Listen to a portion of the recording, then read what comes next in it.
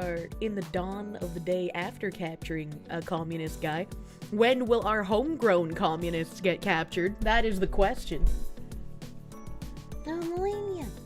I need more sleep, chat. I slept really fucking good, but I feel like very, very fatigued. I don't know why. That Mr. Wickman, thank you for the 19 months of Proom. Thank you. She escaped again. Look, I can't help it. I'm good at escaping.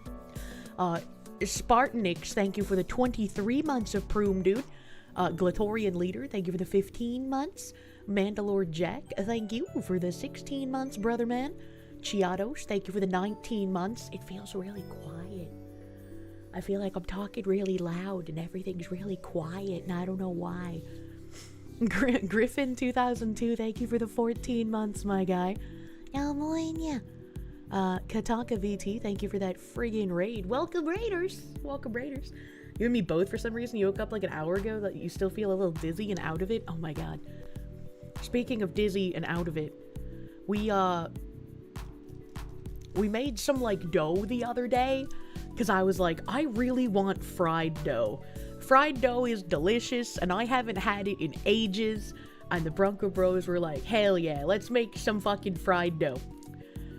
And so we started making a dough recipe, and I wasn't paying attention, and so I asked, I was like, hey, wait a minute, something seems a little weird here. Why is there yeast? You don't use yeast in fried dough. And he was like, we're making donuts. I was like, I thought we were making fried dough. And he's like, yeah, that is donut. Donuts are fried dough. And I was like, fried dough is something different from a donut. I mean, I guess technically a donut is a type of fried dough if you really want to be linguistical about it. So we ended up making donuts. We ended up using donut dough to make fried dough. And so they were very, like, thick and cakey instead of thin and airy, but they tasted really fucking good still. They tasted really fucking good.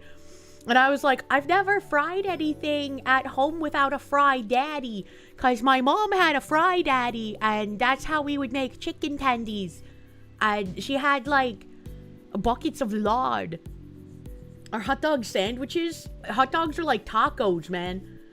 But fried dough is so good, it is. Is fried dough a post-op donut? Oh, what is the difference between fried dough and donuts? Fried dough is mostly flat with some bubbles in it, and it's really light and airy, and it's like crispy on the outside and kind of like, not chewy, but like, again, airy on the inside. So it's like soft. Whereas a donut is like fully soft on the outside and inside and has more of a cake-like texture as opposed to being light and airy. Yeah, elephant ears are another word for fried dough. I think funnel cake is similar to fried dough, except funnel cake is like long, thin, worm-like strands of dough, all like wiggly-woggled into the oil to like make this weird amalgamation of heresy. Is Kier actually having a good food take? You're getting a spanking because you've been a bad girl. A taco's a sandwich. This is settled case law in the U.S. Oh my god. Chiados, thank you. It's that time again. Please rejoin us, Alistair Corvo. Come back to Kiercord. I will not stop until you return to us. Come back, Alistair. Come back, Alistair. Come back, Alistair. Come back, Alistair. Why did this man flee? What did you do to him? Sounds pretty good. Yeah, you know, I like donuts and I like fried dough, but it was just a really funny, like, yeah, let's make fried dough. And then they brought up a recipe for fucking donuts. The funnel cakes are made of something similar to pancake batter. Yeah. Yeah. The most important donut. A real coon. The other slur man. Thank you for the 10 months of Proom, my guy. Thank you. Thank you, thank you. You named him a Nyan Nyan Kitty Maid. Wait, calling him Nyan Nyan Kitty Maid from Game Seto Macho Pichu made him upset? What? I just want to be normal. You have to be the Nyan Nyan Kitty Maid. It is your destiny. At your house! Or in the ring. No, in real life. I'm going to stalk him and become obsessed with him. And wear his makeup and his dresses. And use his skin as a coat. Like the ancient Irish did. Well, that's your winner. Thank you, Massive Doggo, for checking if the Sam Hyde alert is still active. Thank you. Thank you, thank you. It was Chia calling you bald. Are you not bald? Most people outside of New England call it fry bread, and usually outside of Native American powwows have never heard of it. There's no way that's true. There's no way that people outside of New England don't know what fried dough is. Apparently people in the Midwest call it elephant ears, which I don't understand because they don't look like elephant ears. I mean, maybe if the elephant ears had, like, giant tumors on them, sure, but, like, bannock is a separate thing? I don't know what that is. You've never heard of fried dough until this stream. What the fuck? Do I have to, like, bring up pictures of fried dough? Images. Images of fried dough. It's very thin, and it's very crispy, and it's very nice. Some of the images that come up when you search for fried dough is just not fried dough. You're getting a kinda vigorous sad. spanking because you've been a bad girl. You've been bad! What the fuck? Why so many? Why so many? So let's open this image in a new tab, and then let me open this one. Open image in a new tab. There we go. Now we got both the images. I don't know where the fuck you get a chamomile tea plate, but okay, whatever, man. Help. Don't the Italians call them zeppoles? I don't know, man. I'm describing bannock? I've never heard of the word bannock, but I mean, if that's what you call it, you at least know what I'm talking about. So this is what fried dough looks like. Again, I don't think it looks like an elephant ear, unless the elephant has a lot of tumors. Before knowing me, if someone said fried dough, you'd assume they were being a retard and listing a category of food rather than a specific dish. What the fuck? Your mom would use leftover bread dough to make fry bread? You've never seen this or heard of it. What the fuck is this? It looks like pizza before the sauce. It's a sweet bread. It's a sweet bread, man. And like, this is what it looks like after it comes out of the fryer. And then after it comes out of the fryer, oh, what the fuck is this image? That's so tiny. After it comes out of the fryer, you put like a powdered sugar or regular sugar and cinnamon on it. And like, it's got melty butter, so it's all like buttery and cinnamony and sugary. And it's delicious. You even fucking hold on a goddamn minute. Hold on. I'm gonna open a video game for this fucking rant. We're video gaming? You've used fry bread as pizza dough before? I mean, I'm sure you could. It's just a slightly sweeter bread. You call them malasadas in Portugal? I wouldn't know what they're called in other languages. Hey, Kirsche, you finished moving in so you can finally come to stream. Hell yeah! Oh, the Cook Serve Delicious soundtrack is a fucking banger, dude. It's a fucking banger. I love this fucking autistic-ass game. Dinoside, thank you! You finally asked out the cute gas station gal who always makes sure to check you out and catch up with you every weekend. Hell yeah! For the last 6 months. Smoothly asked her to dinner, she blushed a beet red, and you saw her smile. But she said she was busy. Are you cooked? No, she might actually be busy. I hope you said, okay, if you're busy this weekend, then when? And that would have been an opening to get her phone number. Gaming in my ranting stream. The gaming is part of the rant, okay? It's part of the rant. We gotta go to, how do I think it's in the food catalog. And then I want, the stuff that I own, because I'm pretty sure I own the fried dough in this game. I'm pretty sure I own it. Yeah, it's called, the one in Cook Serve Delicious is a funnel cake. So you can see the difference between the fried dough and the funnel cake, as I will show here in a minute.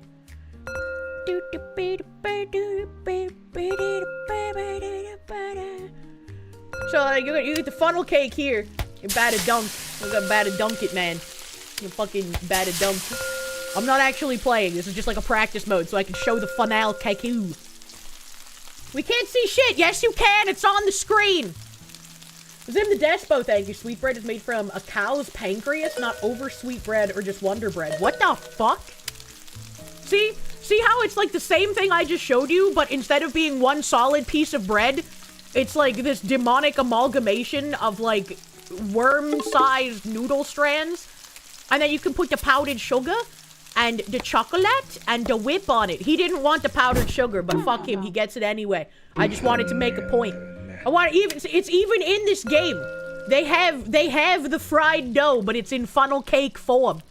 It's in funnel cake form in this game. All right. Okay, point has been made. Keep playing, you know you want to. Bread cosplaying as intestines. Yeah, I don't like the texture of funnel cake. But that's just like my own personal brand of retardation. Your ancestors are turning in their graves so fast that you could use them for hydroelectric power. That's a fried... No, it's fried dough. It's fried dough.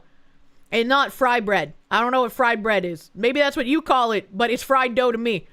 And by the way that you know what it is, you know what it is, you know? You don't gotta argue. Anonymous gifter, Miss Alish. Thank you. Thank you for gifting that anonymous gift sub to Miss Alish. A moment, the bread, just put it in your mouth. You eat the bread funnel. What? New England retardation in the kitchen? What the fuck? I don't know what fry bread is, but it's not that. Well, no, the sweet bread thing was the, like, weird made of intestines or whatever. Pancreas. It's like, it's fine. It's fine. If you call it something different, you still know what fried dough is, and you know that it is different from a donut.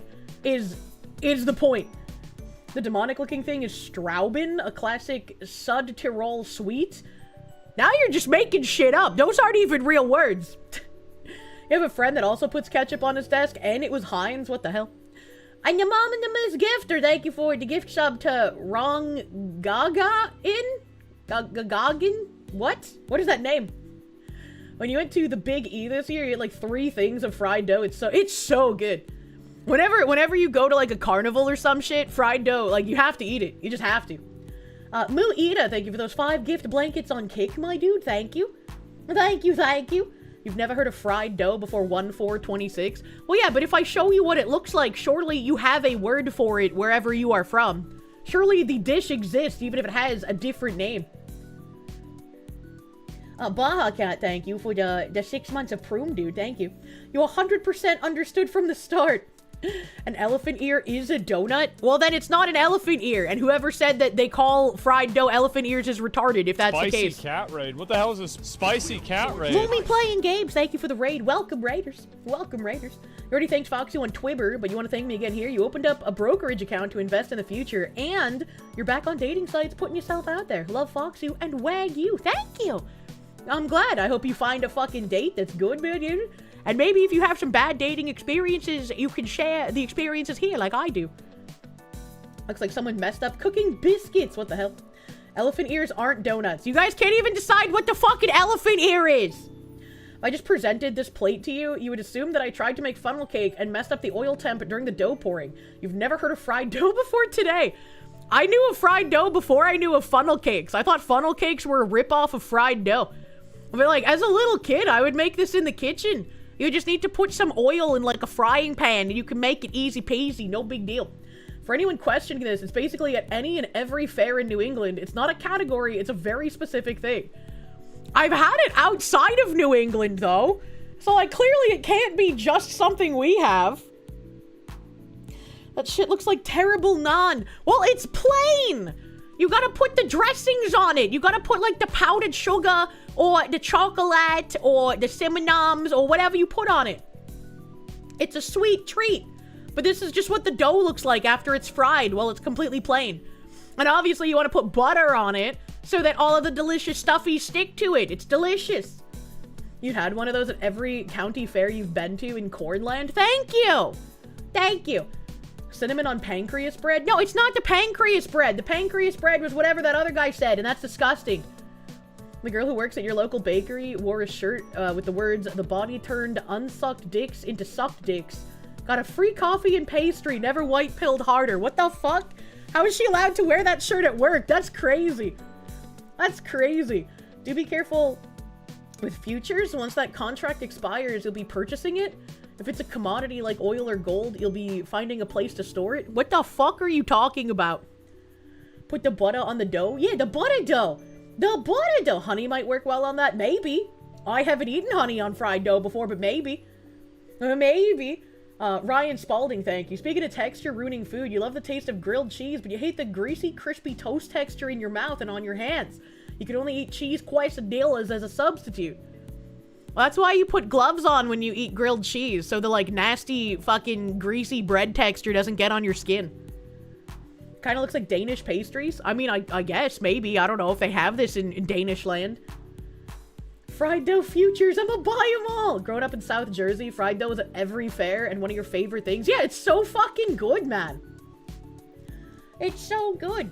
That sounds psychopathic. What does? Evil Mandrake, thank you. That explains why you don't think it looks like an elephant ear. Elephant ears are a specific type, large, very flat, covered in cinnamon sugar, and served with honey butter. Definitely not a donut. Yeah, one of the bunker bros was like they thought it was a donut, I guess, because a donut to them is fried dough. And so I showed them what a fried dough is, and they were like, "Oh, an elephant ear." And I was like, "What the fuck is an elephant ear? This doesn't look like an elephant ear unless the elephant has tumors. What the fuck are you talking about?" A donut is not just fried dough. That's what I said. But we ended up making fried dough out of the donut dough, and it was like donut texture fried dough, so it wasn't fried dough, but it still tasted good. But put that dough in the refrigerator and then made more stuff in the morning, and in the morning it no longer had donut texture. It was like super airy on the inside, like actual fried dough, and it was flat. Flat fuck Friday for the fried dough. If your elephant ear is flat, the people making it are being cheap. The argument is stupid though. Fried dough is also known as fry dough, fry bread, bannock, fried bread, doughboys, elephant ears, beaver tails, scones? Nah, scone is not the same as fried dough. What the fuck? What are you talking about? You know what elephant ears are, but you never ate it? I have not. Since we're looking at fried dough, why don't I just look up an elephant ear? Because I've never seen one. And they didn't show me a picture. Elephant ear. Food. Images. Okay, no, they're kind of right. They're kind of right. I don't know what you guys were talking about for elephant ears, I guess. Cause when I search elephant ears, it's almost the same as fried dough. They look a little bit flat fuckier. Open image in new tab. This is what comes up for elephant ear. They look almost the same as fried dough, but like slightly different. Like it's a different type of dough or some shit. But like it still doesn't look like an elephant ear, so I don't understand why they're called that. Unless, once again, your elephant has tumors on its fucking ear. Like, what is that? Kinda right is chat in a nutshell. That's an empanada? No, it's apparently an elephant ear. And this one is fried dough. Elephant ear, fried dough. Elephant ear, fried dough. Those are quite a bit thicker than you've ever seen an elephant eat. What? Dog with the butter. I love the butter dog. I call that dish an abomination in the eyes of God. Fried dough is delicious, you heretic! Thank you, Quando Bandwi, for buttering my goddamn doggo, thank you. Star Phoenix, thank you. Not sure how fried dough is alien to y'all Connecticut here. That's gonna be crazy. The one on the left looks like a Yorkshire pudding. What? Are we really arguing semantics over the shape of food? I have no idea what's happening. You could always just make monkey bread. That's different! Monkey bread is different from fried dough! Corporate says they're the same picture. I'm going to kick you in the shin. Isengard, thank you. Foxu, that's non-bread? I don't think it's non-bread, but it is non-bread. Holy fuck, what is with chat's autism this week? I don't know! Stop making animals into bakery. I will bake the animals if I so choose! Help. Ryan Spalding, thank you. Have I ever eaten a funnel cake? I have, and I don't like funnel cake as much as I like fried dough. Paradoxical Madness, thank you. That looks nothing like an empanada! What the who said anything about an empanada? This is what an actual elephant ear looks like. It looks like the inside of an ear. Ew. Ew. Why would you want to eat what the inside of an ear looks like? What the fuck? Hold on, let me open this link.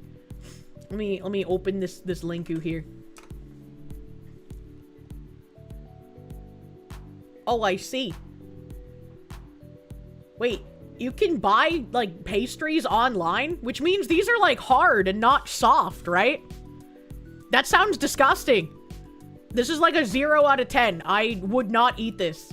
Because they're probably very hard and crispy and not soft at all. And this one actually looks like an elephant ear. This one makes sense. This makes sense as an elephant ear, and you even have black elephant ears. Look, diversity is the elephant ear's strength. You're getting a vigorous spanking because you've been a bad girl. Chianos, thank you.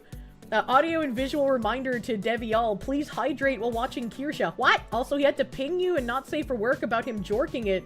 Please stop jorking it, Devial, you'll go raw. Why is he pinging you when he jorks it?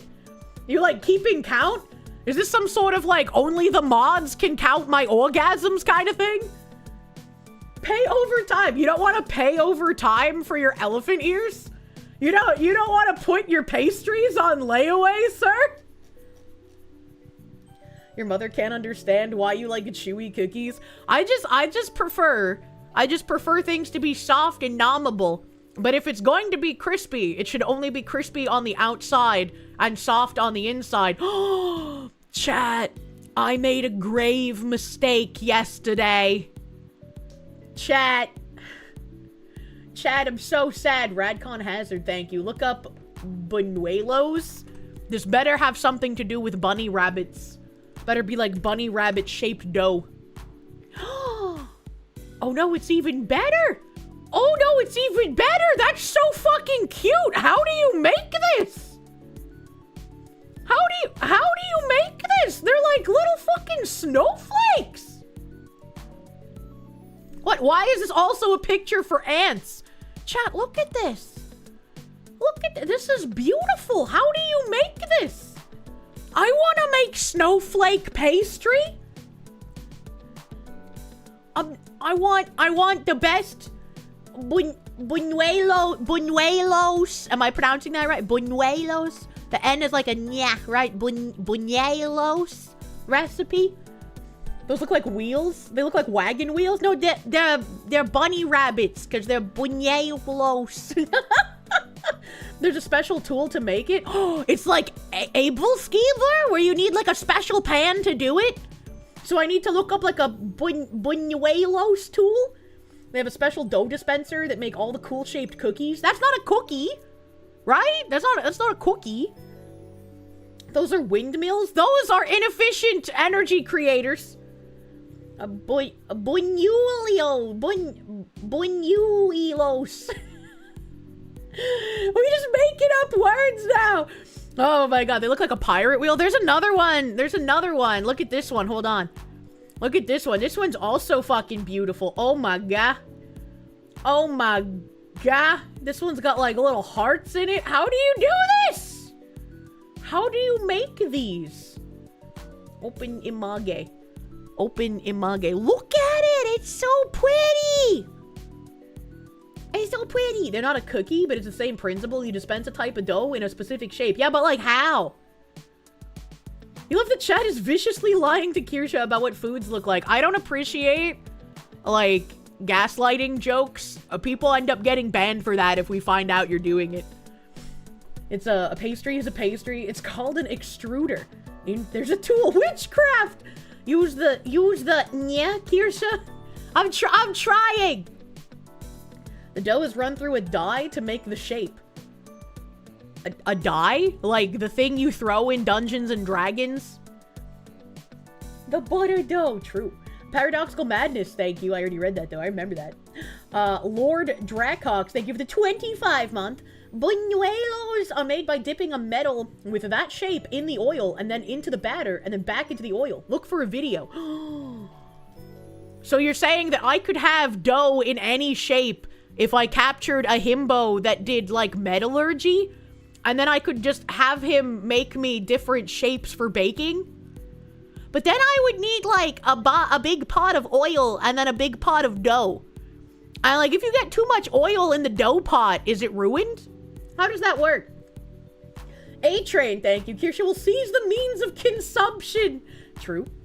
Nocturnal, thank you. You can get a mold/maker on the Jungle site. What the fuck is the Jungle site?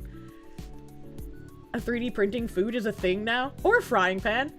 I didn't even think of that. But wait, what? If too much oil gets into the dough pot, does it go bad?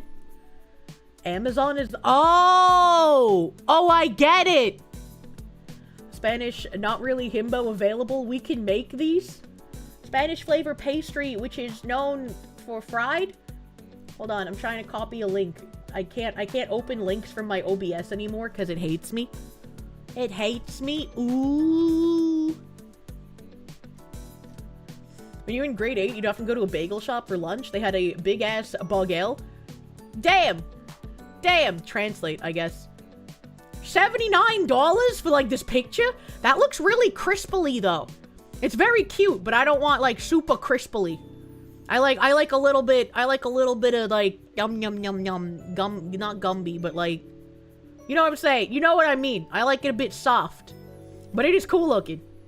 It is cool looking. It's, like, very, very Irish. How rude. And then this one? This one looks too crispily that's in the cinnamon sugar. But, like, look at these ones. Look at these. The ones are so puffy. They gotta be so airy on the inside. It's so cute. In South India, there's a snack called achapam, which is basically the same thing as this. Crunchy and sweet. Great snack with tea. I hate tea. It wasn't a big-ass bagel. It was a big-ass bagel-making machine. What the hell? What the hell? Glenn, thank you. Deep fried Twinkies. I don't like Twinkies. Kirsche wants her pastry to start off soft and then get hard in her mouth. That's not what I said! Dinocide, thank you. Thanks for the advice. She's busy next weekend, too. We'll proceed with cautious optimism. If all else fails, your favorite cigar lounge is back open. I mean, if you get that phone number, you're fucking locked in, though, bro.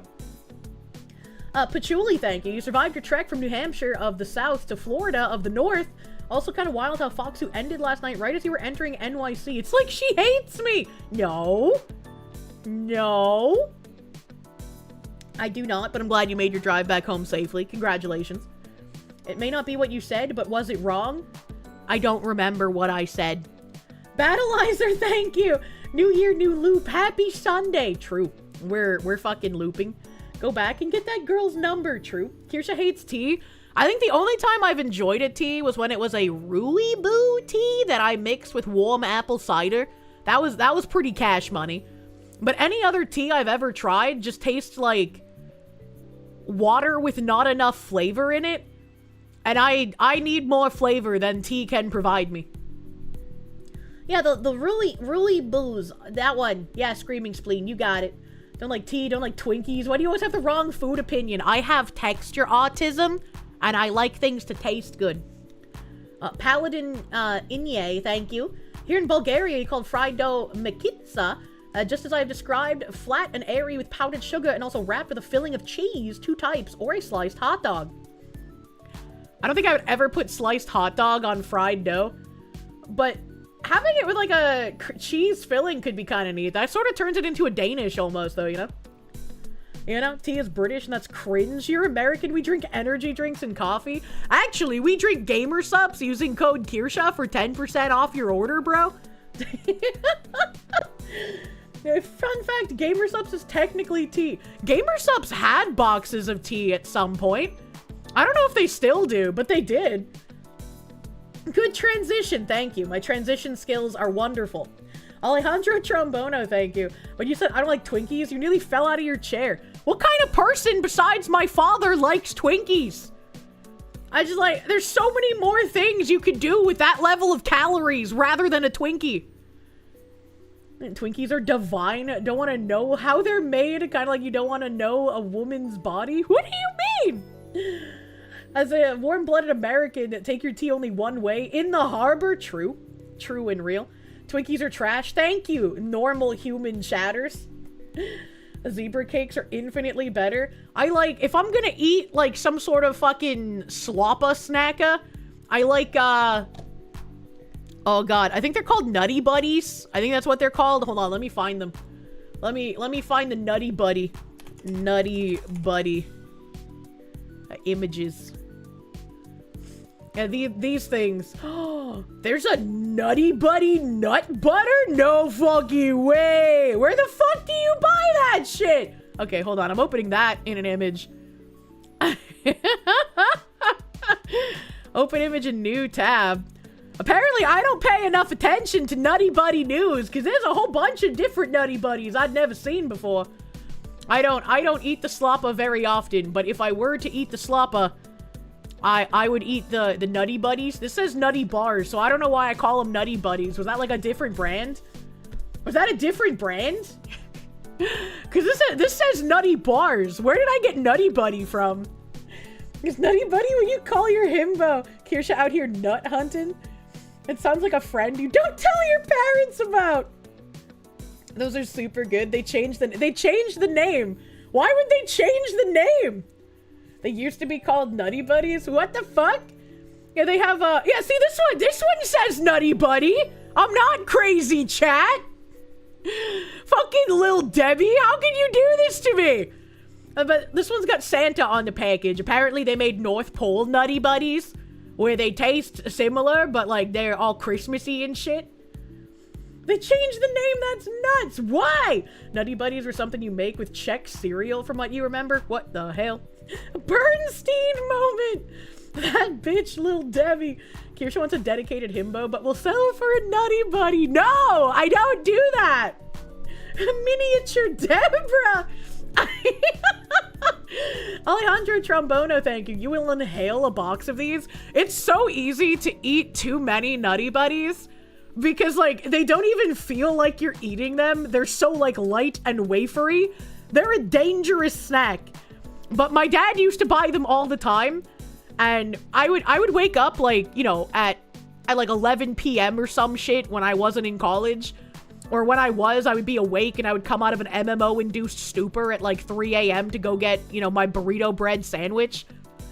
And my dad would be in the kitchen, like, inhaling a box of Twinkies, like, half a box of Cosmic Brownies, a whole box of Nutty Buddies, some pickles, maybe some shredded chicken if we had it in the fridge. Like, it was like a running joke that my dad wasn't a human, he was actually just a cyborg, because he ate like shit.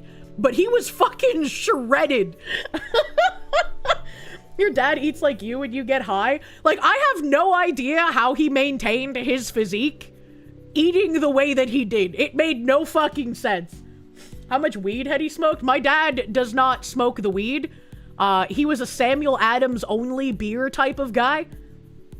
He worked construction. Yeah, he did do manual labor all fucking day. But still, it's like an insane way to eat. Algrim the Crusader, thank you. You had GamerSup's Gamer Tea.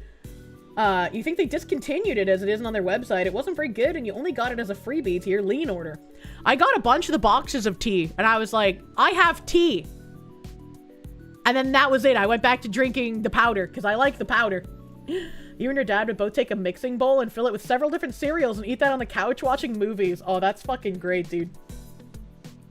They changed from Nutty Bar to Nutty Buddy in 2016. You love the little bars. And FYI, the Christmas ones were only half the size height-wise. That's kind of weird, but also, I knew them as Nutty Buddies before I knew them as Nutty Bars, so it can't be that way. That doesn't make any sense. That doesn't make any sense. A Radcon Hazard, thank you. There's also a down and dirty version of a treat you can make by pan-frying a buttered tortilla and adding the sugar of choice after. Interesting. Your dad is a Saiyan. This is how you find out. Internet Zen Master, thank you. Of course you hate tea. You're Bostonian. Tea drinking, or tea isn't for drinking, it's for dumping in the harbor. Very true and very real. Real. I can't speak! Arizona Armory, thank you. So you're saying you want your buddy's nut, huh? No, it's just fun to say Nutty Buddy. You're still waiting for GamerSupps to have unsweetened powders because the artificial sweeteners fuck with the flavor for you and make it impossible to share in family. The cans do not have artificial sweeteners. They have actual sugar in them. But then you have to buy the cans. I personally love the fucking cans. And I would love to get in touch with a human being at like a market basket and try to get them to have them in shop. I think that would be great. But I don't know how to contact someone at the market basket. I tried using their like corporate email.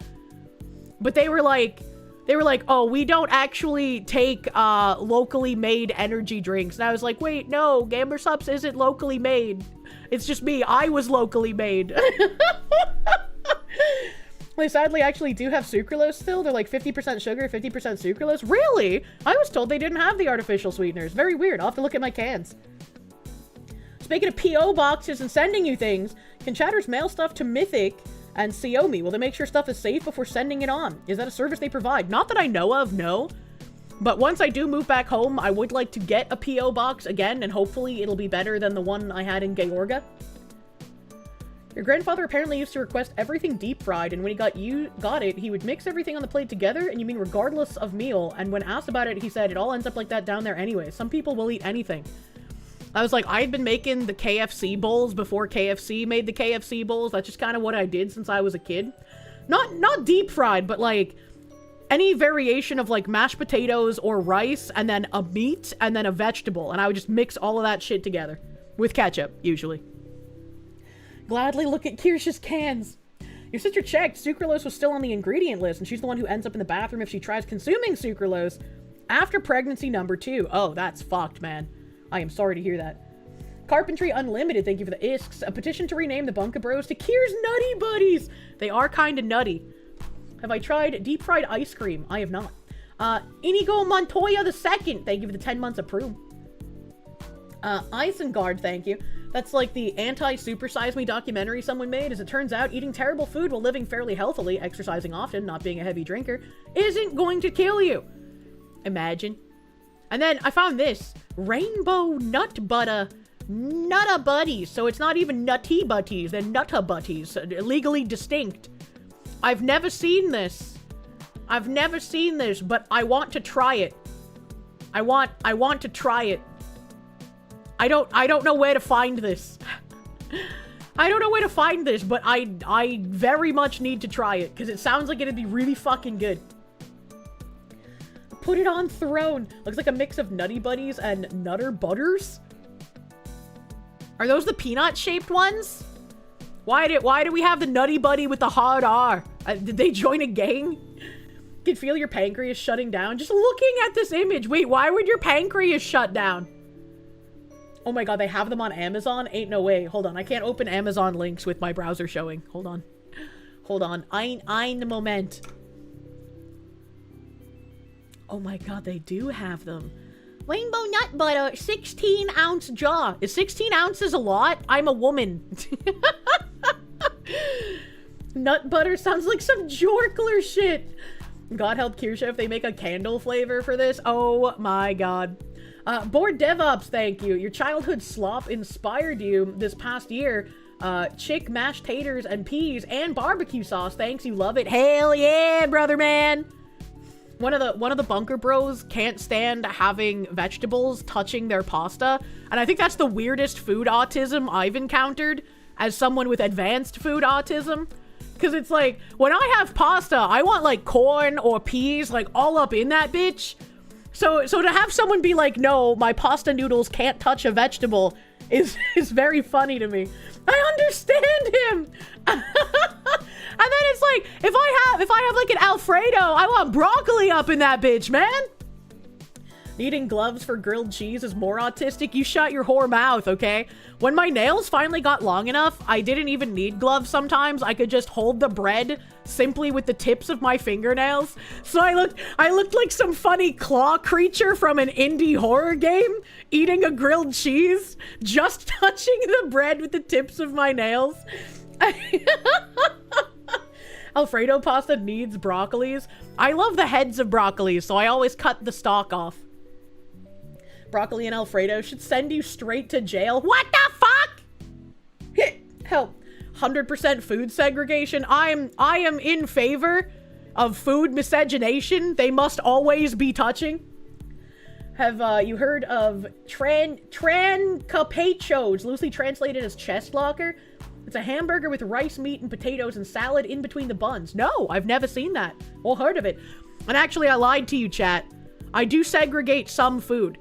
I cannot stand it when maple syrup touches my eggs. So if I have like eggs and pancakes and they're on the same plate, I have to eat all of the eggs first and try to keep the ketchup as far away from the pancake as possible. And then I'll pour the maple syrup on the pancakes and just eat the pancakes without any risk of the eggs getting touched by the maple syrup. Does it give you the yogurt response? No. Syrup eggs are disgusting. Thank you. This fox hates McGriddles. I don't eat anything from McDonald's. Don't you already dislike eggs? Brother, what? I fucking love eggs, man. What the hell? I will suck an egg down so fast. 2 plates is the way. Maple eggs are good. I disagree. Should use bacon as a barrier between the eggs and the syrup, but I like maple bacon. I like maple bacon, which presents a problem. Eggs with ketchup, are you too EU for that? I think so, because even Japan likes ketchup on their eggs. I volunteer to touch your eggs. I think you're talking about a different kind of egg. Would I eat a ketchup-flavored chip? I've tried them. They're not very good. Opinions on deviled eggs. They look very weird, and if they're cold, I don't think I would like them. I think cold eggs are very fucking gross. Diners have it right. Put the juices cannot touch the potato dish. You don't know why, but it makes you sad. Wait, hold on. I just combined 2 messages.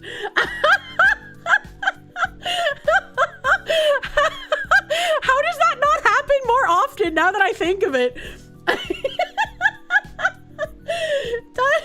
Diners have it right. Put the eggs, hash browns, and meat on one plate and the pancake waffle on another. The hot sauce syrup detente. Yeah, that's true. Diners have the high IQ strats, man. If you're eating red meat, the juices cannot touch the potato dish. You don't know why, but it makes you sad. That is an interesting one as well. Because when I have, like, a steak, and I have steak juices left on the plate, I do like dragging the mashed potato through the steak juices. Sly Maverick, thank you. You'll teach my grandmother to suck eggs? Stinky whizzle teats. What does that mean? Your mom used to make breakfast and you would wrap your bacon and eggs in a pancake with syrup and make it a breakfast burrito? I mean, I know a lot of people like those. They're just, like, not for me, man. Do I like Whataburger? That's what you're eating right now? I mean, they're okay, I guess. You got pickled flavored Heinz ketchup? Ew. Ew. Stewed tomatoes remind you of puke, and I cannot convince you otherwise. What are stewed tomatoes? Steak juices are just free gravy. Dip all the potatoes in that. Which is weird, because I actually don't really like gravy. In honor of the newly freed Venezuelans, you rewatched The Dogs of War last night. In the movie, they took down an oppressive African dictator and then also killed his would-be successor because he would have been just as bad. Interesting. Your food autism makes you hate all potatoes? I couldn't imagine if my food autism made me hate potatoes. I love baked potato, and I like eating around the jacket. I love mashed potato, but not if it's lumpy bumpy. It has to be smooth. I love all kinds of French fry, except for swear potato fries. Those are disgusting. I love potato, man. Bro hates the best vegetable. If you couldn't eat potatoes, you would just die. That's how I feel about dairy. If for some reason I ever became lactose intolerant, I'd probably just kill myself. Would eat the green ketchup they made? Nope. Nope. Nope. When I was a kid, we had colored promotional ketchup. One was green and one was purple, and this was before Shrek. And they were disgusting. My grandmother bought the purple one because she thought that I would really enjoy it, being both a kid and someone obsessed with ketchup. But it was actually just gross, and I could not stand it. You couldn't do the colored ketchup? Remember the weird marketing stunt? Those were gross. Yeah, they can. Yeah, they can. God hates taxes, thank you for the 22 months. All the people here confused or disgusted by ketchup on eggs were clearly born incorrect. True. Professor John Wolfman, thank you. You love eggs, you love pickles, but you hate when people put chunks of pickle in their deviled eggs. I don't think I would like deviled eggs normally, but yeah, putting pickle in them seems really weird. Zachary Rollick, thank you. Would I the mushroom or banana ketchup? I still don't know if I'm allergic to mushrooms or not. Cause like, my mother was allergic to mushrooms and my dad just hates them. And I've never liked how they look or smell.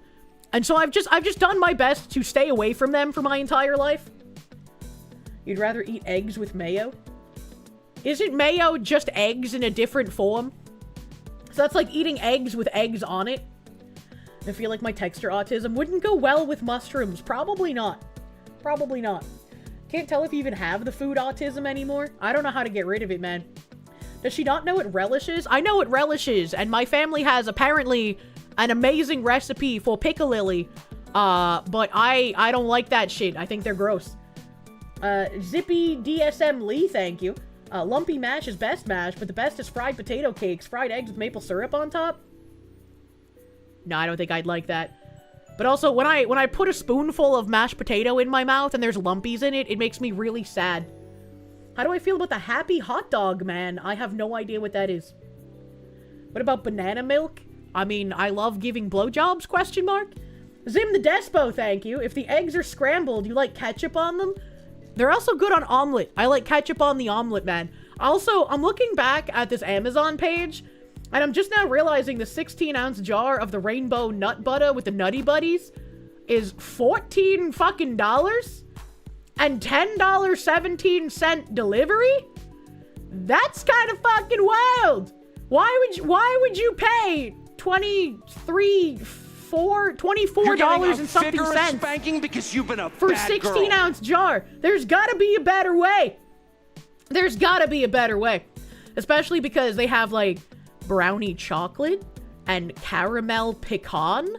There's circus animal peanut butter nut butter cookie bullshit.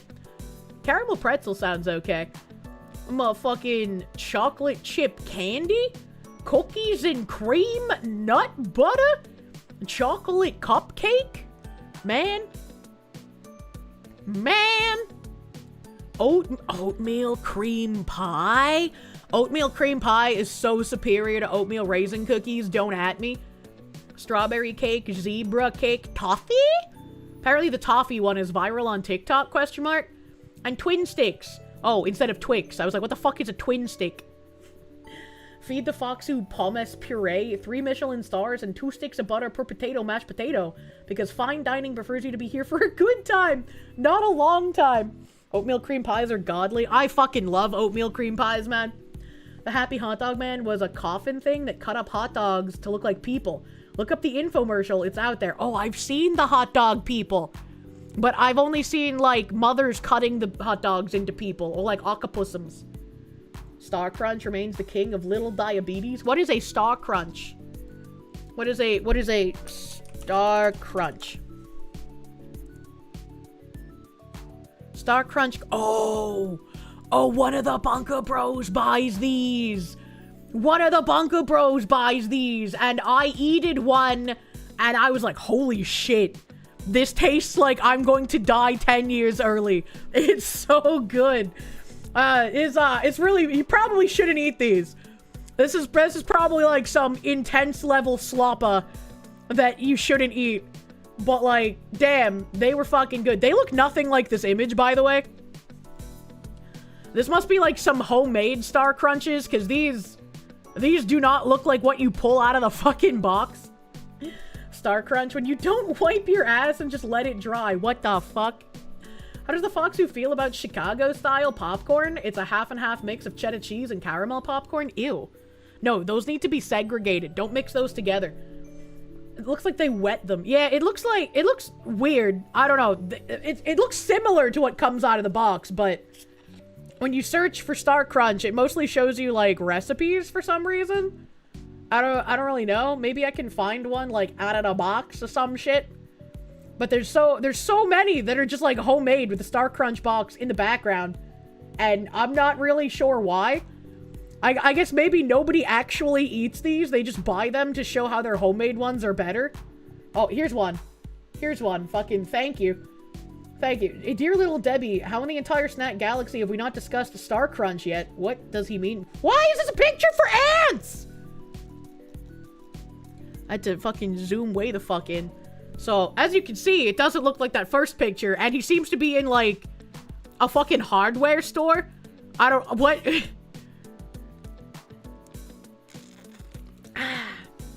Thank you, cheese popcorn's delicious. Caramel corn is delicious. Chicago mix is an abomination. True? True and real? I recently had a bag of popcorn. Oh god, what is the flavor? I know it's in the kitchen. I know it's in the kitchen somewhere. But it's like a maple sugar butter popcorn. And they're completely dry. Right? Like, not like bad dry. Like, when you eat it, it has a nice texture. But there's no sprinkly stuff on it. It's not wet. But it has the flavor of, like, maple sugar butter or some shit. And it tastes amazing. But my brain looks at these pristine white kernels and doesn't understand how they're flavored in the way that they are. You were in a hardware store earlier today and they do actually stock snack foods? That's very random. Telenock, thank you. Dang it, the click-inducing title got you. Best popcorn is movie theater popcorn you used to get when you go to a movie. Yeah, but I'm not spending like 20 bucks for popcorn in Year of Our Lord 2026. Help. Maple popcorn, you must find this. I'll have to figure out what the brand is. Is it puffed wheat cake? I don't know what the Star Crunch is. It tastes good, but I wouldn't recommend eating it. It's probably insanely fucking bad for you. Little Debbie Peanut Butter Crunch Bars and Drake's Funny Bones are both friggin' great. What the fuck is a Drake Funny Bone? Drake made a snack food? Drake a Funny Bone. I have never seen these. I thought you meant like Drake the rapper guy. But this is like a duck. This is like a duck. I've never seen this. 10 frosted peanut butter cream-filled devil's food cakes. Freshness guaranteed. Twin wrapped. Why are there like 2 peanugs here? Are they filled with like a peanut? Oh yeah, it is. I literally just read peanut butter cream chat. What is my memory? It's like no excuses. Since 1896. Correct. A drake is a male duck. Well, why did the rapper name himself after a male duck? The gas station near you sells movie theater popcorn by the bag and get like a full large garbage bag's worth of popcorn for like 15 bucks. I went to a gun shop recently that had one of those old school popcorn carts inside of it. And I was like, that's pretty fucking great. Don't ask questions you don't want the answer to. I mean, I know the danger of asking questions, but I just like doing that. Oh, that's so cool. That's like the kit to do the stuff with the donkey things to make the pretty pastries. I like that. I want one of those. That looks so cool. The circle one is so plain and disappointing. They got a wiener that could open a wine bottle. What the fuck does he mean by this? Donkey. Mallard Drakes don't care a kit. I don't understand what that means. Drake is also a type of dragon in some mythology. Oh yeah, that's true. I forgot about that. The circle one looks like a plug hole. What kind of anal plugs are you using, brother man? What the fuck? Drake the rapper has questionable sexual proclivities and male ducks are gay necrophiliacs. Oh! That's actually a good point. Kirsche goes to a gun store. Marry me! There's a lot of people that go to gun stores. What do you mean? Sad you never get to watch on the weekends. Gotta sit here and watch Grizzly and the Lemmings with your 6-year-old. Aw. Well, at least he likes something that's not, like, Coco Melon or Miss Rachel, I guess. Are they not like us? Because he's a duck. A plug hole for your sink? I didn't know they were called plug holes. And Queer Duck follow-up stream when? I don't think we could do a Queer Duck follow-up stream. It's not like they make it anymore. Oh yeah, I forgot what I was gonna say, but then I remembered. The motherfucking... I made a mistake yesterday. I ordered sushi. And I really like tuna or spicy tuna with cream cheese and avocado in my sushi roll. And a lot of places don't have tuna, avocado, and cream cheese. They only have salmon, avocado, and cream cheese. So I typically have to ask for like a special roll in order to get it. But I went to a place the other day that actually had spicy tuna, avocado, and cream cheese. So I lost my goddamn mind. Because not only did they have the tuna, avocado, and cream cheese, but they fried the outside. So the inside was still like the raw fish, but the outside had the crunch, right? And I love that. I love the crunch on the outside, the soft smooshy ooshy on the inside. So obviously I ordered that fucking roll, and they were huge. And some of the bunker bros do not understand that when you eat sushi, you have to eat the entire, like, piece of sushi at once. Like, you don't take little niblet bites of the sushi like a retard. It doesn't matter how large the sushi bite is. You eat the entire piece at once, all right?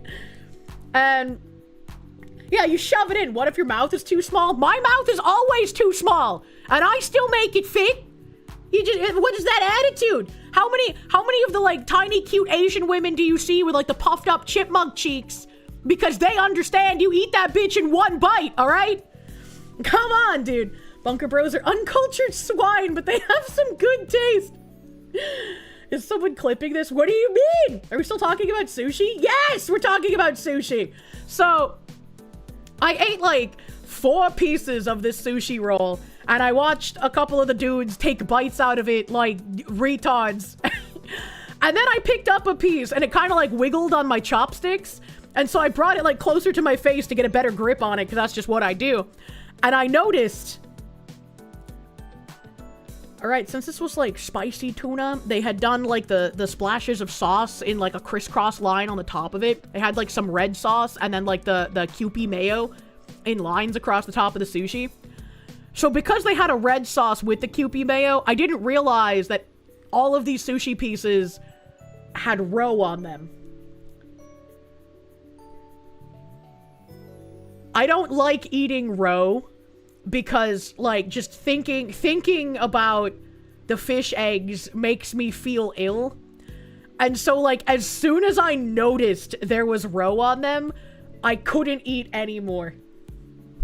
Was I using my special chopsticks? Yeah, of course I was! And the Bunker Bros did kind of make fun of me because all of them could use chopsticks without having to use trainers. But years ago, when I was at a Japanese restaurant owned by a Korean family, the nice Korean grandma saw me struggling to try and use chopsticks. And so she came back with like this little plastic piece that you put on the top end of your chopsticks that keeps them like the perfect length apart for you to do the grabby stuff with them.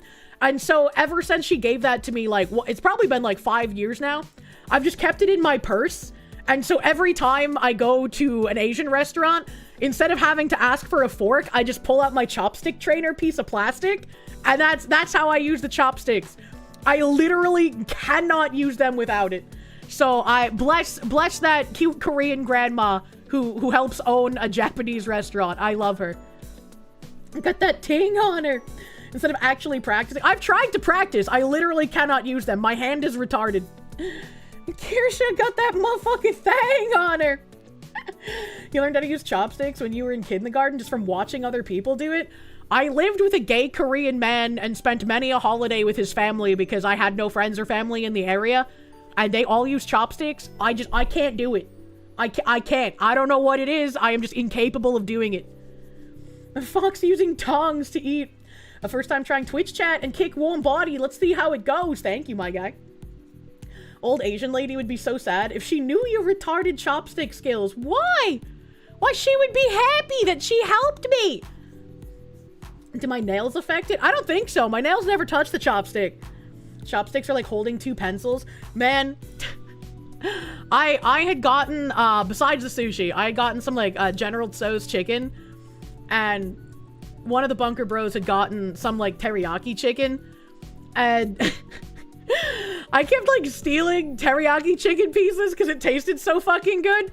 But instead of trying to like steal it accurately with the chopsticks, I would like use one of the chopsticks to stab it and then like pretend I was picking it up. And I was like, why doesn't everyone do this? If you just stab them, it makes it so much easier. You think Kirsche knows how to write? Yeah, my writing is fucking atrocious, man. Your dad taught you how to use chopsticks by picking up marbles and peas and rice grains. That's how he learned in Vietnam. Yeah, I don't think I could pick up marbles or peas or rice grains.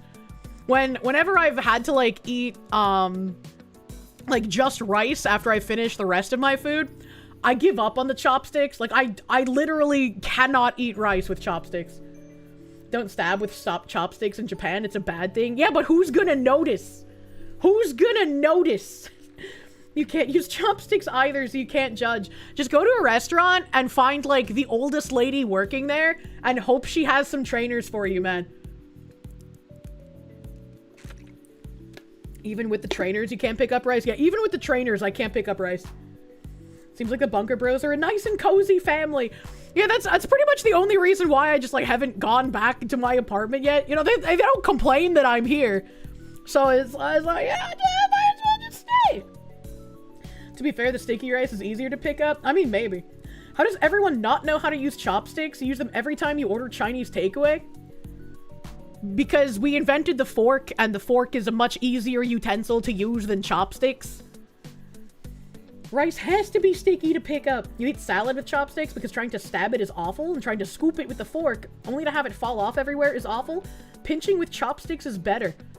Man, I wish I could eat salad with chopsticks. That does sound like it would be easier if I could use them. A dog of Wamo, thank you. You remember Anthony Bourdain episode where he ate a male fish's egg sac and you feel like the sushi guy was messing with him? That sounds really gross. You can use chopsticks, you just prefer to shovel food down with a fork or a spoon. If you couldn't use chopsticks, you wouldn't have a wife. Holy shit. To use chopsticks with rice, you hold the bowl up to your face and use the chopsticks to shovel the rice in your mouth. I don't like shoveling, though. It makes me feel weird.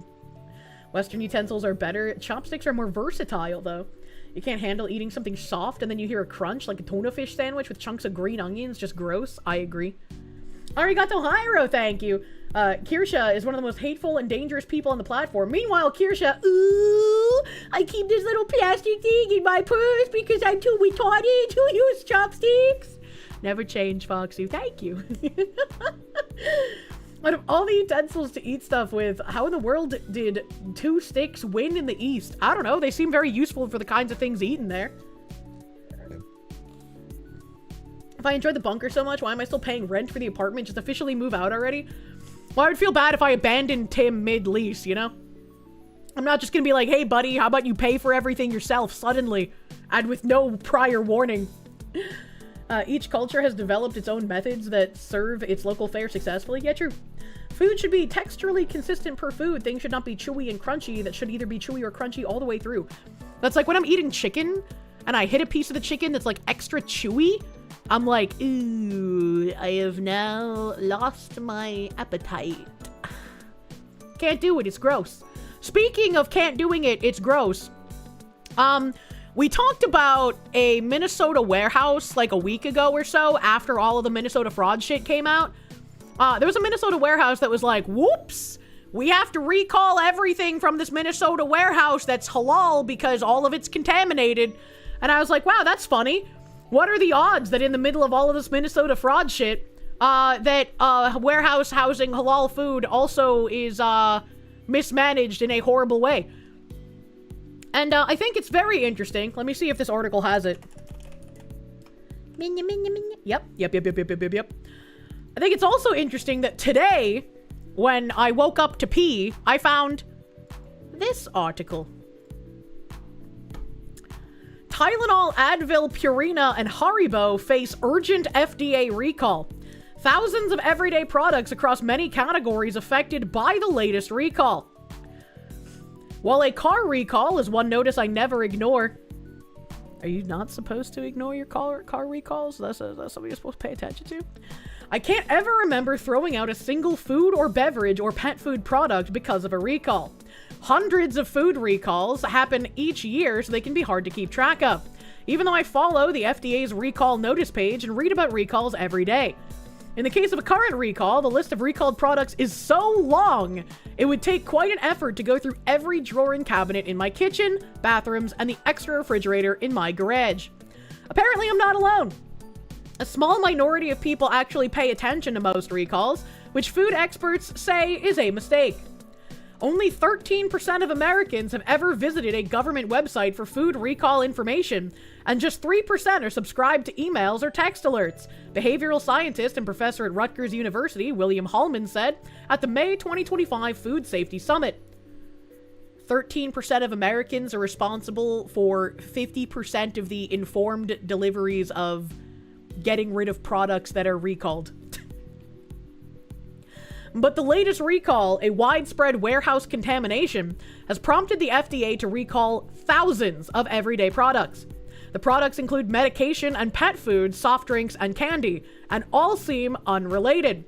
What they have in common is that they were stored in the same distribution facility in Minnesota. Why is it always Minnesota? What the fuck is happening here? Evil Mandrake, thank you. You use chopsticks mostly for flamin' hot Cheetos? That's smart. You don't get the orange shit on your fingies. The new recall affects brand name products like Tylenol, Aleve, and Advil, candy, including Haribo gummy bears, Sour Patch candies, and Twix, beverages such as Welch's grape juice and Coffee Mate, as well as Purina dog and cat food, among many other categories. Gold Star Distribution, LLC, a wholesale distributor based in Minnesota, issued the recall on December 26th due to the presence of rodent and avian contamination at its Minneapolis facility. Wait, not only was this in Minnesota, it was specifically Minneapolis. Literally the core hole of corruption. Literally just a giant pit to Shibalba. That's funny, when someone told you about the risk of Somali eco-terrorism, you thought he was nuts. Well, time to send him this article. The recall was not issued by the manufacturers themselves, but applies only to products stored at or distributed through Gold Star's Minneapolis facility. Products held under insanitary conditions may become contaminated through contact with contaminated surfaces or exposure to airborne particles associated with animal waste. What is this paragraph break? Why is it structured that way? Exposure to contaminated products can pose serious health risks to consumers, including the potential for bacterial contamination, which may result in illness or infection. There it is again. Why does it do that? Including salmonella. The U.S. Food and Drug Administration determined that the facility was operating under insanitary conditions. I always thought it was unsanitary, not insanitary. Including the presence of rodent excreta, rodent urine, and bird droppings in an area where medical devices, drugs, human food, pet food, and cosmetic products were held, according to the official FDA statement. Insanitary. Yeah, I was like, I always thought it was unsanitary. What is this insanitary they keep saying here? What the hell? Inflammable means flammable. What a country! Even when a recall gets widespread media attention like this one, many consumers don't take action. When companies use phrases like out of an abundance of caution or no illnesses reported to date, it can make it sound like the situation is not urgent. In this case, though?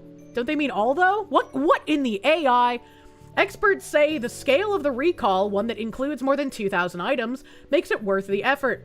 Consumers who live in the affected states will want to check their cupboards and refrigerators because contamination occurred at the distribution level rather than during manufacturing. The following list is just a sample of the products affected. See the full list on this FDA alert, which includes lot numbers and sell-by dates, and that's where we're gonna fucking go. This is 44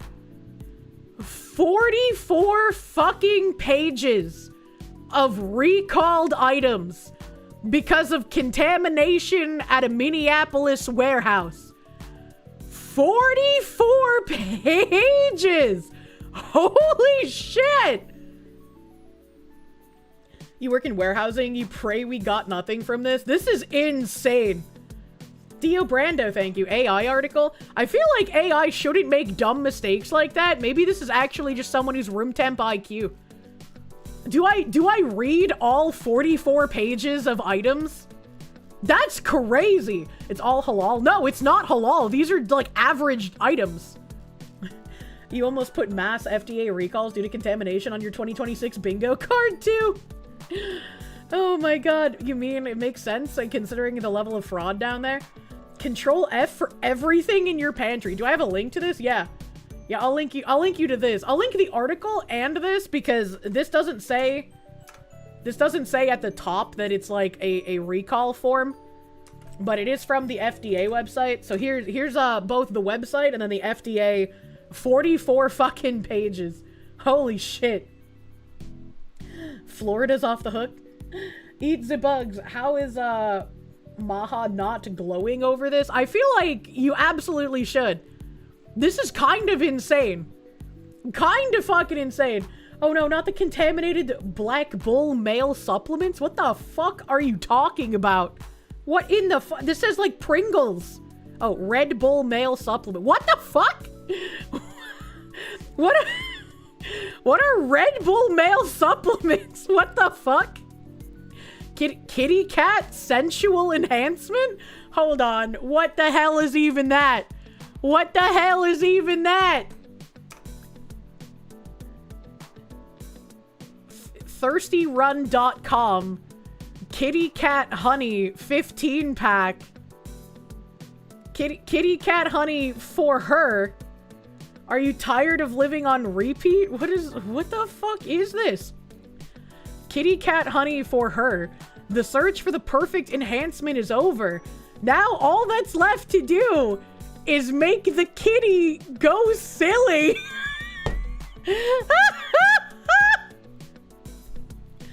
We made the kitty cat with 100%. I think I could show this. I think I can show this part.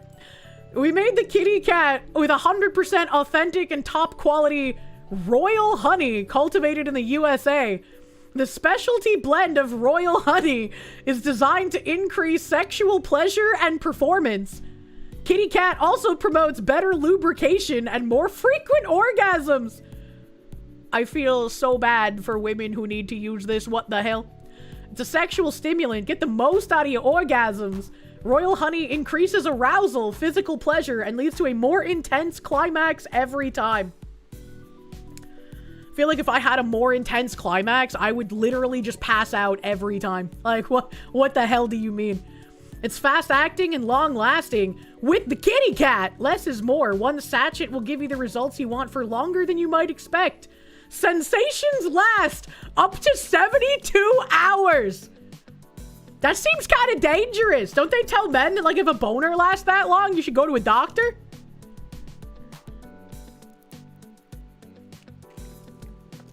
The coochie pills. The US is culturally appropriating Chinese medicine. I fucking guess so. What's included? 15 pouches. Take 1 kitty cat honey sachet 1 hour before sexual activity to aid energy, libido, and sexual performance. I don't think I will. That is a wild product. I have never heard of, like, female enhancement. And they actually have, like, a cat woman on the package. Oh, God, that looks disgusting. The, like, actual... Can I show the image? Because the image, the woman isn't naked. It's like a discount cat woman. Make the kitty go silly, and the word silly is like blurred as if it's moving very quickly. That's so funny.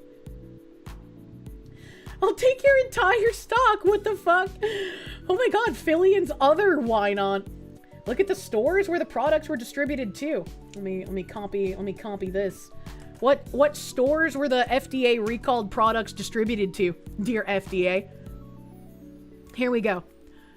Gold Star Distribution Inc. issues recall of certain FDA-regulated products in 3 states, including drugs, devices, cosmetics, human foods, and pet foods. Company announcement date is December 26th. Product type, animal and veterinary, cosmetics, dietary supplements, drugs, food and beverages, medical devices, foodborne illnesses. Reason for announcement: potential salmonella contamination, presence of rodent and avian contamination, and insanitary. Hey, they're using insanitary too. Fucking color me incorrect. I guess insanitary and unsanitary are both words. Gold Star Distribution, multiple brands, all FDA-regulated products held at a facility. Okay.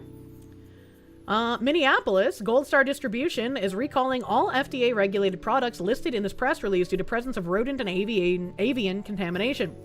Persons handling or consuming the products could become seriously ill due to adulteration from pests, including rodents, birds, and insects.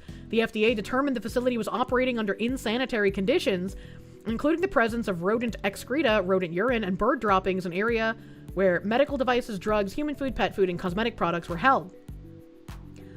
Blah, blah, blah. We've read this. These are the products that are recalled. Does it say? It said, the guy in chat said that they say, look at where they were distributed to. Oh, okay.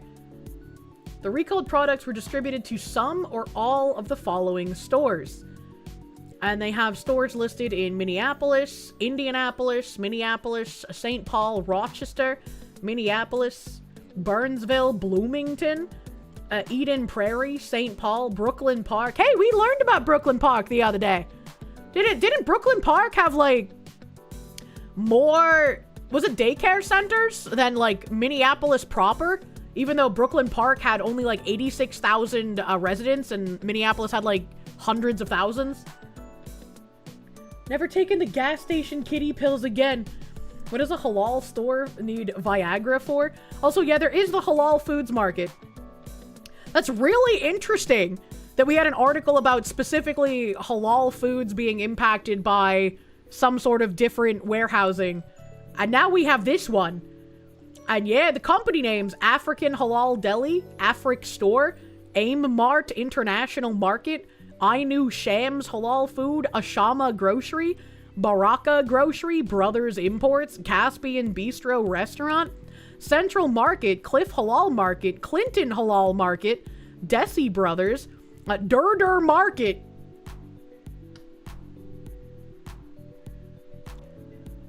If someone told me Durdur Market was a real place, I would call them a racist. So, I mean, fuck me, I guess.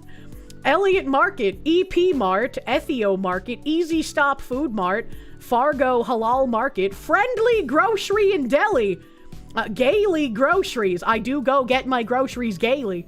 Goink Trading, Halal Foods, Halal Mini Market, Jerusalem Market, Jimmy's Food, Callie's Adult Daycare Center. Hold up, wait a minute. Hold up, wait a minute. There's an actual daycare center up in here. Something is smelling fishy by the moment about this Gold Star distribution center.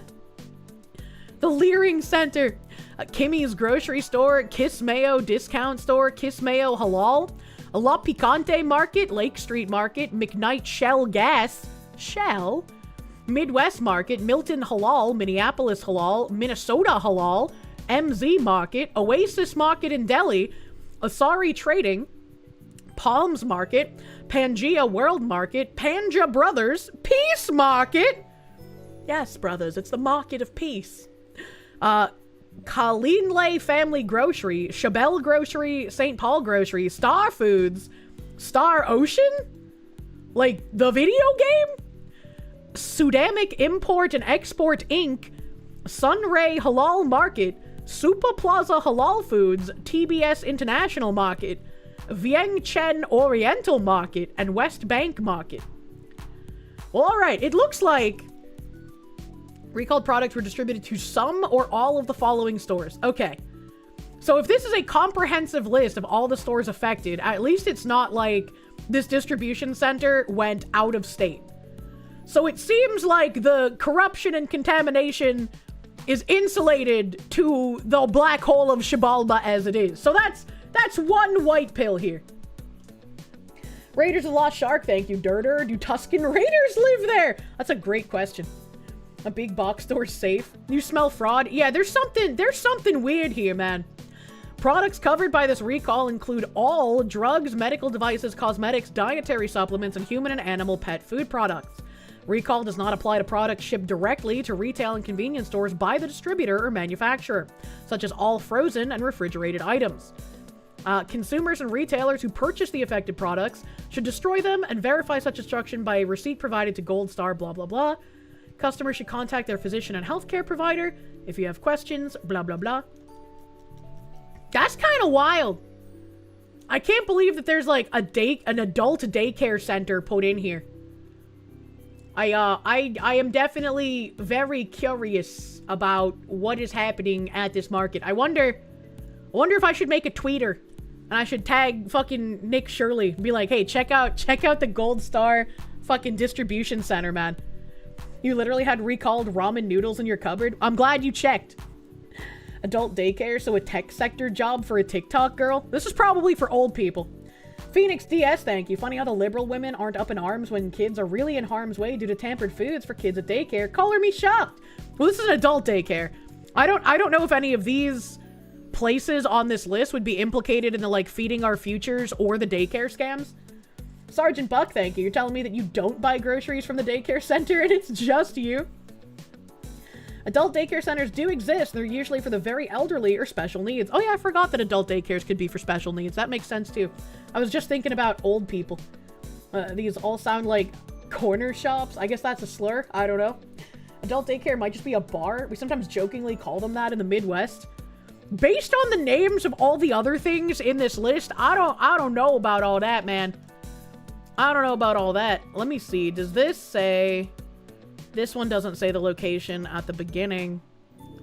So, I'm gonna, like, highlight the Minneapolis here. Because that's a little crazy. That's a little crazy. I want the full fucking title. I'm gonna put this out on the tutors. I don't feel like anybody probably would have bought from any of these places. So that's at least good. That's at least like a bit of a silver lining cloud here. That there's probably not a lot of people who bought from these places.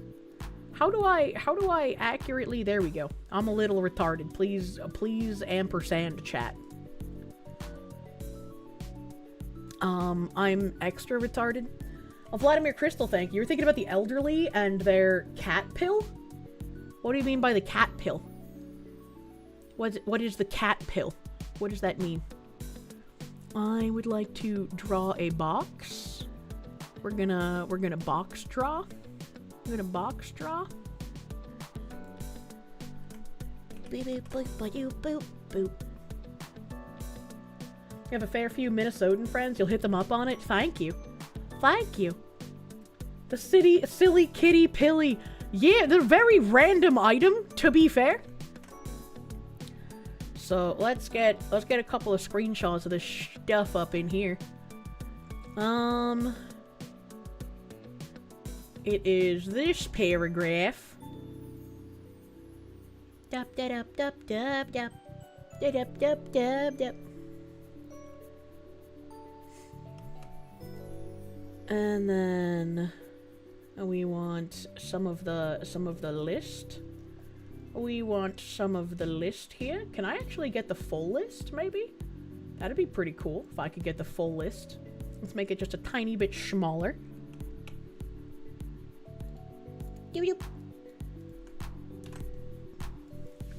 Afternoon. Remember, Kirsche, rates of STD transmission go up in old folks' homes. Imagine all the grannies on the kitty honey horned up for 72 hours. I'm surprised nobody's made, like, a satire comedy film, except instead of zombies, it's horned up grannies on kitty pills. I feel like that's an untapped market of comedy. a little bit of an untapped market there, man.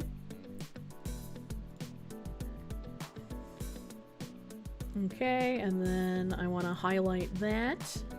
And I think... What was the last one that I looked at here? The Goink Trading? Motherfucking Goink Trading Co? Goink Trading? Okay, so then it goes to Halal Foods Inc. Oh, shit, brother man. Okay. I will have to combine graph into one emoji. Do do do do do do do. I'm not used to making tweets while I'm live chat. Please ampersand. Phoenix DS, thank you. How Trump got Maduro over drug cartels yesterday when he could do the same to China and shut down the Fent drug labs up here and yoink Carney and Justin. I feel like now that they had this in the works, right? Like, obviously this has been in the works for a while. This isn't something you just do, like, spur of the fucking moment. But now that they're done with yoinking Maduro, I think they very much need to focus on taking care of this fraud shit that's going on. There are so many people angry about this shit that it's going to look very bad if you can yoink a communist dictator foreign leader, but you can't do anything about the commies at home, you know? So very, very much hope that that is where this is going to be going, and we're actually going to see shit starting to happen. I would also very much like to see them stop having to deal with the activist judges putting roadblocks in their way, and finally start just being like, yeah, well, you know what? You're kind of worthless, so... Because it's very tiring. And while I am glad that a commie dictator got deposed and that everyone in the country is resoundingly celebrating it, I do want to see more of this shit being taken care of at home here. I'm happy. I'm happy for the Venezuelans. I'm happy to celebrate for them, but I wanna see the stuff taken care of here, like I said yesterday. Sadly, the commies at home are protected, and that's what I said yesterday as well. Like, it's so much easier to go into a foreign country and get rid of a communist than it is to unroot the communist here. Because we made laws for, like, a high-trust, good-faith society, and commies unfortunately exploit that, because that is what commies do. And it's very, very sad. And then, let's see, do they have a link? I think this would be, yeah, this is the 44-page shit. So, I wanna link both of these. I want to link both of these in the tweet, so... Because I like linking sources. I hate finding things on Twitter and not having sources for any of it. It's very obnoxious. Very obnoxious. So let's do that. Let's do that. This is unfortunately going to say kitty cat sensual enhancement, but fuck it, who cares? Oh, fuck it, who cares?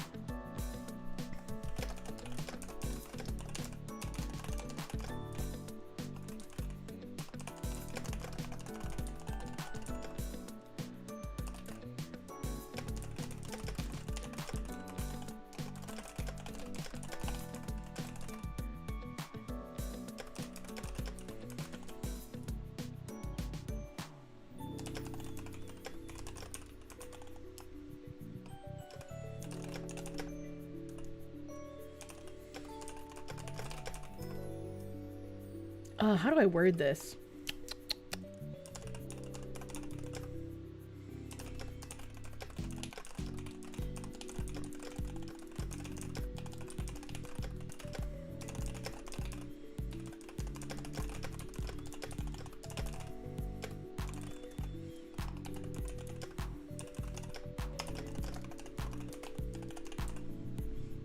Okay.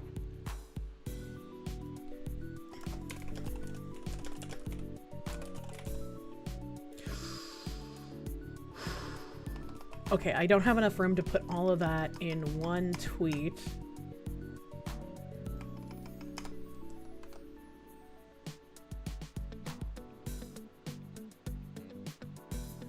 So then I add the second tweet, and then I put these delinkus in here. We must give the sources to the schmeeples.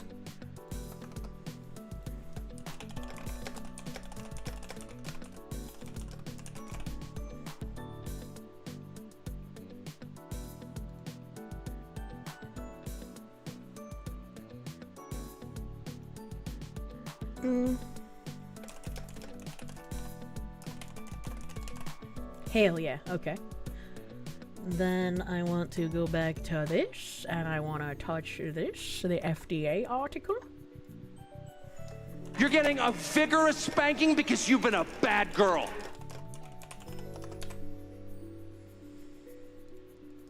Big. Big and beautiful.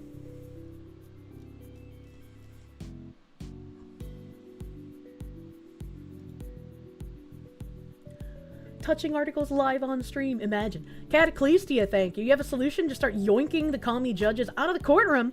Only need to do it 200 or 300 times and we'll be set. That's what the President Bukake guy said as well. Like, you can do all of the trying and convicting that you want, but as long as the activist judges are there, there's not really much you're going to be able to do about it. Post. Today's Sunday, just chill. We are chilling. What do you mean? We are chilling. The announcement has a list of affected locations. It's nearly all international and halal shops served by the distributor. Stick to big box. And the things you learn while watching Fox, you imagine. Imagine. Man's a Chad, but here he's just Bukake. That's how I have to remember him, okay? That's how I gotta do the remembrance. You can just do things. You forgot that you memory hold the Maduro election when police were taking off their uniforms in shame because they didn't have the heart to stop the protests? That's kind of sad. That's kind of sad and depressing. Let me close out this FDA recall article. I didn't realize that was as crazy as it was when I first fucking opened it, man. That's it was a little crazier than I was expecting. Let us see here.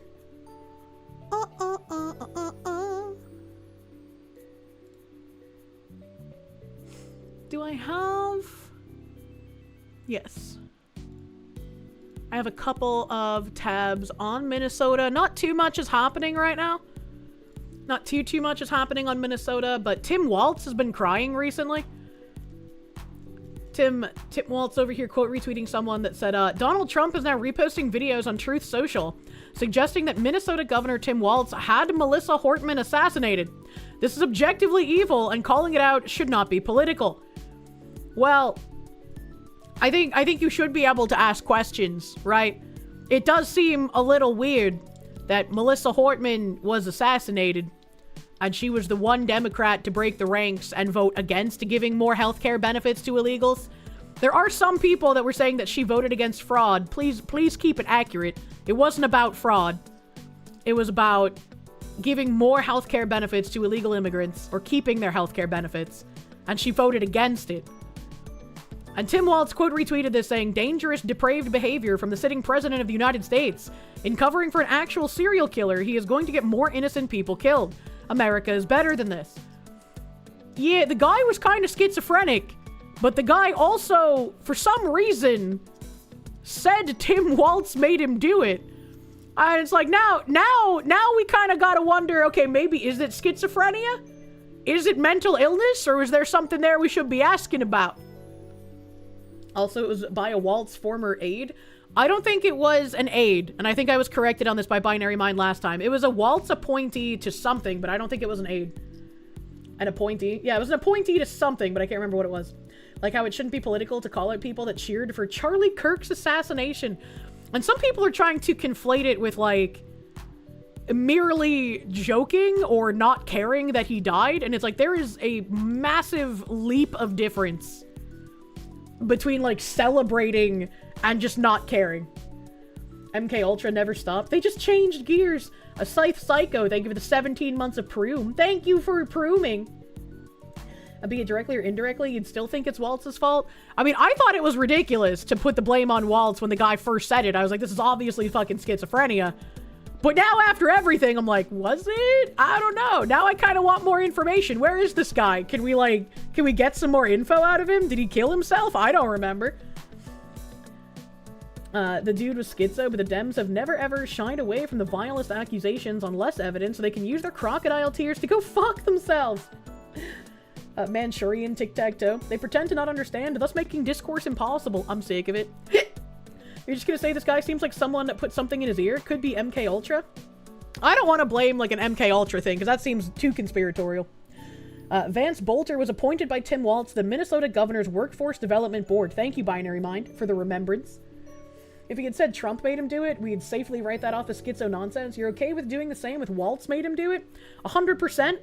And even with him saying Waltz made him do it, I still pretty much like 98% don't think Waltz himself would have any sort of hand in it. But it would be like somebody in his, not like cabinet, but in his entourage, I suppose you could say. Like someone else who is like a dangerous fucking psychopath around him. And then the schizophrenic just said Tim Waltz's name because it's the most recognizable, right?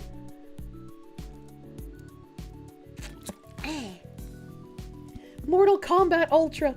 The guy also wasn't a serial killer unless Waltz knows something we don't.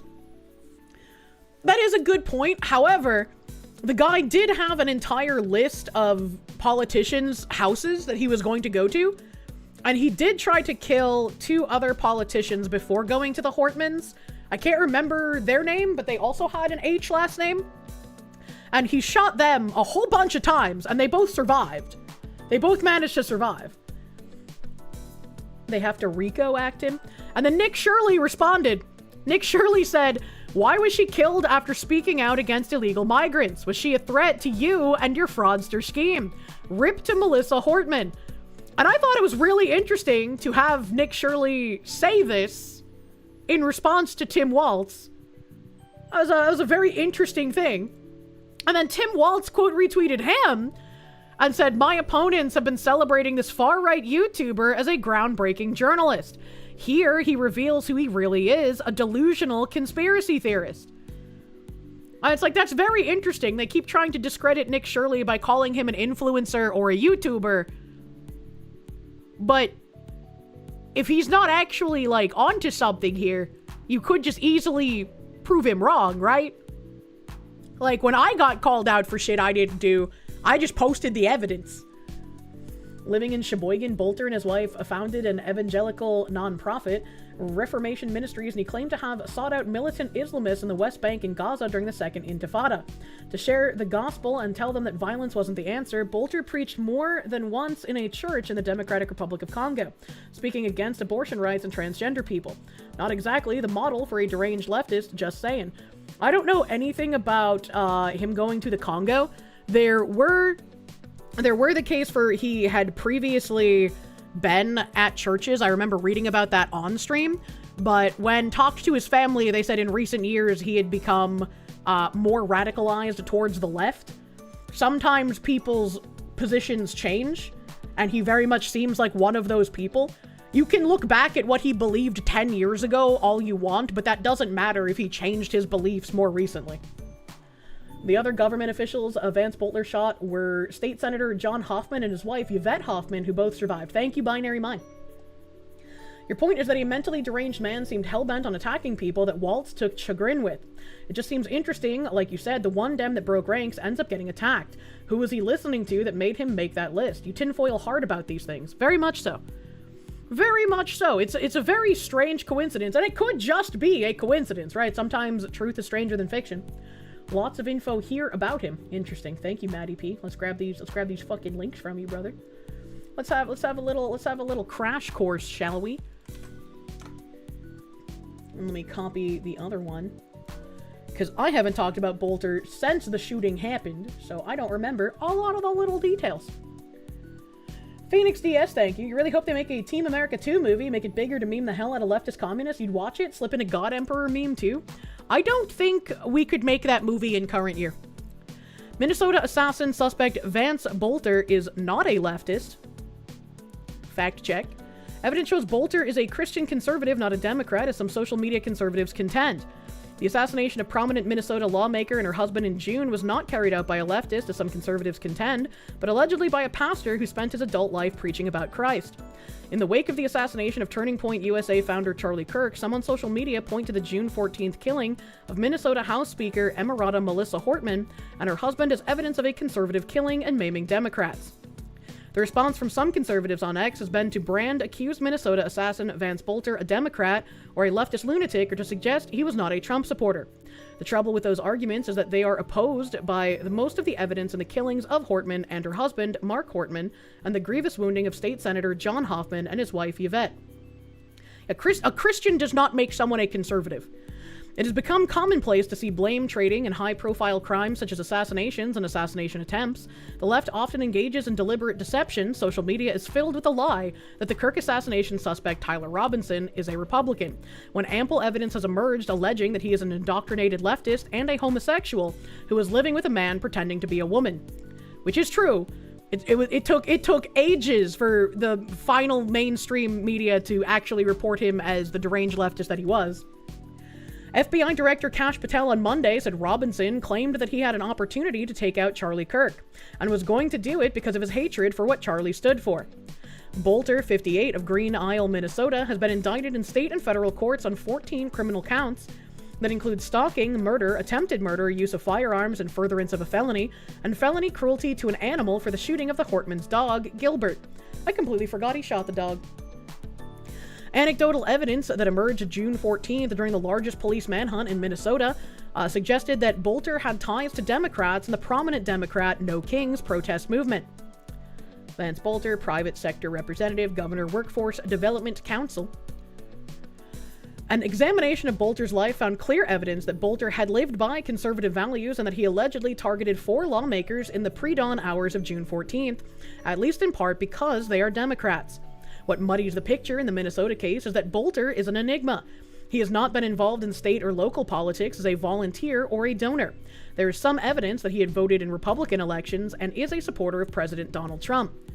His alleged reasoning for the shooting rampage had been inconsistent, twisted, and bizarre. According to a handwritten letter he allegedly left in a getaway vehicle found in Belle Plaine, Minnesota, The suspect said Democrat Governor Walz ordered him to kill Minnesota's 2 Democrat United States senators so that Walz could run unencumbered for a seat in Congress.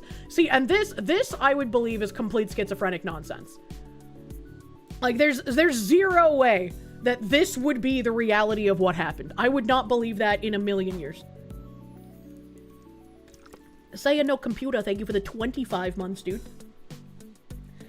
And Jessica Tarov is notorious for whataboutism so much that Greg Gutfield ripped her apart on air for that shit. Is she the guy or girl that wrote this article? Have people not heard of progressive churches? So far it seems profess to be a Christian at some point means he's a far-right conservative. Disingenuous, he was fucking crazy. Trying to get a coherent mindset from him is retarded. Article's propaganda. I have no idea what The Blaze is, so I'm not sure how propagandistic this is. I guess I could look up the slant on The Blaze. Just as an aside, there's a list of fall guys that the feeds have to throw to the wolves whenever the dirty work needs to be done. Not saying this guy is one, but they do exist. What? The Blaze is right-leaning. Okay. Jessica is infuriating a whataboutism waster. I have no idea who she is. Blaze is right-wing, Glenn Beck. Blaze was started by Glenn Beck. Okay, that's nice to know. Blaze was supposedly right-leaning. Blaze is Glenn Beck's outfit. Interesting. Glenn Beck's news site. I did not know that. While the FBI says Bolter kept a handwritten hit list of more than 60 Democrat officials and organizations, he apparently did not target U.S. Senators Amy Klobuchar or Tina Smith on June 14th. The targets on that day were top state legislative Democrat and 3 other Democrat state lawmakers. Crazy enough for crime flip sides constantly. Christian to weird, church to dangerous extremist is a well-known phenomenon, sadly. In a world where Val's hires assassins, do I expect to hear it from the assassin? No. Val's is criminal law, so... Yeah, I mean, Waltz has plenty of other issues with the fraud going on. Again, I don't think Waltz actually commanded this guy to kill anyone. I think that would be an insanely dumb thing to do, even for someone like Waltz, who is most likely, in my opinion, allegedly, knowing about the fraud that's going on there. Danny D, thank you. The guy said Waltz told him to do it. He confessed that he wrote it. Yeah, I don't believe that Waltz specifically told him to do it. It seems like very much schizophrenia, but I want to know, like, why that name? Of any of the names he could have named, why that one specifically? Trump is about nation first, and therefore so is being MAGA. Saying you're not MAGA, but you like Trump is contradicting. A few months ago, we didn't think he was responsible for the fraud. Give it time! Where was I? Bolter's story has evolved since June 14th. He told Alpha News that the June 14th violence was meant to involve citizens' arrest of Minnesota lawmakers for allegedly covering up 400 sudden deaths caused by COVID-19 shots. He claimed that neither his opposition to abortion nor his support for Trump was his motivation. Bolter told Blaze News in interviews from his jail cell in Elk River, Minnesota, that he never intended to shoot anyone. Well, that also seems incorrect, sir. You shot quite a lot of bullets into not a lot of people. His actions on June 14th somehow went horribly wrong. It was a capstone of a 2-year undercover investigation of vaccine deaths, he said, although he has yet to produce any evidence from this alleged investigation. Bolter told Blaze News that while he is not yet able to share his full reasoning for the June 14th attacks and his time on the lam, June 15th, the violence of that day stood in stark contrast to the life he lived since childhood in Sleepy Eye, Minnesota. Those 2 days don't represent how I've been living the last 40 years as a Christian, Bolter said in a text to Blaze News on August 7th. Alleged evidence of Bolter being a liberal boils down to 3 facts. In the decommissioned police vehicle he allegedly used to visit the homes of the lawmakers on June 14th, police indicated he had a pile of flyers that read "No Kings," a reference to nationwide anti-Trump rallies held the same day as the murders. The No Kings flyers were disclosed by the Minnesota State Patrol, which released an image of the signs on X June 14th. The photo is of flyers inside the vehicle of the suspect in today's shootings, the State Patrol wrote. Minnesota State Patrol Colonel Kristina Bogojevic advised Minnesotans to stay away from the No Kings protests scheduled for that day as a result. And in like a vacuum, if it was just the flyers, I would have been like, that could have been a false flag to just try and make people think he was leftist. If it was just the flyers, because those are easy enough to print out. Rye File, thank you. Walt is also a puppet. Whole thing is just weird. Yeah, very fucking weird. Very fucking weird. Didn't he show up dressed up as a cop wearing a mask with a gun and he said he didn't intend for there to be violence? Yeah, he's just like actual schizophrenic. There was no reference to the No Kings flyers in any of Bolter's federal charging documents or the FBI search warrant affidavit. The photo released by the Minnesota State Patrol was not included in any of the other Bolter court documents. Well, I don't see how that's relevant at all. Because, like, why would they include these if they were just in his vehicle and they had literally nothing to do with anything he did? So, like, this is like a nonsense sentence. I don't know what it's trying to disprove. They existed and they were there. That's like non-debatable. The widely circulated photo of the flyers on June 14th led many, including Charlie Kirk, to initially conclude that Bolter was from the political left. Well, it was more than just the flyers. It was also him being appointed in a Democratic position instead of a Republican one. Bolter was appointed by 2 successive Democrat Minnesota governors, Mark Dayton and Waltz, to workforce development boards on which Bolter served from 2016 until 2023. These were volunteer positions, and the boards issued advisory reports on issues affecting the Minnesota workforce. And we usually expect people to hire those that are in their own. We wouldn't expect Democrats to hire a Republican for this or vice versa. And once again, volunteer positions. But still, volunteer positions and was appointed. So he volunteered for them, and then he got appointed to them by Democrat governors. Not exactly something you would expect Democrat governors to do. It was a nonpartisan board. You would still not expect the Democrat people to promote someone from across the aisle. Really taking this woman's word for it, huh? She's been proven to be a disingenuous reporter before. This one woman wrote the article. Come on. I don't know who the woman is, and this was the only link I was given. You see what people mean by this author writing constant whataboutisms? Holy fuck, you hate the writing. Yeah, it is a little goofy, but it's still information. Starting to sound like he had a personal grudge against those lawmakers on his list, and he doesn't want to come clean about it. I don't think we're ever going to get anything coherent out of him, because he sounds fucking crazy. Yumi Nukes, thank you. Kirsche helped my libtarded sister visited yesterday, and you're despairing over the future again. You love her, but she's enthralled, and you worry for your nephew. Uh-oh. Hopefully she doesn't do anything to your nephew. Hopefully. That sounds a little scary. Jen Jacko, thank you. Kirsche, the US government is a beast of many heads and eyes. They can yoink a commie, deal with fraud, deregulate nuclear, fix infrastructure, hit companies with antitrust, all the same. We just need to keep up the pressure. Yeah, that's why I was saying yesterday. I really hope to see something actually getting done instead of being like, well, some random judge blocked us from doing it, so we can't do anything. Just a little goofy, yuck, true. Blaze is controlled op, including the fact that protecting Elijah for sexual harassment. I don't know what any of that means. Sushi, thank you. Am I ever playing Expedition 33 again? I do plan to, I just don't know when. Oh, God. Joseph M. Henneman wrote this article. Let me just, like, fucking do this and then go back up. Yeah, it is written by Joseph M. Henneman. So, like, I don't know who the lady people are complaining about is, but this was written by a guy named Joseph M. Henneman. Whoever that is. I don't know who that is. French game is cancelled until the world heals. Bolter served on a similar body in Dakota and Scott counties, the Dakota Scott Workforce Development Board. He began a term as board chairman in October 2021, and the board oversees employment programs within Dakota and Scott counties, including at career force centers in Burnsville, West St. Paul, and Shakopee, according to a Dakota County news release. The board's 27 members represent the public and private sectors. Most of Bolter's career was spent at companies that process and sell food items, including Golden Plump Chicken, Johnsonville Sausage, Gerber Products, Letierry's Green Corps, 7-Eleven, and Marathon Oil. Bolter is by all accounts a devout Christian, once again that doesn't make him a conservative, raised in a Lutheran family of 6 children in southern Minnesota. All of the cases of churches ushering in massive amounts of not just illegals, but also trying to get immigrants into the country on fast-track visas have been Lutheran churches. So once again, that doesn't mean anything conservative.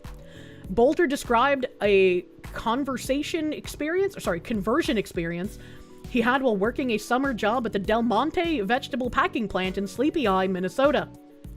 Conversion experience? I like Del Monte canned vegetables. Today you got caught peeing in a public pool. You thought no one would notice. The lifeguard screamed at you to get off the diving. What the fuck? What the hell? The church has been infiltrated by cultural Marxists long ago. It started with liberation ideology. Elders Crawler, thank you. More support for you, Foxu. Missed your previous super chat, but whatever. I miss a lot of super chats nowadays, man. I'm sorry. Lutheran Social Services, the org that is to blame for all the crap in Minnesota. Zachary Rollick, thank you. Martin Luther would be so disappointed in his flock. He earned a practical theology certificate at Christ for the Nations Institute in Dallas, a charismatic interdenominational Bible college. Interdenominational. Bolter was involved in campus Christian groups while studying at St. Cloud University. He served as a campus pastor in the mid-1990s at Southwest Minnesota State University in Marshall, Minnesota. After getting married in October 1997, Bolter and his wife formed a Christian-based nonprofit organization, Revo Formation Ministries, Inc. The organization appeared to be related to the New Apostle Reformation, an evangelical Christian movement. I don't know anything about the New Apostolic Reformation. I don't know what that is. The New Apostolic Reformation includes the belief that an age of revival began around 1900, during which essentials that the church lost or suppressed long ago were gradually revived or restored, according to Father Thomas Buffer, a priest writing in the Catholic Times.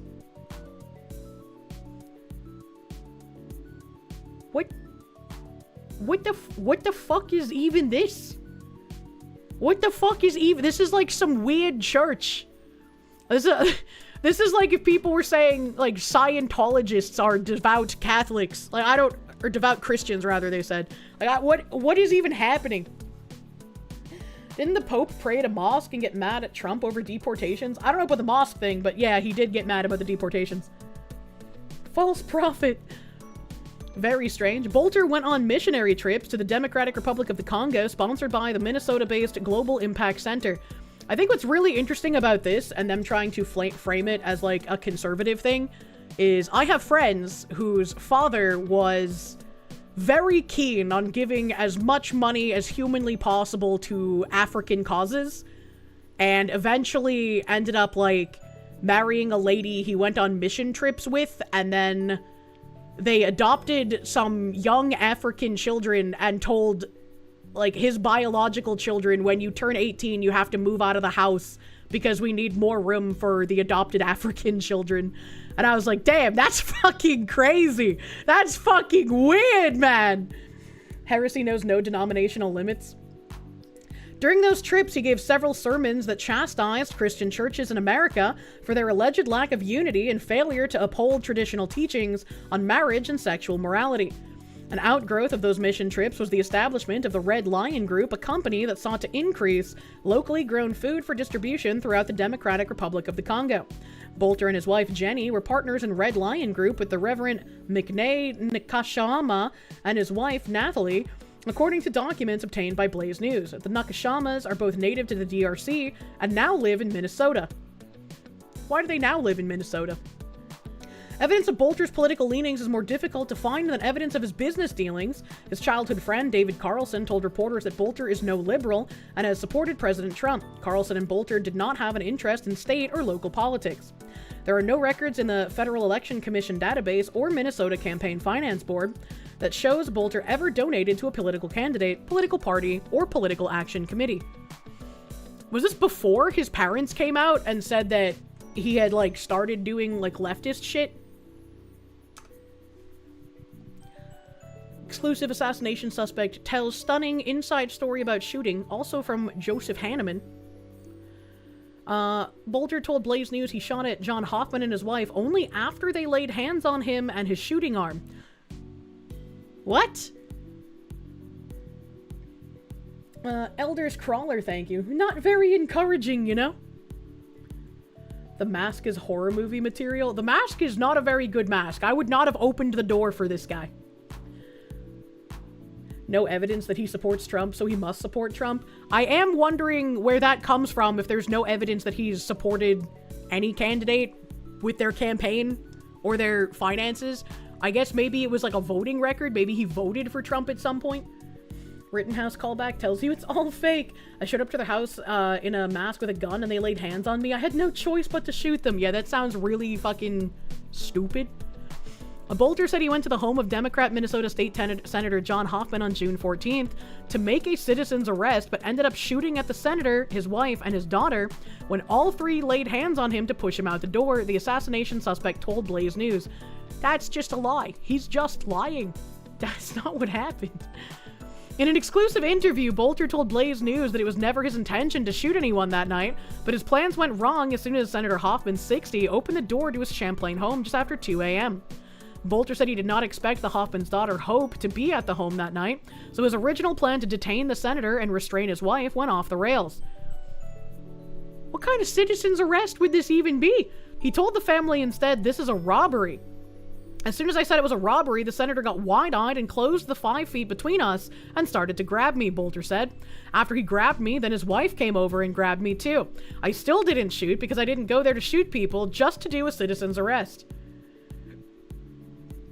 He sounds absolutely crazy. After his wife grabbed me, then his daughter came forward and grabbed me also, Bolter said, so I had 6 arms on me and realized I'm going to lose control of any shots that were fired. I wish I could remember what I read when this happened, because I don't remember this being the way it was described in any way, shape, or form. Bolter said if it was his plan to kill people, he would not have stood at the Hoffman's front door talking to them prior to the shooting. Well, that's just not true. If I had gone there just to shoot people, I could have just did 3 headshots and walked away. It's not a video game! As if that was my intention, if that was my intention, I would have a suppressor and I sure would not have been standing around talking to people. Blaze News has reached out to acting U.S. Attorney Joseph Thompson for comment on Bolter's new statements about June 14th. In his first extended comment since being arrested, June 15th, after the largest manhunt in Minnesota history, Bolter said his original plan was to restrain Senator Hoffman and his wife with zip-tie cuffs and place eye masks on each to prevent them from seeing what was going on. But Hope Hoffman's presence at the door made it evident that that would not work. When the senator answered the door, I soon found out it was him, his wife, and his daughter, Bolter said, from the Shelburne County Jail in Elk River, Minnesota, where he is being held pending federal trial on murder and attempted murder charges. So I was trying to figure out and say, this is a robbery. My assumption was that the senator would put up his hands and say something like, take what you want and leave. Why would you assume that? Especially when his wife and daughter were right there. I quickly did what I could to get his wife and daughter out of the room just long enough to secure the senator and get him to the car. The only thing I could think of at the moment was to pull out my gun. I had my gun out, and then my thought was I could just tell his wife and daughter to go get whatever money they had and bring it to me just to get them out of the room. That was the only idea I had. This guy's entire gun experience seems to be movies pretty fucking much. Bolter said Hope Hoffman's public comments that her life flashed before her eyes because a gun was in her face are accurate, but the gun was not aimed at her. If you read the quote of the daughter when they first started talking about it, the daughter said she saw her life flash before her eyes because the gun was right in front of her face. That was a true statement because the gun was inches from her face, but pointing down when I started shooting. What? They later said they pushed her out of the way, but that wasn't true. They all three had grabbed me before my gun in a matter of seconds, so I could have started shooting at people's heads because they were all right by me, but I just aimed my gun down between them and me at the ground and started shooting. I started aiming in between us on the floor, hoping I would not shoot my own foot, but there were 6 arms on me at that point and also 1 on my shooting arm. My guess is if it ever comes out where the senator and his wife were hit, will be in their arms, legs, and feet, but I have no idea. What the actual fuck? Scott Roush, thank you. I was going for a citizen's arrest. Also, when they answered the door, I said this is a robbery. What everyone doing a citizen's arrest says first. Shake my head, make it make sense. Yeah, once again, it's like a fucking literal schizophrenic explaining things. In a series of text messages with Blaze News between August 8th and August 11th, the Bolter began revealing more details of his alleged role in the crime that ended the life of State Rep Melissa Hortman and her husband Mark Hortman. Bolter said he knew prosecutors would be monitoring the text conversation, but added, I'm just wanting the truth to get out. People can believe it or not believe it. God knows everything that happened. When asked by Blaze News if he ever thinks about Melissa Hortman or her husband, Bolter said he does. I can't talk about my case, but I think about both of those families every day and every night. Bolter said on August 8th, I also think about the hundreds of other Minnesota citizens that have died in the last several years that have not been talked about but should have. What the fuck is he talking about? Bolter said his plan to make citizens' arrest of state lawmakers grew out of a 2-year undercover investigation he did while working for 2 Minneapolis area funeral homes and the University of Minnesota Eye Bank. iBank? That investigation, he said, confirmed that the mRNA shots taken by millions of Americans in response to the COVID-19 virus were killing people. The investigation involved what Bolter said were the sudden and unexpected deaths of some 400 Minnesota residents that were being covered up by the state government. In exchange for hundreds of text messages with Blaze News through the jail's NCIC Correctional Services inmate communication system, Bolter said he went to work in the funeral industry to investigate the alleged mRNA deaths after seeing people he knew die prematurely after receiving the controversial shots. Bolter earlier told Alpha News that his original plan to make citizens' arrest of state lawmakers had gone horribly wrong. He insisted that it was never his intention to shoot or kill anyone. The FBI said Bolter was dressed as a police officer and drove a 2014 Ford Explorer Police Interceptor SUV to visit or attempt to visit the homes of 4 Democrat state politicians in the pre-dawn hours of June 14th. Bolter reportedly first pounded on the door of Senator Hoffman after 2 a.m. He was wearing a hyper-realistic silicone mask. We know all of this. Hoffman tried to push them out of the home. He fired on them, underwent emergency surgery. This is a letter that I can't really read very well, and it doesn't seem to be transcripted, unfortunately. FBI said Bolter first told the Hoffmans there was a report of a shooting and asked them if there were any guns in the house. Bolter is shining his flashlight. Yvette noticed he was wearing a mask. This is a robbery. Bolter said despite claims by the FBI and prosecutors, full-head silicone mask he wore was only $38, not $350 or more. The lower quality mask became a problem during the scuffle. The only other thing is the mask wasn't high-end. I had looked at websites that had high-end masks, but wasn't expecting to do those citizens arrest until August. The one I had was $38, pretty poor. They grabbed me. Hope Hoffman shut the door. My parents have been shot. The dispatch transferred the calls to paramedics. Just 2 people at the first location. Dozens of sleeping masks, the kinds you wear when you want to sleep. Respect people when they're sleeping. During a brief arraignment, the U.S. Court of Minneapolis, Bolter entered not guilty pleas to 6 charges. He also faces second degree, blah, blah, blah, blah, blah. Bolter also drove to Kristen Banner. I remember that. She wasn't home. They were on vacation. 12 minutes later, Bolter was apparently seen parked a block away. I'm just not going to read the rest of this article because it just seems like recapping bullshit. I remember reading an article where his parents talked about his flip in positions back when this happened. Where, I don't know where those articles were, and I wasn't intending to recap anything on this today either, and I feel like I probably wasted a bunch of time. He admitted he didn't have any actual evidence about vaccine death covers up, too. Yeah, I mean, that just seems, again, like schizophrenia. You don't believe him in what happened since his story is schizophrenic, yeah? Ryfile, thank you. It feels like Bolter and asked ChatGPT for the most schizo alibi pretty fucking much. Like I said, I don't believe that Tim Waltz told him to do anything, but I think it's very weird that in the wake of, like, all of this uncovered fraud, that was the name he decided to say. Undercover investigation, translation, browsing Reddit while home alone. A feline named VJ, thank you. A buddy's brother and wife did missionary work and sponsored a Haitian boy. The guy stopped, but the wife kept doing mission work.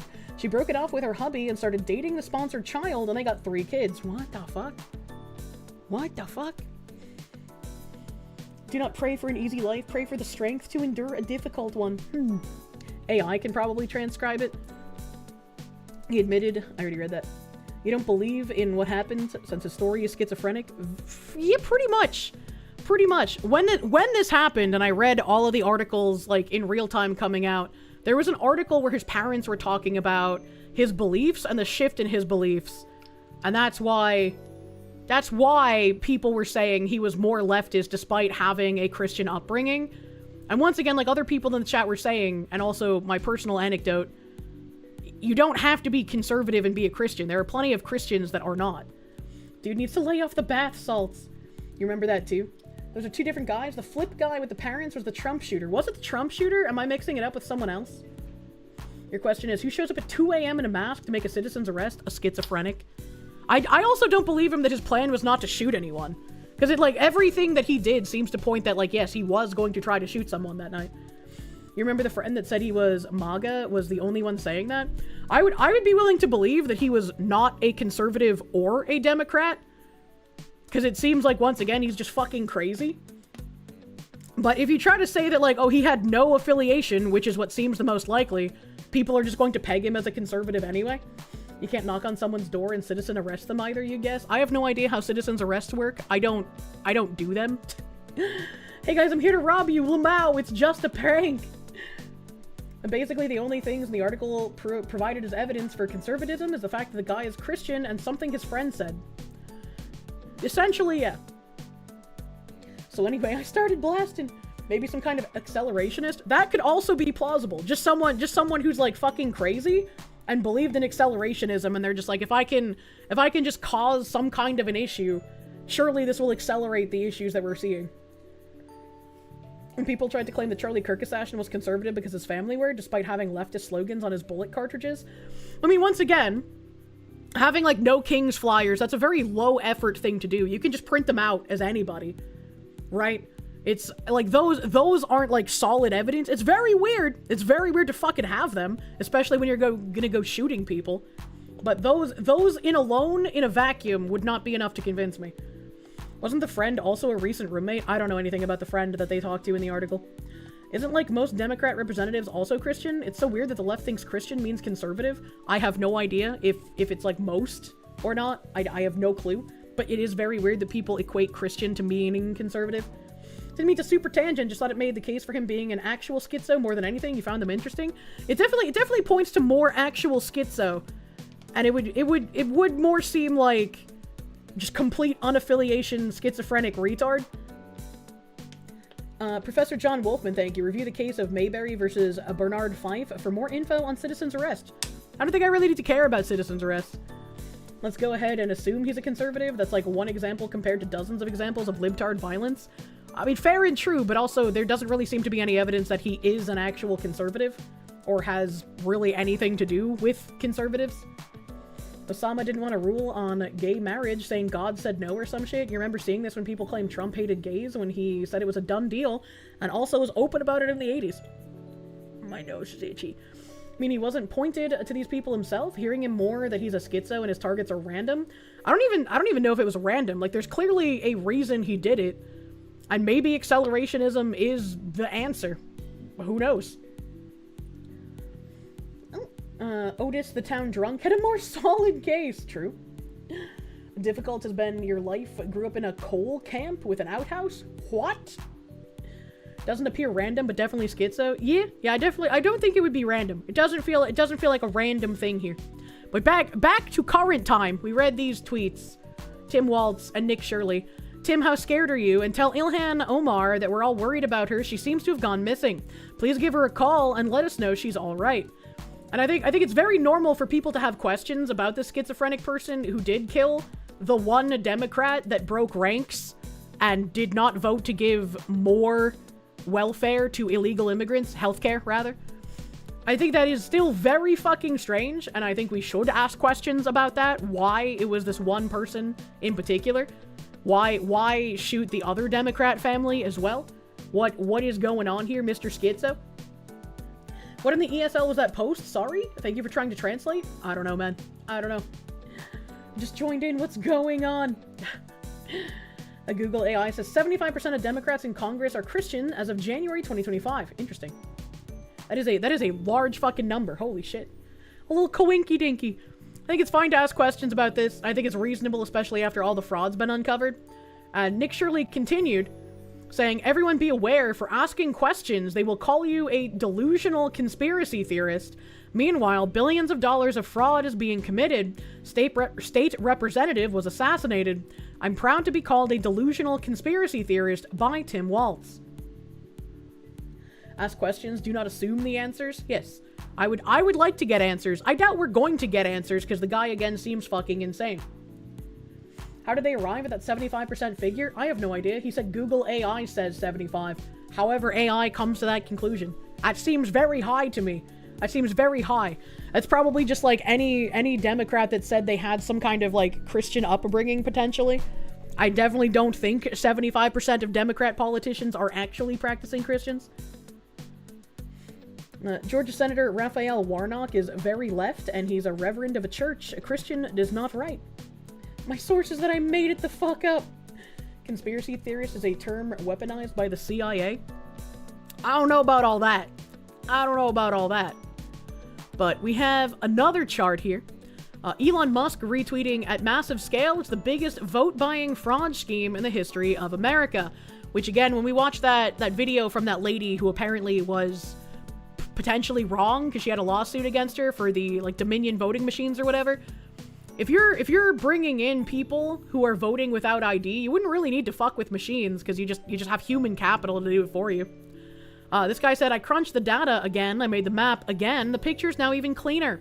States without voter ID requirements are 16 times more likely to offer welfare benefits to illegal immigrants than states requiring ID.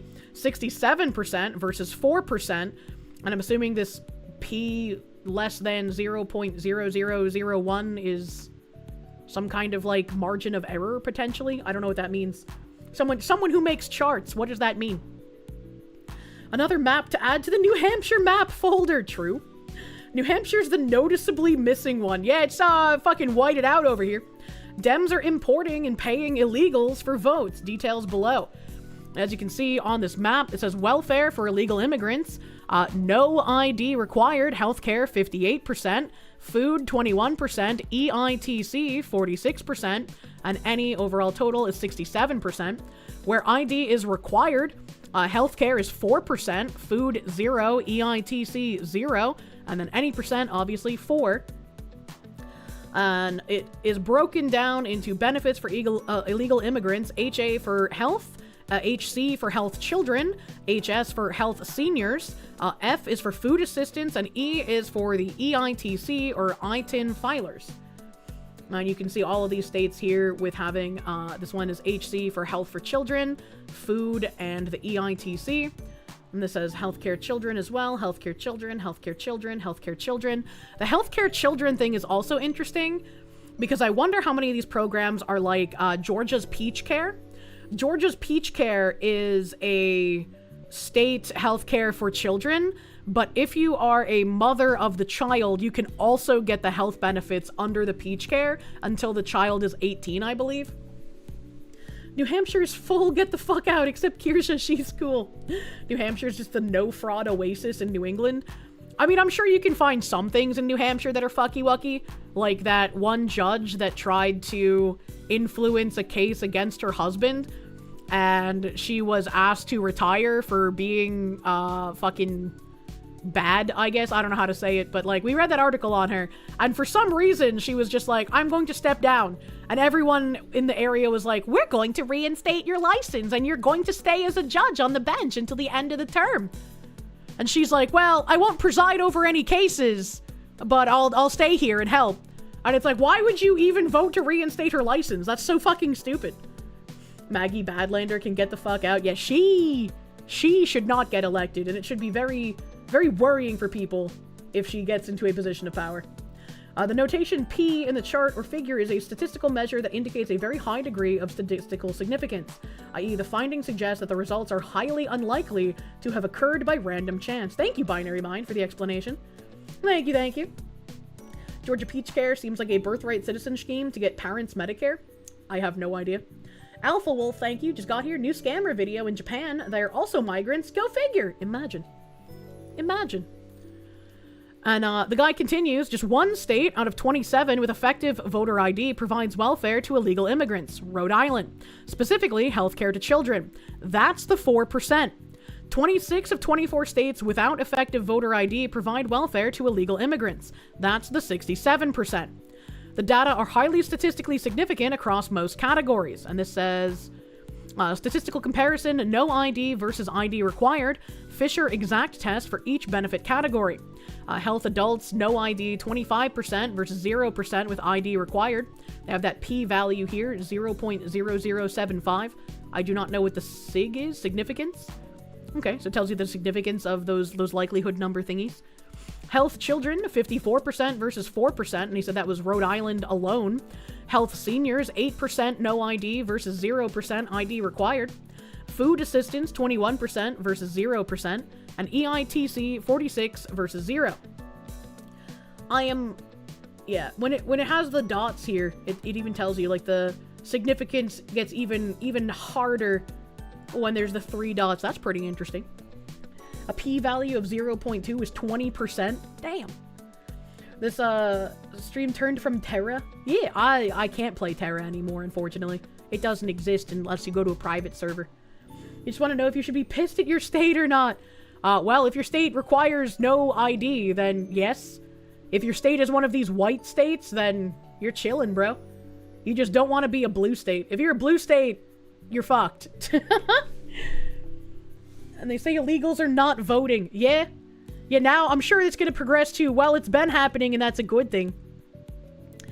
Now the above data were produced by creating 2 buckets, voter ID versus no voter ID.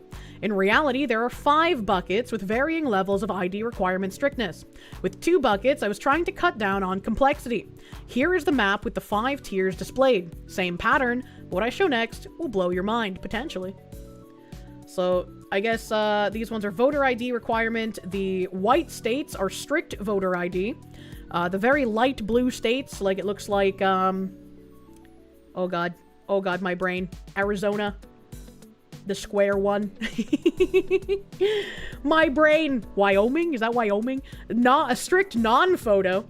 And then the little darker blue. Which ones are the little darker blue? Help, I'm colorblind. Who's your represent? Yeah, you guys are fucking white, bro. It will blow your mind, no, dear author. I don't think you will. Or is it going to the, can we just murk the people who are noticing DLC add-on left is starting to discover? I'm so bad at fucking looking at maps sometimes, chat.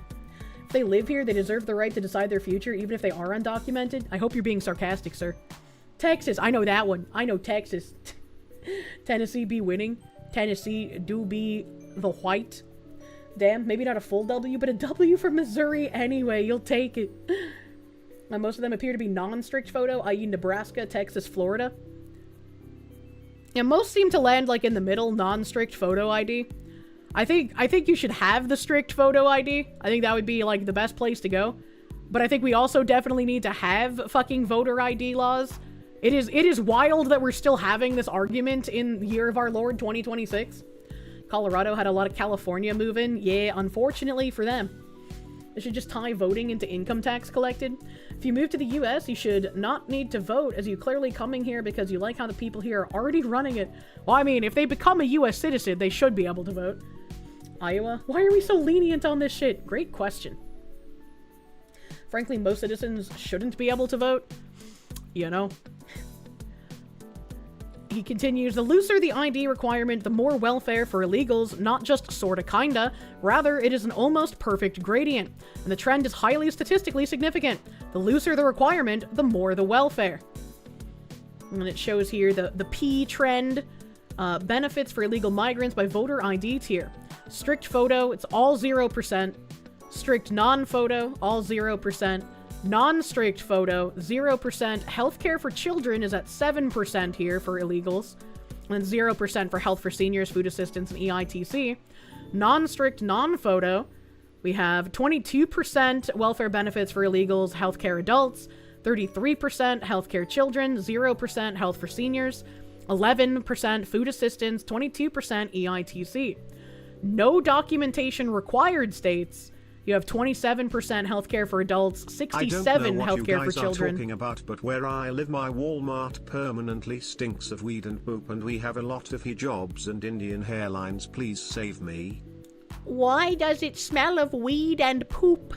That sounds horrific, Yoru Amiya. Thank you, and I'm sorry that your Walmart smells that way. Holy shit. It takes a 63-year-old volunteer like 2 seconds to check IDs. It's not hard stuff. Yeah, but having IDs is like racist and shit. Almost as if they're doing this to buy voters. Imagine. Healthcare for seniors, 13%. Food assistance, 27%. EITC, 60%. And then it shows you the significance trend percentages here. Isengard, thank you. The more you learn about the state of our nation, the more you're becoming a genuine ethno-nationalist. Holy shit. You live in Germany, and to buy a train ticket using the app, you have to use a strict photo ID. To vote, you have to use a strict photo ID as well. I get asked for my ID for lots of places, so it just seems wild to me that we can't get strict voter ID passed, like, in general, nationwide. Crinkum, thank you for the 6 months of prune. Why lock your door if locks can be picked? True. Even in your third world shithole country, you had voter ID longer than you've been alive. Somehow your TDS-riddled parents still argued at you that the Republicans were racist for demanding it. That argument literally never makes sense to me. How is it racist to demand ID? Isn't it further racist to say that people of certain races are unable to get IDs? Like, that just seems like the more racist talking point. delicious flavored water. Everyone knows minorities can't get ID, so it's racist to ask for ID. Actually, wild to hear still. It should be noted that EITC benefits can also be provided to legal non-residents, but official sources state very clearly those who use such benefits are overwhelmingly illegal immigrants. That's why they're included in the analysis. In the first version of the analysis, I included cash benefits, and this was wrong. Cash benefits are general welfare benefits that are not limited to illegal immigrants. Not even California has illegal specific cash benefits. Removing cash benefits made the analysis cleaner. Now, does this mean that a conspiratorial mastermind decided to implement illegal immigrant welfare policies and no ID policies in the same state? No, I think the better way to think of this is that political beliefs and policies evolve to advantage the groups that hold them. In this case, states with strong Democrat influence have created immigration and voting environments that heavily incentivize illegal immigration and voting by these same immigrants, giving Democrats, well, an illegal advantage. We should expect Democrats to pursue the same strategy across the country if they gain power again. Create a large class of dependents who can be expected to reliably vote for more left-wing policies. The trend is happening in America and all across Europe. Now, that's a very detailed way of saying leftists are importing and buying votes from a mass state-dependent illegal immigrant class. This obviously has long-term implications. Terrible long-term implications. The analysis update was inspired by a leftist who helped me to improve my analysis. He or she called me a fraud, so I decided to see if they were right.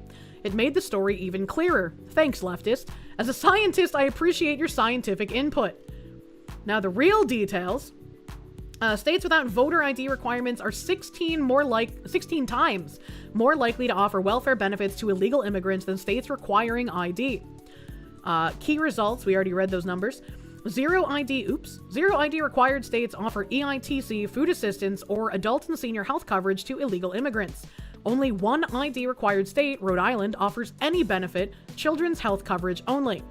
The methodology, sample and unit analysis. The analysis includes all 50 states plus the DC area, and each jurisdiction is treated as an independent observation. The unit of analysis is the state, not the individual voter or benefit recipient. So he goes through the breakdown of how he made this chart in the first place, which is very, very fucking long. And he talks about omitting some things to make it cleaner, such as cash benefits, which makes sense. It'd be pretty hard to track specific cash benefits. We know that those are happening as well, as we've seen videos of people bragging about it. But it makes more sense to exclude that if you're trying to make just like a clean benefits map. And I will link this. This is probably the long post, but this is the full thread. Ham the Third, thank you. Voter ID is racist. Let me ask you a question. If you go to a bar and order a beer, what is the first thing they ask for? Difference? I completely forgot that you have to show ID for alcohol sometimes. And I asked a friend of mine to order something for me while I went up to like the hibachi. And then when I sat back down, they were like, I couldn't order for you because they need to see your ID. And I was like, oh yeah, fuck. Someone went around a black neighborhood asking how they felt about voter ID not being required because blacks not being able to get an ID, and they were all appalled at the notion. Yeah, I remember. I bring that up often. They ask you for money because you're an old fuck and old enough to order. What the heck? They card you for smokes, too. There's a lot of places in New England, specifically Chinese restaurants, that would not card me when I was underage and I could drink scorpion bowls to my heart's content. And also, as a child, my mom would give me money to buy cigarettes for her at the gas stations. And I was an obvious child, and they still gave them to me. I don't understand how things work sometimes. VSK, thank you. As a Maryland resident, you remember showing your ID for the 2016 election and not the 2020. And even asked the person at the voting table, how do you know who I am then? And they couldn't give you an answer. Well, when we have states that are just like, oh yeah, bro, you can vouch for up to 8 other people. I think there's like a huge, serious problem that needs to actually be addressed without accusations of racism. It's simple. Your mom lived in white trash land. True and real. Go get me a pack of Chesterfields. My mom was a Marlboro Reds lady. Yorumiya, thank you for the 2 months. You're a 2-month subscriber. Whee! Thank you. Internet Zen Master, thank you for the 50. Funny update regarding Venezuela. Looks like Cuba was basically propping up the Maduro regime on the security side. And the acting presidente of Venezuela is blaming the Jews for Maduro getting snatched. A Zionist tinge somehow. Make it make sense. Oh my god. Oh my god. There are a ton of people saying that, like, Maduro getting captured was a Zionist plot, and the only reason that Trump did it was because Israel owns the USA, and therefore anything he does is sanctioned by Israel. Where's that reply? Oh, this is another one. This guy saying, hilarious watching you lap up the Team America goy slop all day. I'll remember this the next time you spend all stream whining about domestic issues. Literally yesterday during my stream, I was like, alright, it makes sense if they've been planning this fucking extraction for months, that it feels like nothing is getting done about things in Minnesota, etc., fraud-wise. Hopefully now we see shit actually kicking off, because there's gonna be a fucking problem and no more excuses if they don't actually start going into Minnesota and taking care of shit with deportations and arresting people. Let Trump snatch Maduro because the guy is Putin's best buddy. The Jews want us to have Monroe Doctrine 2.0. Then you love the Jews. Oh my god. Bro, even Count Dankula. Yeah, that's the comment I was looking for, which is below this one, apparently. But, Dankula was like, I'm just gonna say it because no one's getting my point. I'm astounded how many of quote-unquote our guys are cheering for something blatantly sanctioned by your quote-unquote greatest ally. And I have no idea where this is coming from. I don't know what fucking Netanyahu wants. I have no idea what Israel thinks of us capturing Maduro and giving Venezuelans their country back. And I also do not care what they think. What Israel thinks of, like, our military actions should be a complete non-starter for anything we do. Because the name is Israel, not the United States. So what they think shouldn't matter. It's the same when, like, France or the UK, like, chastise us for shit. It's like, I don't give a fuck what you think. You're France and the UK. It doesn't matter. Oh, man, not the rare Dankula L. The oil was promised to us 250 years ago. Ham the Third, thank you. Voter ID is racist. Let me ask you a question. I read that. Thank you again. Swope, thank you. You're shocked and angry. You just picked up dinner at your favorite local golf in the wall. OIP place, original Italian pizza. And everyone behind the counter is speaking Spanish. What the fuck? It used to be old Italian family ran. That's kind of weird. That's kind of weird. At this point, Israel should just publicly say the opposite of what they want, so all the it's the Jews people do what they want. That would be subversive, but kind of funny. Israel controls both Venezuela and the US. These Jews control the world people are a special kind of stupid. There are literally Venezuelan people who are just like, the US wants the oil? Yeah, I don't really care, because what do you think fucking China and Russia wanted? What did you think they were doing here? I think there was some guy that was like, did you think they want the recipe for, like, a rapaz or something? I can't pronounce that word. Grattan Sargent, thank you. Can we lend-lease packs of Attack Kirsche to ICE? I wish. Ehef, thank you. Maduro is hiding the dinosaur bones. The Jews cannot let the truth get out. But, like, there are some wild responses to, like, me saying this as well. Because apparently me being happy for Venezuelans being happy that they can govern their own country again, potentially, like, sure, shit might go tits up, and I don't want to be there if that happens. I don't want to engage in a war. We captured a commie dictator. Hopefully they can fix their shit. We came in, we gave them some assistance after 25 years of them doing everything they possibly could and getting oppressed and attacked and even sometimes killed for it. So we came in, we gave them a little assist, you know, it was like a phone a friend. I don't want a war. I don't want to be there for ages. Trump was just like, we're going to help get the, you know, transition to the new government, and then we're going to leave. And they obviously are invading Venezuela for money. That's all it is. They're not going to govern their own country. America will make a shadow government. I don't want a shadow government. If that's what happens, I'm going to be upset. And I will criticize them for it. Don't forget the commie dictator had a warrant put out by Biden. Yeah, Biden offered like, what, $25 million or some shit? You can't just mindless oppose anything just because Israel is supporting it, because you're still controlled by them. It's just the inverse. But I think it was one of the quotes on this. Hold on. It was like actually unhinged. This is it. It's a liberal hawk move, like every single neocon forever war. It's not about American empire, nor hemispheric security, nor anti-communism. It's about the rules-based international order and liberal democracy. It's like always fucking nation building. And you know, if we went in there and we removed a loved leader and the Venezuelans were fucking pissed, I think most people would condemn the action. Because it's like, well, why would you go in there and remove someone that they elected and that they loved? That doesn't make any fucking sense. But removing someone that terrorized them for 25 years and continued an already oppressive communist regime, yeah, I don't think there's a problem with that, as long as we don't stay there. This guy doesn't get the hint anymore. We're not doing rules-based international order. Suck duck, thank you. Bush mission accomplished vibes. Maduro is anti-Israel. The chick replacing him is pro-Israel. That's the conspiracy. Also, you love a rapist? I can't pronounce it. I'm sorry. This is our backyard. I was like, Trump literally told the fucking people in Mexico. He was like, yeah, you know, we're gonna be looking there. Yeah, it's like, all right, okay. If we're looking there, what's the conspiracy in now? What's the conspiracy now, since the lady running Mexico is very pro-Israel and got in mysteriously after a whole bunch of her opponents were assassinated? What's the conspiracy now? Gonna kidnap the president of Face Connect. That's not a country! We found out. Are you that old you can no longer feel the passage of time? Relatable. Knee-jerk opposition to Israel just helps the Mohammedans. They've not given up on their 400-year-old mandate of world conquest. They've just changed the strategy. Venezuela was happy we did what we did while Hassan and Bernie were mad. That means we did the right thing. Yeah. Like, the list of people who were, like, fucking upset at this are people you really don't want to align with. Like, it's wild.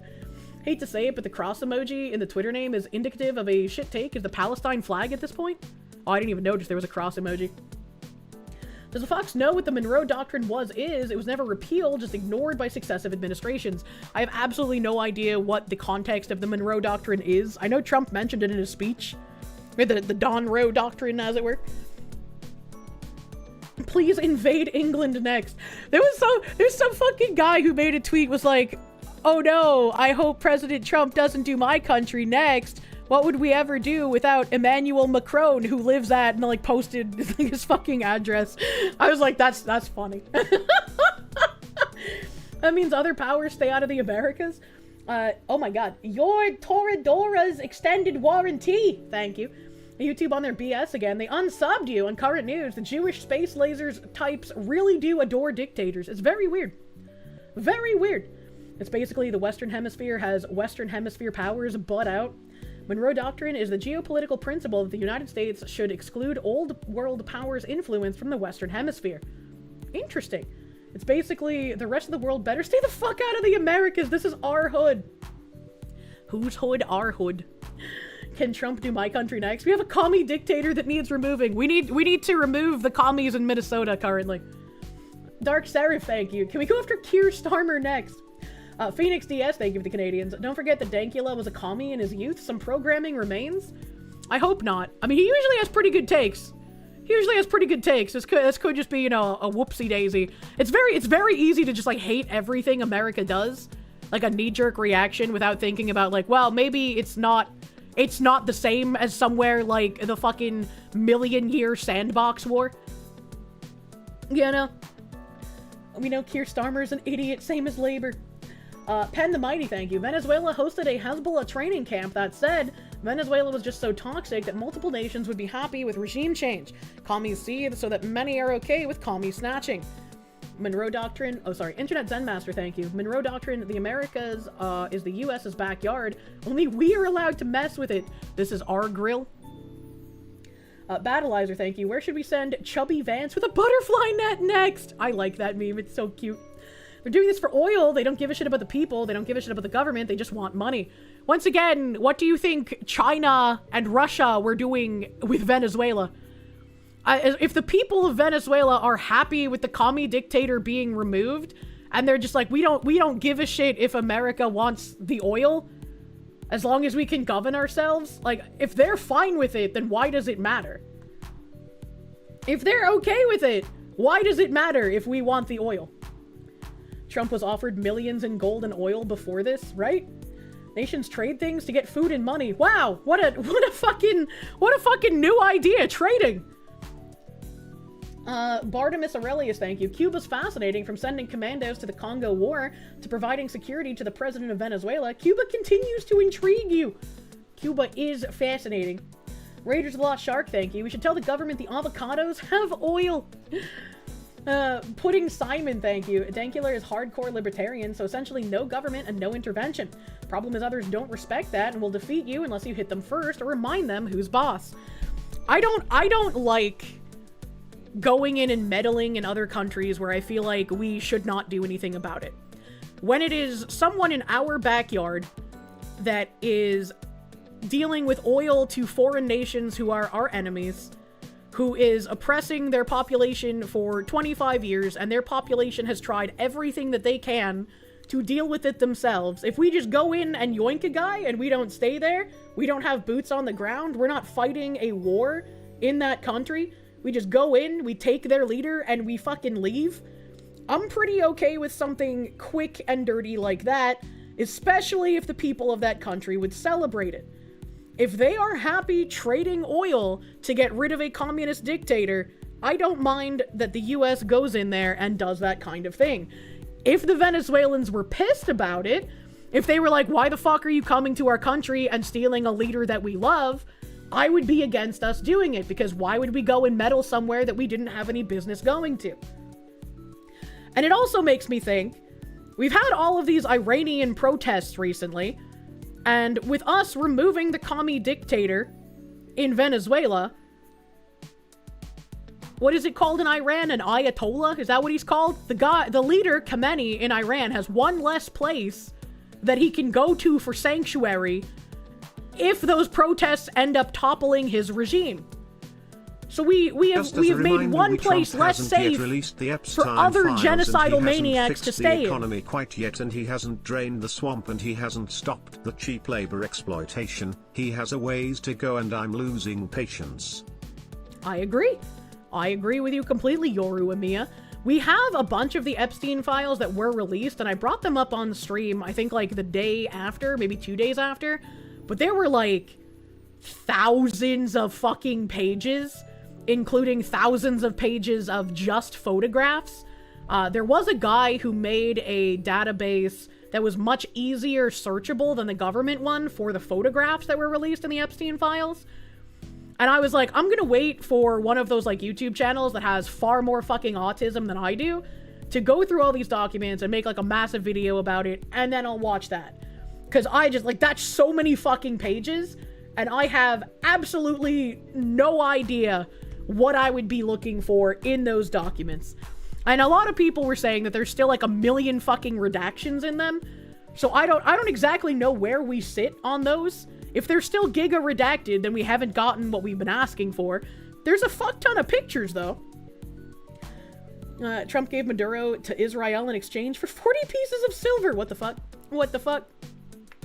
Phoenix DS, thank you. What am I saying is if Carney were to sell Alberta oil to an enemy of the state, he'd get yoinked? I have no idea.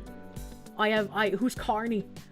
Toppling Maduro is in America's direct interest. It stems the flow of refugees and drugs into the country, eliminates Iran, China, Russia's foothold in the Americas, and hinders the operations of their sanction-evading shadow fleet. Those are all very good points. I did forget about the fleet shit. Didn't we send a whole bunch of planes over to some base in... was it the UK yesterday? Like, positioning near Iran, essentially? How you wish you could not know who Carney is. He's like, who the fuck is Carney? That's his legacy at this point. Who the fuck is Carney? He's the former head of the Bank of England, who is now the Prime Minister of Canada. Oh, I forgot that Trudeau wasn't your PM anymore. Maduro is also sending TDA to the USA during Biden time. Oh, to go back to Yoru Amiya as well. Like, yes, there's a lot that I would like to see get done. And I really wish, not just Trump, because, I mean, he's one guy. He has an entire cabinet of people that he should be able to rely on. But I would like to see them actually get more shit done instead of being stopped by some random activist judge and then being like, well, guess there's nothing we can do now. It's like, please fucking do something. And I was like, okay, I'll give them a little bit of leeway, because obviously this fucking thing to yoink Maduro took months of planning at a minimum. So I was like, I'll give them a tiny bit of leeway for maybe it appeared like they were doing far less because they couldn't say anything about this. If they did, it would have gotten leaked. And thankfully it didn't, and it succeeded, and there were no casualties, to our knowledge. But now that that's over, hopefully they can pivot and actually start getting more of the shit done that all of us have been bitching about. The memes on Twitter are funny, but from my government, I want action, not fucking memes. Ikron hates, thank you for the butter dog! Thank you. Thank you. Judges are endowed with force fields and mind control. It's very tiring. It's very tiring.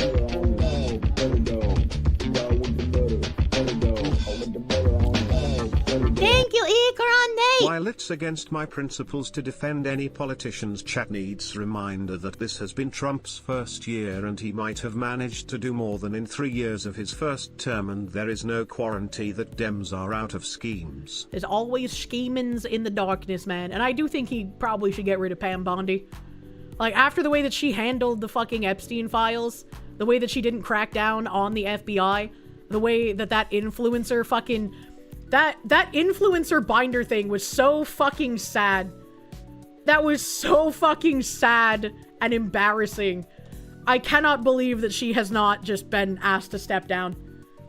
Suck Duck, thank you. Sorry you left the Trump train the minute we got Don't Believe Your Lying Eyes Trump on the Epstein files. I still do not understand what the fuck he was trying to say with that.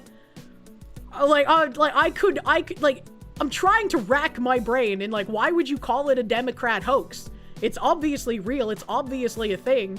Even if the FBI or someone in there destroyed the files, it still would have existed at some point. Like, even if he was trying to say the hoax is that Democrats keep saying he's in the files when he's resoundingly not. We've even had victims come out and say he's never done anything. Maybe that's the hoax, but he never worded it in that way. So it's just like, that makes you look kind of retarded, Orange Man. Why would you say that? Probably trying to protect names he knows. At this point, there's going to be someone everybody knows in there, right? So you can't really play that line. You think Nux explained why they called it a hoax the best? Oh, I have no idea why Nux said that. Or why what he said to explain it. You don't trust any politicians that said you wouldn't trust a Democrat to water a plant. They would water it with the Gatorades. After the Maduro thing, if we don't get arrest and prosecutions for domestic criminals from Cash and Bondi, they have to go.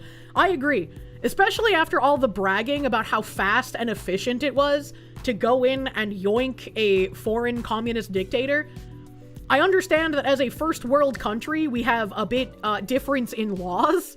That our laws are made for high trust and, like, just good faith societies. And communists and bad faith Democrats are going to exploit those to the best of their ability.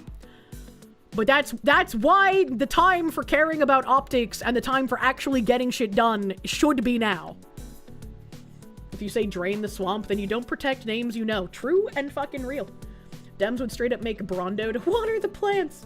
Military efficiency is different than civil service efficiency.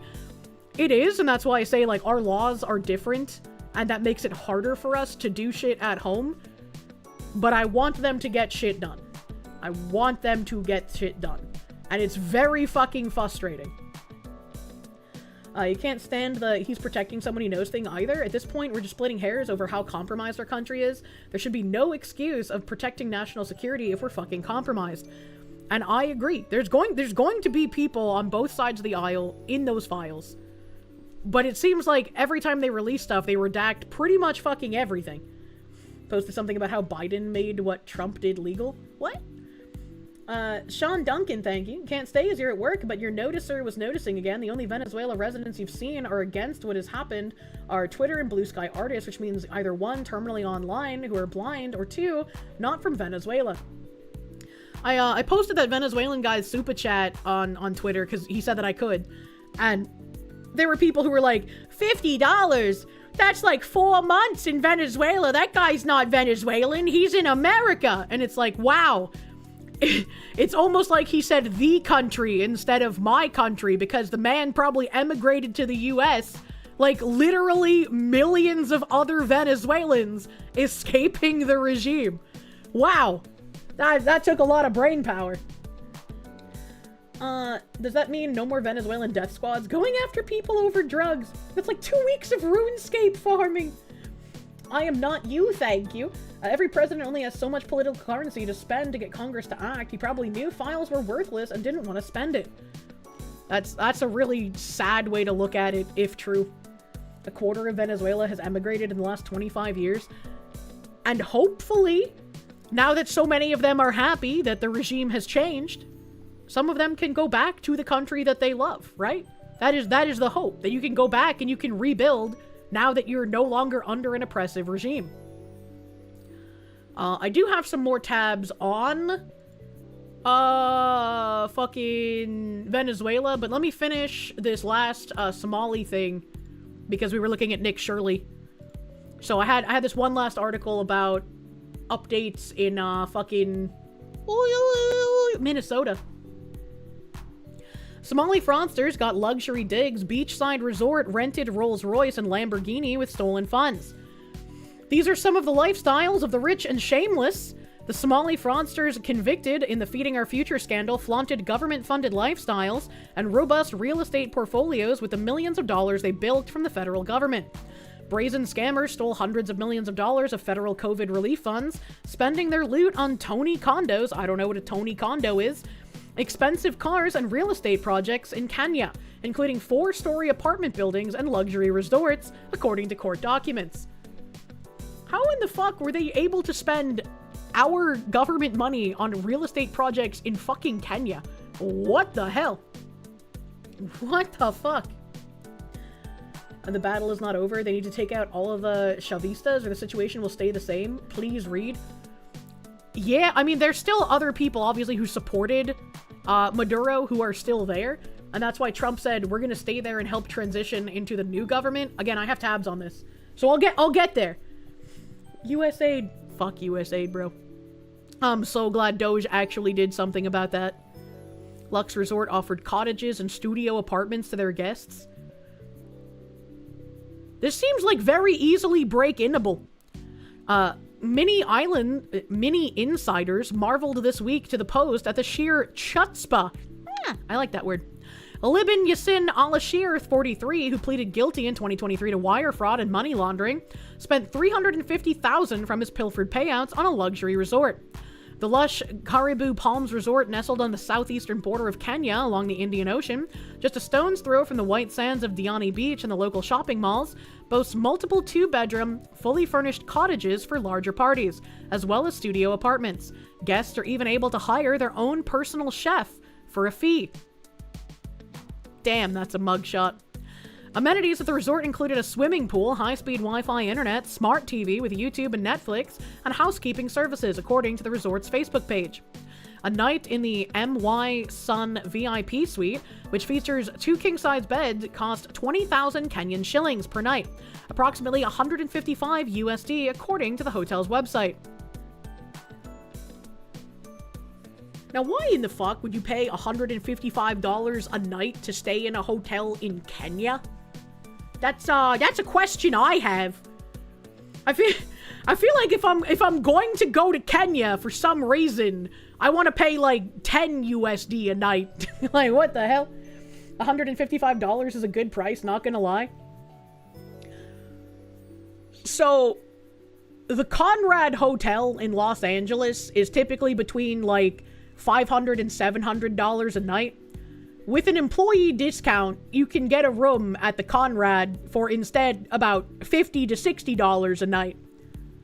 If I can stay somewhere like the Conrad for $50 to $60 a night in the heart of Los Angeles, $155 for a fucking Kenyan hotel is absurd.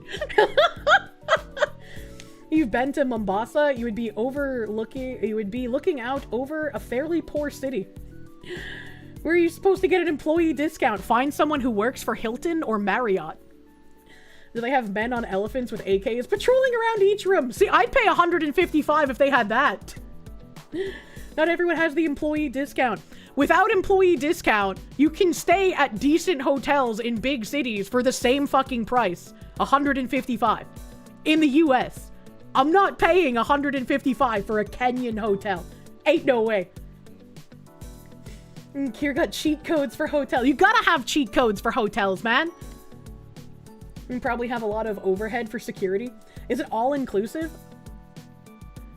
I haven't had any issues aside from, like, the snack bar in the rooms costs money, but who the fuck buys snacks at the hotel?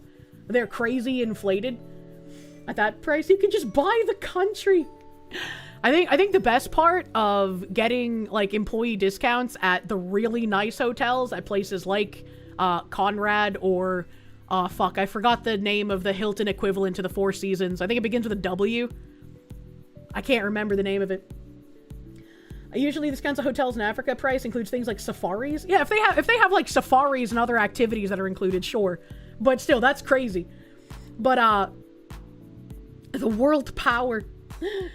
Yeah, Waldorf Astoria. Thank you, YouTube chatters. Waldorf Astoria is Hilton's Four Seasons styled thing, and they're pretty good.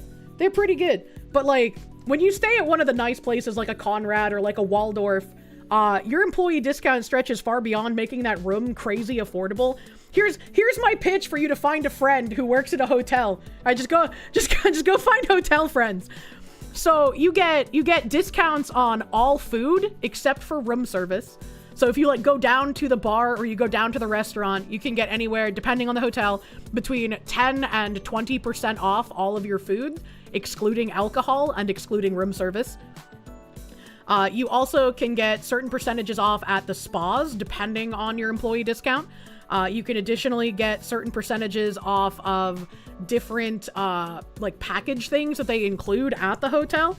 Sometimes you get free valet as a, like, employee discount thing. As she's reading YouTube, she's cheating on us. Waldorf sounds like a Zelda boss. It always makes me think of that fucking yellow thing from Drawn Together, and then I never remember his actual name. Come in my mouth. No, thank you. But thank you for the $1. A Slendy Enderman, thank you. High trust, good faith policies are so hard to want to uphold when so many politicians seem to begin enriching themselves or selling out. Yeah, no, I agree.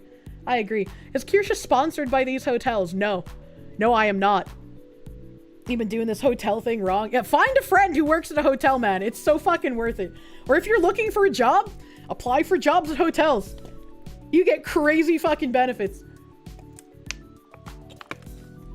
Come on, Twitch chat, step it up. You hear Waldorf Hotel and you think Coming to America? Oh, is that the one with Eddie Murphy? Get a job at the hotel, live in the hotel, profit. Yeah, some of the hotels, depending on where you go, are as cheap as like $40 a night. That's kind of nuts. That's kind of nuts. Drawn Together's guy was called Ling Ling. No, not Ling Ling. I'm talking about the yellow guy with like the big nose. Holy fuck, she remembered a movie. And Kirsche has a secret hotel, man. It's not secret. It's just fucking Tim. The sweet life of Kirsche and Kirsche. Waldorf sock bat. Thank you. Yeah, Waldorf sock bat, man. The banana guy. Coming to America mentioned. It was a good movie. Anyways, moving beyond my anger at how expensive Kenyan hotels are. Abidaziz Shafi Farah, who was sentenced to 28 years in prison in 2024 and forced to pay nearly $40 million in restitution, became a real estate mover and shaker with his fraudulently obtained government dough. Farah, 36, who deceitfully claimed to have served 18 million meals to needy children at over 30 sites across the land of 10,000 lakes, built Capital View Apartments, a luxury 4-store apartment building in Nairobi, for $1 million USD, along with other investors. The complex contains 3- and 4-bedroom apartments, a gym, and ample parking, according to its website. Amy Bach and her boyfriend, Empress Watson Jr., took multiple trips to Vegas funded by fraud money. I'm sorry, if your boyfriend's name is Empress, he's not your boyfriend. Hermit Status, thank you for the 25. Mans didn't even leave a message. Thank you, Hermit Man. Thank you, Hermit Man. When do we just take Kenya as a U.S. territory? World Spectator, thank you. If you plan to work at a hotel, do not be a room attendant. What is a room attendant? I don't think I've heard of that. Is he named after Yodit? What is Yodit? As far as you're concerned, the Venezuela action satisfies you that Trump, too, is all in on all of his promises. Venezuela is a critical linchpin of the rest of the MAGA agenda. We'll see many dividend payouts from this over the next few months. Paves the way to streamline mass deportations. I would like to see that. I have no idea how much of a linchpin it is. We'll have to see. We'll have to see. Aren't those the cleaners? Housekeeping? Oh, if it's housekeeping, then yeah. Yeah, I can see why you might not want to do that. But you would still probably get the employee discount. I imagine that you would, right? Damn. That car is very blocky. Somali people have money. These people have money, said a stunned TikToker in Kenya after surveying several apartment buildings apparently being constructed by Somalis in downtown Nairobi, according to a recently viral X post. Somali people, tell me your secret, he pleaded. The secret is defrauding the American people. Amy Bach, who prosecutors said masterminded the fraud operation, was a sugar mama to her former boyfriend, Empress Malcolm Watson Jr., paying him a $1 million salary as a part of a phony contract and spending lavishly while bamboozling the public money. Amy Bach, I think I have a tab on her because I think a bunch of people said that she was listed as a person of contact for a bunch of these fraudulent daycares as well. She was like the white lady that they paraded the picture around who was like basically instructing all these people on how to commit this fraud. The couple rented Lamborghinis, Rolls Royces, and other exotic cars and luxury cars for $2,000 per day on their trips, according to court documents. I guess when you're spending other people's money, you can do shit like that. That is crazy. Whenever I have to get a rental car, I always try getting like literally the cheapest price humanly possible. Literally the cheapest possible, because it's like, it's insane prices for rental cars, dude. Sugar mama to a man named Empress. Did she peg him too? Probably. A Slendy Enderman, thank you. Would you like a bed warmer? Winks. No, thank you. They also routinely took lavish vacations to Las Vegas and Graceland, with Watson Jr. flaunting his stolen wealth on social media. That's kind of wild, man. I was always taught if you hang around 9 broke motherfuckers, you're bound to be the 10th. Watson's Instagram bio reads. I think the worst part of all of this fraud is just like, once again, how smug everyone involved is, because basically no repercussions are ever faced for this shit, and it's very infuriating. Watson, who was not charged as a part of the scam, was accused of spending $680,000 on jewelry, cars, and other luxury items. Excuse me. Excuse me. Why was he not charged? Ayan Jama, who was convicted in February 2025 for fraudulently claiming she served 1.7 million meals at her Brava restaurant, was paid over $5 million in funds and spent part of her loot on a $365,000 apartment in Turkey off the Mediterranean coast. Can you imagine just how lavish a $365,000 apartment in Turkey on the coast would be? That's crazy. Jaden Smith. They've gotten away with it for so long, they don't even know how to feel shame about it. Almost entitled. Definitely breed that entitled attitude when you're used to being like this certain kind of untouchable privilege. More than $250 million was stolen by Minnesotans, most of Somali descent, in the Feeding Our Future scandal, with the nonprofit obtaining millions in federal child nutrition funds and distributing them to shell companies, duping the government into believing they were distributing food to underprivileged children, according to the U.S. Department of Justice. The shocking abuse of government funding in Minnesota is rampant, with Attorney Joe Thompson estimating that there could be as much as $9 billion in social services scams, with much appearing to be coming from the state's Somali community. I hate reading that. They never felt shame in the first place. They never felt shame. It's beyond their comprehension. I mean, maybe. You'd like to think that at least when it begins, they were somewhat human with human emotions. And then eventually they were twisted by greed and power. Let me see here. That was the last tab I think I had on new Minnesota stuff, but Binary Mind reminded me that I did want to watch the, I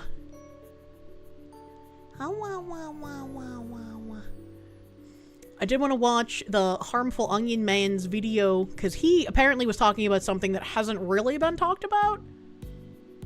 So let me touch this. Wait, I think I clicked on the wrong thing. I think it's this one.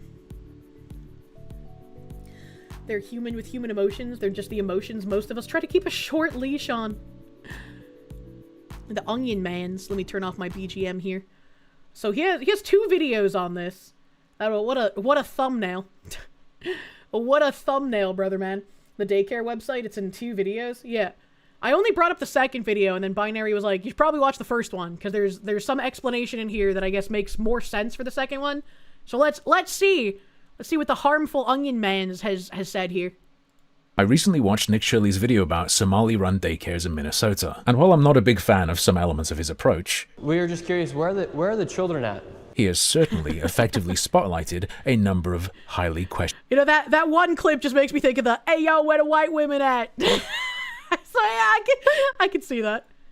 Questionable entities, and we are going to take a quick peep at just one of them today. This place is called Future Leaders Early Learning Center. Upon visiting, Nick was greeted by this monged-out individual. Hello, how are you? I would like to see if I could bring little Joey, my son little Joey here. Is there paperwork, or can I check out the daycare? No? Why can't I check out the daycare? Milton's not here. Okay, but if I can't get paperwork or anything to submit my son little Joey to come in here to daycare? We'd really like to put Joey in this daycare. We've heard great things. Business girl? Fraud or not, I don't think this lady should be looking after anyone. I can agree imagine with your kid's that. been having a problem and you go to talk to the staff, and that's what you're greeted with. But maybe she's just the lowest level grunt. Maybe she just hands out the snacks. So I looked them up online, and they have a website. Correct address and everything. This logo on the page is a slight variation of the one that sits atop of their building and uses the same font. It's their website. So let's see who's running this joint. Meet, Chief Executive Officer. And that image is creeping me out. Because I reverse image searched it. Does this look familiar? What? It is almost identical, but there is one feature you might have missed. They appear to have stolen this image and used it. That is really creepy. That is the same image, just, I guess I was right. They might have fucking grokked it into making the man Smollett. He does have the same weird fucking ear in both pictures, though. How does that happen? What's going on here? An AI filter to make him smile. Below the Meet, Chief Executive Officer blurb, they have another picture of the CEO and a name, Ali, who is of course... But that looks like a completely different guy. That looks like literally a completely different person. What did they mean by this? Who is, of course, not the same person as the other image at all. Thank he is, of course, also available on Shutterstock. I'm a bit disappointed they didn't generate him, because elsewhere on their website, they brag about their use of AI. What makes your program unique? We are AI-powered personalized learning and a play-based curriculum to create an engaging, effective, and fun experience for every child. A play-based curriculum? Like, playing the taxpayers-based curriculum? Except elsewhere on the website it's made clear they're referring to the Lilio app's AI features, not exactly proprietary Future Leader Early Learning Center software. It's not the only place I'm thinking they're using AI though. They have a blog with 3 entries. This is pretty normal, happens all the time. A place thinks it will be a good idea and then they realize no one looks at it, so they just stop posting. No, you see what's weird is that they were all spat out at the same time back on the 12th of March, and this is how long the articles are. And here's my favorite of the 3. Play isn't just fun, it's a powerful learning tool. And I hate how the M- is now like something that the AI puts in everything, and so people pick it up as like, this was definitely written by AI. Because you know who uses the M- often when they type?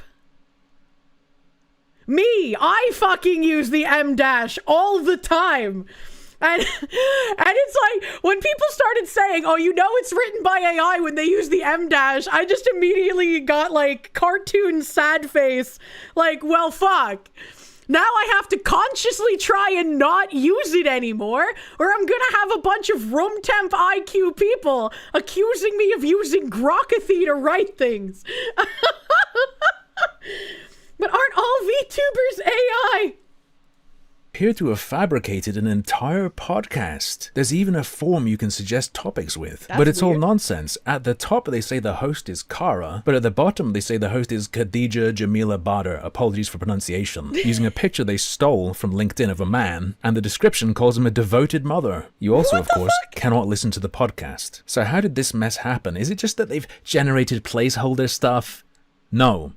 It's all stolen. See, I was originally thinking of getting in touch with them, but I noticed on their website that they have 2 different phone numbers. They had a support contact, but also a media relations contact. I tend to Google numbers before I call them, and this is not theirs. It is, in fact, New Horizon Academy's phone number. And wouldn't you know it, on their website is the real Parenting Pickup podcast. There's Kara, the actual host, and you can listen to it. Everyone, welcome to the Parenting Pickup. These Somali businesses aren't just stealing your taxes, they are stealing their competition's websites and identities. They are turning Kara Johnson Bader into Khadija Jamila Badr. The Somalis in Minnesota are Netflix adapting real people. That's when you scroll New Horizon Academy's learning program page, there is a real video you can play of their facilities. At New Horizon Academy, every decision... The Somali clone, on the other hand, has a stock video that doesn't represent their facilities at all. Well, if you're curious, it's here. They have even copied when it doesn't make any sense. They couldn't even make the New an Horizon AI Academy video. has a ton of locations. So, of course, their website has a Find a School Near Me button. The single location, as far as I'm aware, Somali Daycare, copied that feature for some reason. Steal first, ask questions later. And they're not just stealing from that one business. In fact, they're stealing from us. Because they probably didn't think anyone would actually go to the website.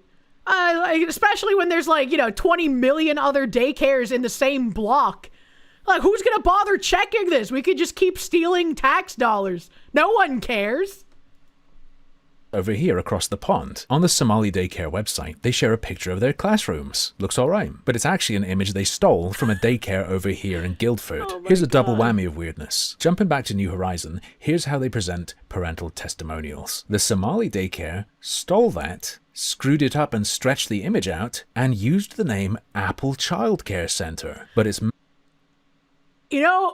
It's probably even simpler than we all think. They probably didn't go to other daycare websites specifically to steal things.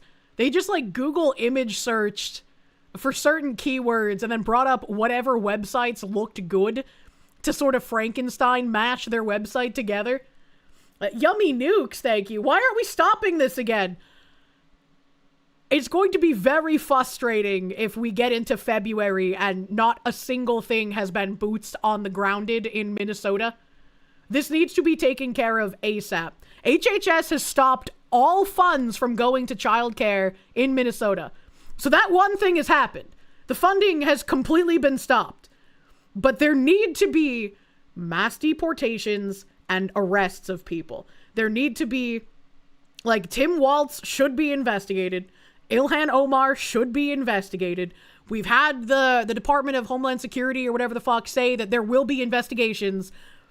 But again, if activist judges are in place, those investigations aren't going to fucking go anywhere. And I want to see action. I want to see action, not just an investigation that goes nowhere. Wasn't ICE raiding in Minnesota a day or two ago? Yes, there were ICE raids. Islamist Muslim Brotherhood linked imams embezzle over 100 million from Swedish taxpayers. Not just the Somalis have a go, it's all of the Mohammedans.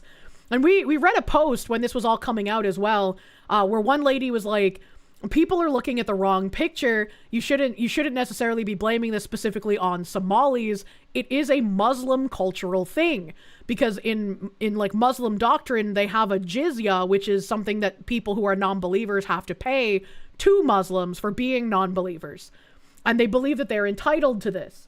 And so all of this fraud in our systems to them would be considered the jizya. Suck duck, thank you. They're smug because they believe they are imposing Muslim jizya tax law, a tax to all non-Muslim believers. See, that guy remembered. That guy remembered the jizzing on ya. Ham the Third, thank you. They're using a mirror site on the webs. Imagine. I'm sick of it. meant to be Future Leaders Early Learning Center. Interestingly, all of the links to socials on the Somali website straight up just link to the homepage. The Facebook button goes to Facebook, YouTube to YouTube, TikTok to TikTok. Instagram, though, merely has the text Apple Child. Now, they seem to absolutely hate naming their CEO, which is weird because you can simply look the business up and see it's apparently a lady called Fahima Mahamud. Perhaps they scrubbed her from the site following this, you might think. Her LinkedIn has disappeared, I don't know when. But here's the thing. In the deep, dark depths of this website, if you look around enough, they name a guy, Khadijo Gesud, sorry for pronunciation. And if you look him up, you'll see that he's the CEO of Apple Childcare. Did they just steal his details? Did an AI pick it up? Or is something stranger going on? I'm pretty good at scrabbling around on the internet. Someone better at looking deeper into these things. Maybe you should take a look. Lots of interesting stuff to dig around in. I mean, even the URL is weird. cchildcares.com. The contact email is at futureleaderselci.com, which makes a lot more sense. And in the past, cchildcares.com was the website of a Chicago daycare. Either we've got rogue AI agents on the web trolling, or this is the most suspicious daycare center website of all time. That is very suspicious. That is very suspicious and weird. I never even thought about looking at the websites, but that makes a lot of sense. And let's see, because he had another video, AI daycare fraud. So I'm assuming he goes deeper into some of these fraudulent websites. And it's very interesting, like how I don't even want to say how far these people went to like cover up their scam, because it's not like if any normal human went to the daycare or looked at these websites, it wouldn't fool anybody. So I don't really understand the point of like setting up these things that are so very obviously fraudulent. Fernando01, thank you. Spending your birthday watching your favorite VTuber and the honorable chatters. Couldn't think of a better way to spend the day. Also, couldn't give more because you got yourself the Chirp Halo for your birthday present. Ooh, which one's the Halo? Is that the one where like it stretches out your spine? I hope it works very well for you, my dude. Thank you for the nice help repeating numbers. Thank you. The last video I uploaded was a quick look at Future Leaders Early Learning Center, a Somali daycare in Minnesota that was visited by Nick Shirley. If you don't remember, it's this one. More specifically, I took a quick look at their website, where the vast majority of it was either stolen and edited with AI, or entirely fabricated. A lot of you enjoyed that video, and I enjoyed looking into it. So I decided to hunt for other sketchy Minnesotan daycare websites. And That's true. We have watched Financial Audit. There's very stupid parents out there that won't look at these scam sites' finer details. And I guess my next question is, like, I know that all of these are in heavy Somali neighborhoods now, but, like, it can't be that Nick is the first non-Somali person to go to any of these daycares, right? Like, some other parents had to have accidentally stumbled upon them while looking for childcare, right? It just seems very improbable that they've been doing this for years. They've gotten, like, violations from government, like, apparatuses coming in to look at them. And, like, nobody else has stumbled upon them. It just seems really strange. Is the birth rate that low? I don't know, man. Maybe no one would believe them, so they left it alone? Maybe.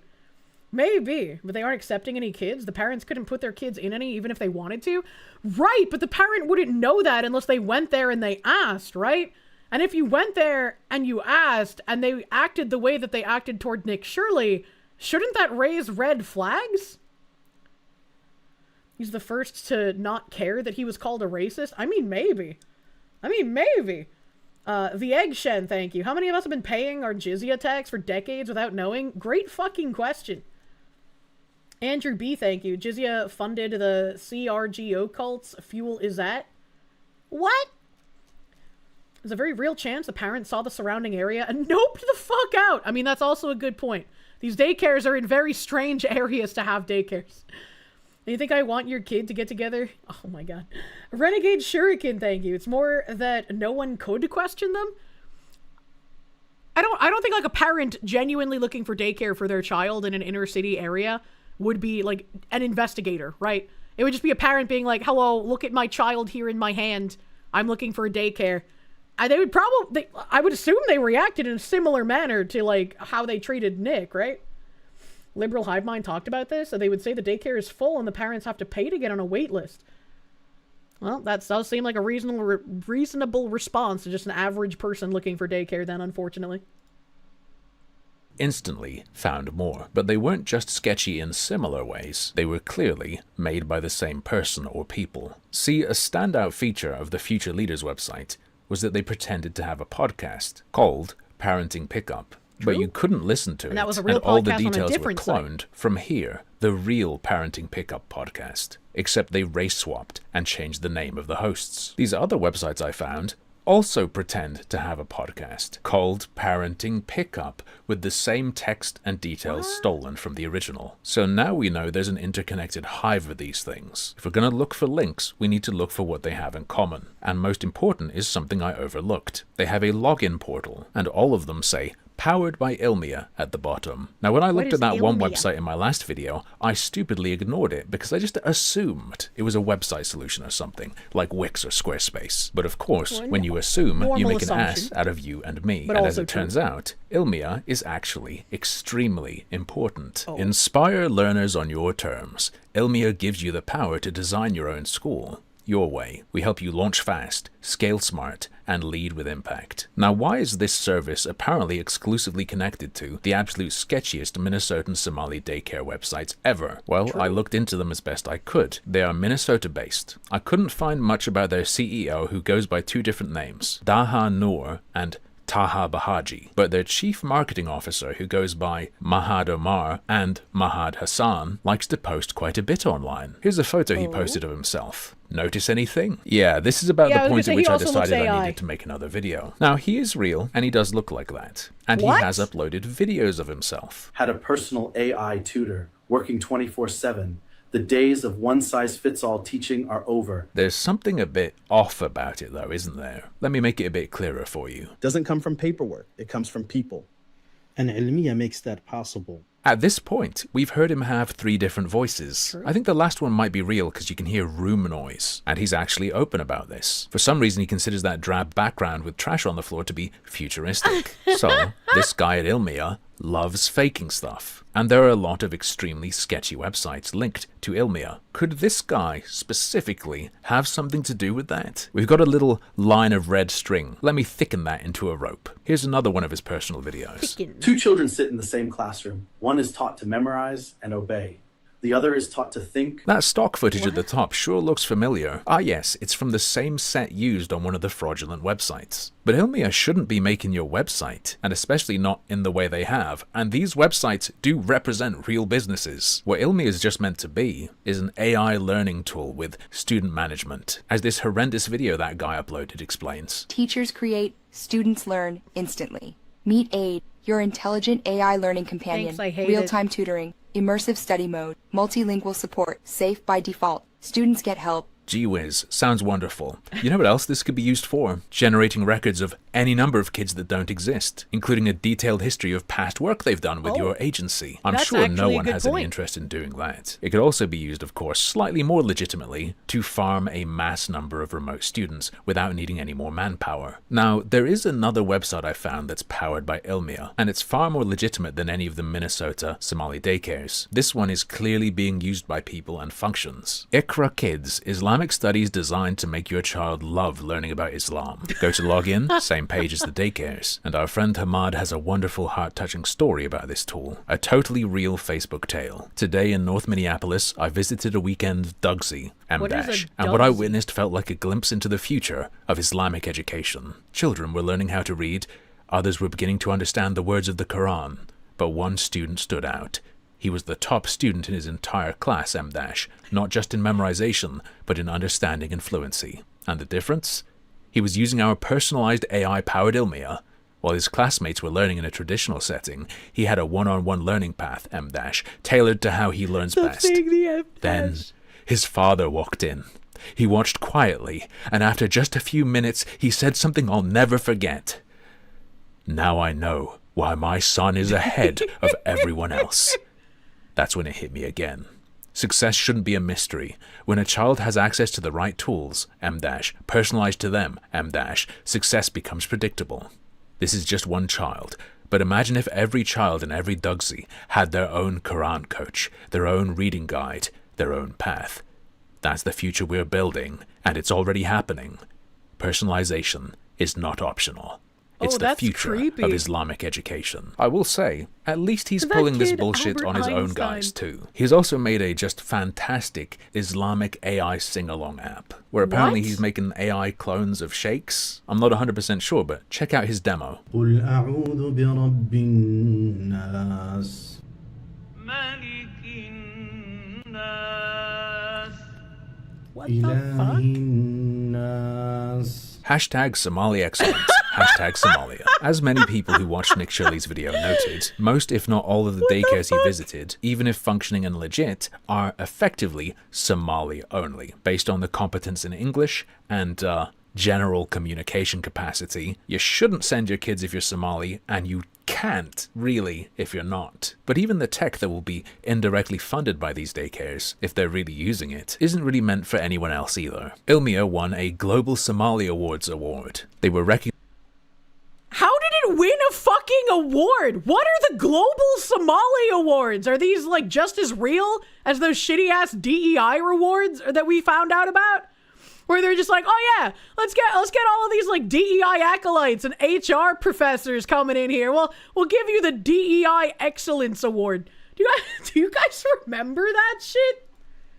For redefining access to quality learning for Somali students worldwide. People theorize about funneling money away. Here's one possible mechanism, run by a proud guest of Minnesota's Somali Networking Night. This AI-generated dementoid wants his fingers in everything for the benefit of his nation to which he is fiercely loyal. If you wish to fully grasp the level of thieving retard we're dealing with here, watch my previous video. If you've already seen it, I recommend watching it again, with the knowledge now of who's behind it. This total fucking freak, who when he speaks Somali or whatever, shows himself. But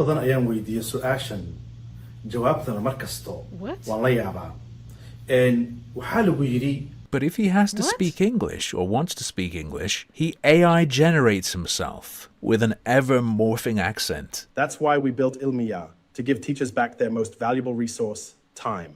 AI does the paperwork. Teachers do the people work. Because the best education... Teachers do the people work. I wonder how many like English-speaking people have fallen for this. Doesn't come from paperwork. It comes from people.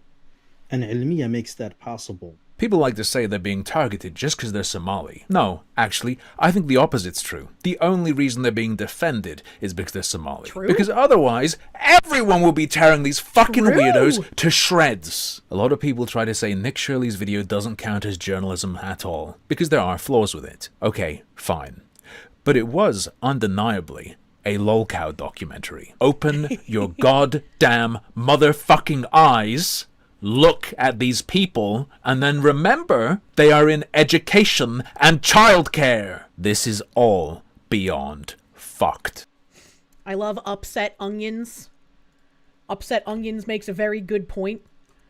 It's just like the more that anyone digs into this, the like just more insane that it gets. Here is the Onions video in the chat. What the actual fuck?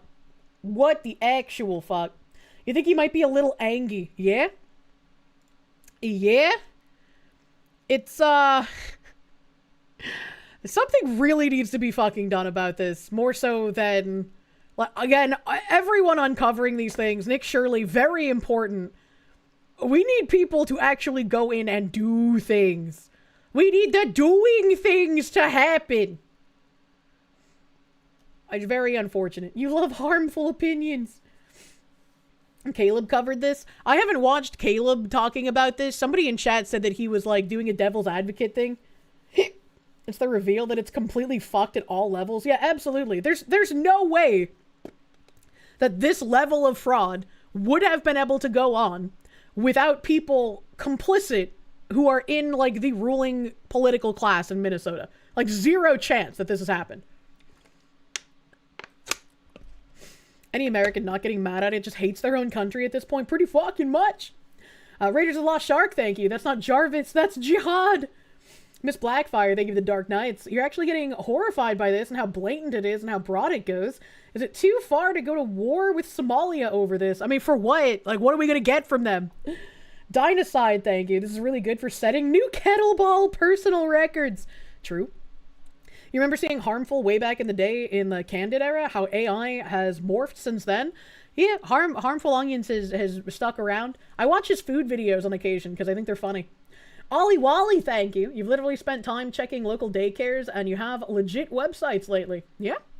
Yeah, I brought up that one guy. I forget his name. You guys reminded me of his name. He's a well-known guy, but I can't remember names.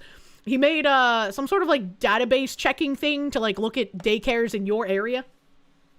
We could get Jubbaland as a territory. I don't want Jubbaland. I want my money to stop going to Jubbaland. Yeah, Torba, the guy. I don't know how I'm gonna remember Torba's name. I remember the fucking El Salvador guy by Bukake. How can I remember Torba?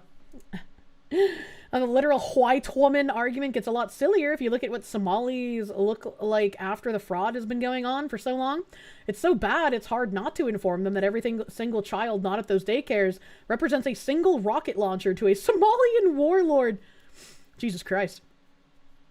Alliteration is your friend. Torba tamales. Oh my god. Best use of anger is exercise fuel. Yeah. Don't wait to buy gold. There's no doubt polls and the bureaucracy were aware. In addition, the media heard the rumors and suppressed the story with the S border not investigating. I just want something to happen, man. Like, again, I'm glad that funds have been frozen, so there's no more federal funds going into Minnesota for daycare.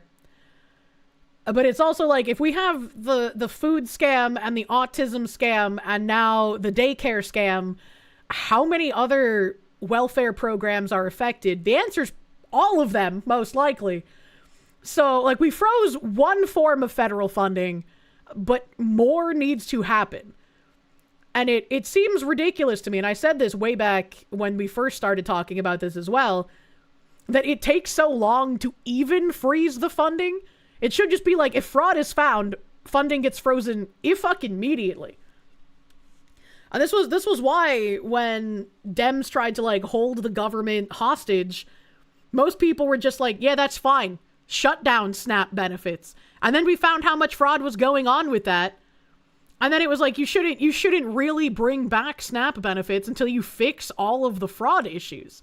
And I don't think all of the fraud issues were entirely fixed. Struggles to remember his name other than it sounds similar to Bukake. Yeah, that's pretty much how I remember that guy.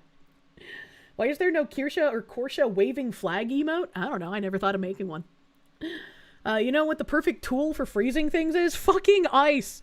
Ice has been going into Minnesota, so, like, that's been happening. I just want to see it happening at a larger scale. I want more ice deportations. No. Let me see what my other tabs are here, because I did say I had stuff on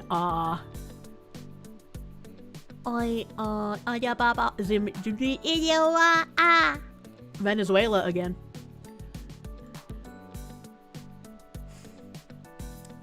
Just a quick hit on Iran, I suppose. A quick hit on Iran here. Because once again, I think that if Iran's protesters actually manage to topple the Khamenei regime, he's gonna have one less place to flee to since we have deposed of the dictator in Venezuela. It says, Iran's Khamenei lashes out at protesters as nationwide anti-regime unrest grows. At least 10 people killed as demonstrations spread across 100 locations in 22 provinces, opposition groups report. The ruling Ayatollah, oh my god, how did I remember that word earlier? I'm nuts. The ruling Ayatollah of the Islamic Republic of Iran, Ali Khamenei, how do I pronounce this man's name? On Saturday issued an angry response to the unfolding nationwide demonstrations against his regime's political and economic corruption. The 86-year-old Khamenei, in his first speech since the strikes and social unrest rocked his fragile regime 7 days ago, declared a number of agitated people, enemy mercenaries, had positioned themselves behind bazaar merchants and chanted slogans against Islam, against Iran, and against the Islamic Republic. Protest is legitimate, but protest is different from rioting. He warned that officials should speak with protesters. Speaking with a rioter is pointless. Rioters must be put in their place.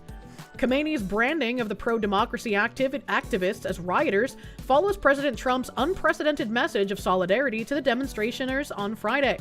If Iran shots and violently kills peaceful protesters, which is their custom, the United States of America will come to their rescue. We are locked and loaded and ready to go, Trump wrote on Truth Social. According to information supplied to Fox News Digital from the National Council of Resistance of Iran, the NCRI, an organization that seeks to topple Khamenei's regime, Khamenei's security forces again opened fire on protesters. In Malek Shahi, Ilam province, young people demonstrated and the regime's forces shot peaceful activists, resulting in deaths and injuries. As of Saturday, the regime has killed at least 10 people. The US-based human rights activist news agency said demonstrations unfolded in more than 100 locations in 22 of Iran's 31 provinces. The NCRI said 30 protesters in Malek Shahi were shot and were in critical condition. The dissident group also said that the people of Khazairan demonstrated Saturday in the city's Shohada Square, where security fired live ammunition at the protesters. Young anti-regime demonstrators in the Golshan district of Shiraz blocked the road by setting tires on fire. Students at the Shahrud University of Technology chanted, "Students will die but not accept humiliation." And students at the Alameh University's Hemet dormitory in Tehran declared, "Death to the dictator." NCRI leader Mariam Rajavi's response to Khamenei on Saturday noted that Khamenei is right. 80 million Iranians are his enemy. They have only one message for him: pack up his rule and remove his scourge from the Iranian people. Better still if he comes to his senses and leaves of his own accord. Khamenei must know that threats, bluster, and repression cannot stop the uprising.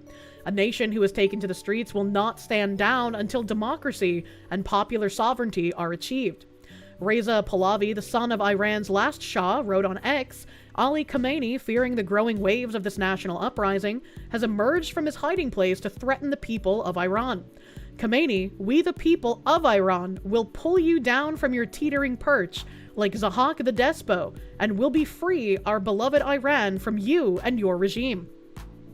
To the military and law enforcement forces, do not tie your fate to the sinking ship of the Islamic Republic. Join the people and separate yourselves from this corrupt system. Your weapons are for defending the nation, not suppressing it. Those who fire bullets at the people should be certain that they will be identified and punished. Fellow countrymen, do not abandon the streets, increase your presence. The world sees your resistance and bravery and supports you. And I do not know exactly everything that's been going on in Iran, but I do remember Khamenei being the person installed in the 1979 Iranian Revolution, where Iran basically lost a lot of rights in favor of the Islamic Republic. NCRI patrolling the streets of Tehran almost makes you wish for nuclear winter? What? Only thing that worries you is that these are students. You hope they won't replace them with a Marxist or a communist. Well, that is where I have an old tab. Let me see if I can bring it up. Ooh, how do I find this? How do I find this? Oh my god, yes. How did I find this so quickly? Okay, so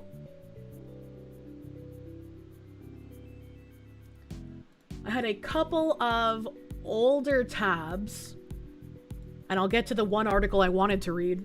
So these are from before the new year. This is December 30th. Hot take, anything is better than Islamic fundamentalist rule. Also, new Fox News segment incoming. What? Hello, Don Man. Oh, speaking of, hold on, let me look at my DMs. Thank you, Don Man. I had a DM from Craigathy, and he said that he wanted to get a hold of Skybrows for an AI project, and I also suggested Mr. Don P. Bongwater, and he said that's an awesome name. And so I wasn't exactly sure how to get in touch with either Skybrows or Mr. Don P. Bongwater. So I just said I would make like a shout out on my stream and hope either one of them somehow saw it. So if you have a way to get in contact with Craig from Side Scrollers, he's interested in doing an AI project with Skybrows and Don P. Bongwater. So fuck you, Tampa Monkey. So there we go. There's my message. Thank you, Mr. Don Man, for showing up and kicking in my memory gears. Well, thank you. Fox, you giving us more sneak peeks. Skybrows has replied to the clip of Side Scrollers. He should have replied by now. I hope so. Welder Zach, thank you for that gift sub to the Don Man. Thank you. I seem to get cameos in their videos a lot. Yeah, it's pretty freaking cool. Massive cat energy. Don P. Bongwater, salute. Skybrows is very active on his Twibber. He answers DMs and responses all the time. When I post on Twitter, I'm usually peeing. So, you know, occasionally I'm not, like that tweet I made earlier on stream, but I'm not very active on Twitter. When I do tweet, I'm like peeing usually. The latest Skybrow vid was so good looking. Yeah, the fucking creamy vid, it was great. I think Bunker Cat just summoned your cat. It's time for cat summoning. All right, little short segue there, but from before the new year, we had this ABC News article, Iranian protests expand beyond the economy as students demand freedom and an end to regime rule. University students in different cities in Iran joined protests against the regime Tuesday by chanting slogans that included "Student, be the voice of your people," and "Death to the Islamic Republic." The protest began Sunday in downtown Tehran, and the Iranian currency hit a new low. But they have since expanded in size and scope, moving beyond the narrower cause of the economy to freedom and equality, and an end to the regime evident in the slogans protesters are chanting. Many shop owners in 2 major malls in downtown Tehran and in other cities have closed their stores and joined the demonstrationers, as severe uncertainty remains in the country's currency trade market following a sharp decline in the value of the rial, the nation's currency. The rial has been fluctuating in value between 1.38 million and 1.45 million per US dollar since Sunday. That's some, like, Zimbabwe numbers. What the hell? What the fuck? That's crazy. We can count how hydrated the Foxu is by the number of her X posts. Yeah, sometimes I'll just sit on the toilet for like half an hour even though I peed in like a minute. I don't know. It's just like, that's like my only time I can relax on occasion. The government cracked down on the use of US dollar in the black markets. I don't know. That seems crazy. Evan Hawkenfreres, thank you. Poor Blabs looked traumatized by Cream of the Slop. Wait, why? How was that traumatizing? It was just like sexy MMO bunny women. Chat, we're all billionaires. Reports from across the country indicate that shop owners in other cities, including the western city of Hamadan and the southern island of Keshim, have also joined the protest by closing their stores. Slogans such as "Death to the Dictator" and the "Sayyid Ali Khamenei" will be toppled this year. Referring to Iran's supreme leader, were heard in Kashim and Zanjan, according to reports. The toilet seat is suddenly comfortable enough the moment you have a brain rot distraction. I don't know, I think the toilet here is just really good. It's like perfect positioning to actually be unironically comfortable. To be honest, you think she just didn't like the music and couldn't get into it? Well, you know. Blabs is normie, Kirsche is vet, Blabs can't hang, oh no. Blabs didn't like the words cream man, but the creamy Mimi. How many times has she said Munya though? I don't know, I don't count it, man. They've been under sanctions for decades and running their economy into the ground while doing it. Are we surprised about the exchange rate? I'm surprised about the exchange rate because I don't think about Iran. So I had no idea what their currency was like. So just seeing Zimbabwe numbers was shocking, you know? And she munyed as easily as she breathed. Amid the widespread protests and the currency plunging to a new record low, Iranian President Masoud Pezeshkian accepted the resignation of the head of the country's central bank on Monday, IRNA reported. I have a question. I have a question. If they have a president, what's the point of the president's role if Khamenei is the supreme leader? Is this just like president to make it look like they have a presidential role? 1 million to 1 isn't bad. Zimbabwe is orders of magnitude worse. I mean, I think they're at like, what, 10 million to 1 or some shit, but it's still like crazy numbers, dude. Because Islam, religious advisor, I see purely a figurehead. Most Iranians struggle to keep up with constantly rising prices in the country due to the rapid fall of the rial, which declined in value from 34,000 rials against the US dollar in July 2016 to 165,000 rials against the dollar in May 2020. Its value has plummeted more than 800% since then. I'm not like a money doctor. I'm not like an economist or anything, but like that seems pretty bad to me. That seems pretty fucking crazy. Kwang Su, thank you, my guy. Check out the Goldie Gamari video, Iran Riots 101 sometime. I don't know what that is. Is that like the recent riots? Iranian President Masoud Pezeshkian acknowledged the protesters' demands in a post on his X account on Monday, saying in part that the livelihood of the people is his daily concern. We have fundamental actions on the agenda to reform the monetary and banking system and preserve the purchasing power of the people, he added. I have tasked the Minister of the Interior to hear the legitimate demands of the protesters through dialogue with their representatives, so that the government can act with all its might to resolve problems and respond responsibly. Pezeshkian's comments, however, do not appear to have appeased protesters on the street, whose demands do not stop at resolving economic hardships. Students at Khaja Nasir University of Tehran shouted slogans including "No to Scarf," "No to Suppression," "Freedom," and "Equality," targeting the regime's suppression of personal and political freedom over the last decades. And I think reading all of this stuff about like protests in Iran remind me of like how badly the very cushiony left in our country want to be the oppressed, because they LARP at this like revolution when they live in a very individualistic and free country. They are not the ones who are oppressed, they are the ones who desire to be the oppressors, but they LARP as an oppressed class because they want to engage in the kind of shit that these people who are actually in the middle of oppression have had to deal with. We laugh about this, but the difference between them and us is we print as much cash as we want and keep its value through "you're all accepting this or else." You'd love to be shown otherwise, but note how Trump shut up about Fort Knox audit real fast.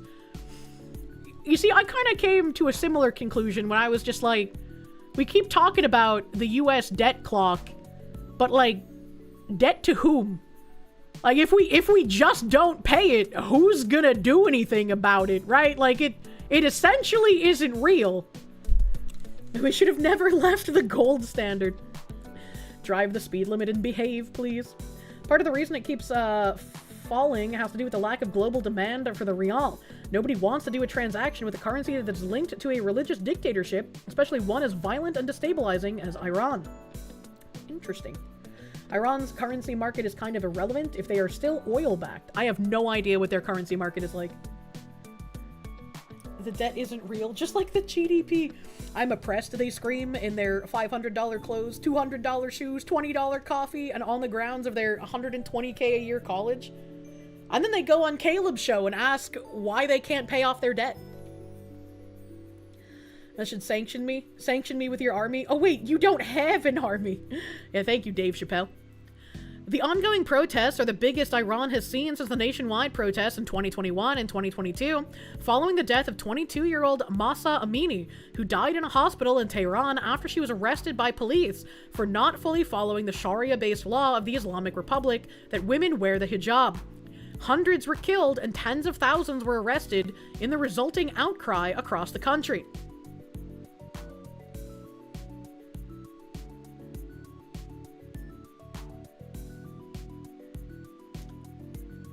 I'm just racking my brain trying to think if we have, like, anything equivocal I could even point to in the US here that would be anywhere similar to, like, someone in our government doing something like this. And the only thing I can think of is the insane leftists having assassinated Charlie Kirk. As, like, the only thing I can really point to. And that's not our government, that's an insane leftist committing political assassination. And they produce a lot of saffron. It's peddled as produced elsewhere in other countries to avoid sanctions. I like saffron rice. Guess you should sanction us with your army. Oh yeah, Waco, but Waco was like a long time ago in comparison. Right, and this is like, the protests were in 2021 and 22 following the death of this person. And now we're in 2026 and things are really exploding. So it took like 3 years, 3 to 4 years for people to get even more fed up after somebody was wrongfully killed by the government regime there.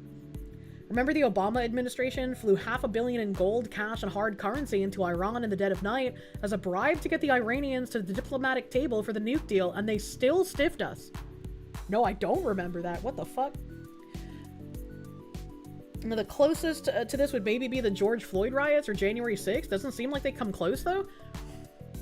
I wouldn't say either of those things. I mean, maybe the January 6th stuff where the people who just walked into the building and didn't actually do anything were persecuted as literal war criminals, essentially. Like, maybe that. Closest, though? Waco, Ruby Ridge, the Oregon farmers, there's more.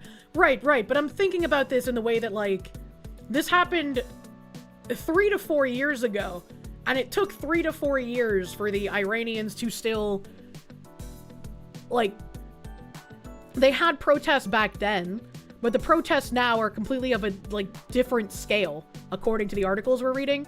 So it took 3 to 4 years after this government death for people to finally get fed up enough to go even further. You're a chicken man looking at the eggs? What the heck? Basically, a guided tour in a government building treated as a war criminal? What? The Dems denied the gold and money thing happened even after independent reports came out that it did. Seems kind of weird. Yeah, they lost the war and the administration looks weak. It's hard to think of an equivalent in the US because that's just how bad things are in Iran. They're so severe and extreme, it's hard to wrap your head around without living through it. This is why it's like, with all the issues we have in our country, I want to remove commies and I want to get things back to a normal place without having to have things get to the point that they have in Nepal, in Iran, in Venezuela. I don't want to get to that point. Because if it gets to that point, the only way you're going to get yourself out is violence, and I don't want that. They rioted countrywide after she died, but they were put down hard by the government. They got zero support. Yeah, that's what I'm saying, right? Like, they had the protests in 2021 and 2022 following the death of this chick. But nothing happened then. It still took 3 to 4 years for the protests to get, like, a sun fireball-induced issue to the government. Article saying that the current protests are less than the 2021-2 protests? I don't think it is. It's saying the ongoing protests are the biggest Iran has seen since those protests in 2021 and 2022. And people are actually talking about how this might have repercussions on Soleimani? Oh god, I forgot his name. I think it's, no, Khamenei. Who's Soleimani? Why do I know that name? Khamenei. And Trump again has positioned planes in the UK, basically calling the bluff of Iran, because he told Iran, if you shoot protesters again, we're gonna do something about it. And then they shot protesters again, and then he moved planes to the UK. Khamenei. People who want violence and revolution have never studied history, starvation, brutality, savagery. It will all happen. Remember Sherman and Sheridan and imagine that on a national scale. We don't want that. We need to settle things peacefully fast or else. I agree, 100%. Kamen Rider. Soleimani is dead, Lamau. Look, man, I don't know why that name popped up in my brain. Video and pictures coming from different cities in Iran show a heavy police and security force presence as the ongoing protests, with some video showing police using tear gas against protesters. A widely shared video from Tehran shows a solitary protester sitting in the middle of a street hunched over and covering his head, as a large number of police on motorcycles face him just a few yards away. The scene has quickly become symbolic of the ongoing protests. The protests come as Pezeshkian said Iran is in a full-scale war with the US, Israel, and Europe, claiming that the West does not want Iran to stand on its feet. President Donald Trump said Monday responded that the US would knock the hell out of Iran if Tehran attempted to rearm itself following US attacks earlier this year on Iran's nuclear facilities. Asked if he would support an overthrow of the Iranian regime, Trump said Monday that he was not going to discuss it. I mean, I'm not going to talk about overthrow of a regime. They got a lot of problems they're in. They have tremendous inflation. Their economy is bust. Their economy is no good. And I know that people aren't so happy, said Trump. Charles Young, thank you. We gotta catch them all, the dictators. Yeah, and I mean, that's the correct response as well. If he had said anything about the plans for Venezuela, they would have been leaked, and we wouldn't have been able to do that as efficiently, and there might have been casualties. Someone found a Craigslist ad for child actors for a daycare in Minnesota. I wonder if real or if someone shitposting. Can get through another Pokeball, then dump the ball in the ocean. What? Sounds like Tiananmen Square. And then I had this from the Institute for the Study of War. Iran update December 31st, 2025. Protests continue to expand geographically across Iran on December 31st. Small protests broke out in Tehran on December 28th and have since spread out to 17 of Iran's 31 provinces. Protests spread to, God, these names, I'm going to butcher them, Chahar Mahal and Bakhtiari, Ilam, Khuzestan, Khorasan, Razavi, and Lorestan provinces on December 31st. CTP-ISW recorded a total of 31 protests in Iran on December 31st, compared to 24 protests on December 30th. The protests took place across 12 provinces, including the 5 mentioned above. Iranian security forces shot live fire to disperse protesters in at least 2 of the instances on December 31st, as protests continued across Iran for the 4th consecutive day. Security forces fired live ammunition at crowds of protesters in Fasa, Fars province, and Kudasht, Lorestan province on December 31st. The regime appears to be using live fire to suppress protests in less populated areas of Iran. The regime has historically struggled to impose control in more rural areas. The regime also deployed water cannons in an attempt to suppress protests on December 31st. Security forces used a water cannon against protesters in Hamadan. Talking about weather here. And then there's a map, protest in Iran. What is the color grid? High confidence, medium confidence, low confidence. Interesting. Protests in Iran continue to expand geographically for the 4th day. Iranian security forces used water cannon in Hamadan. Security forces shot live fire in Fasa, Fars province, so it has the little dots to it.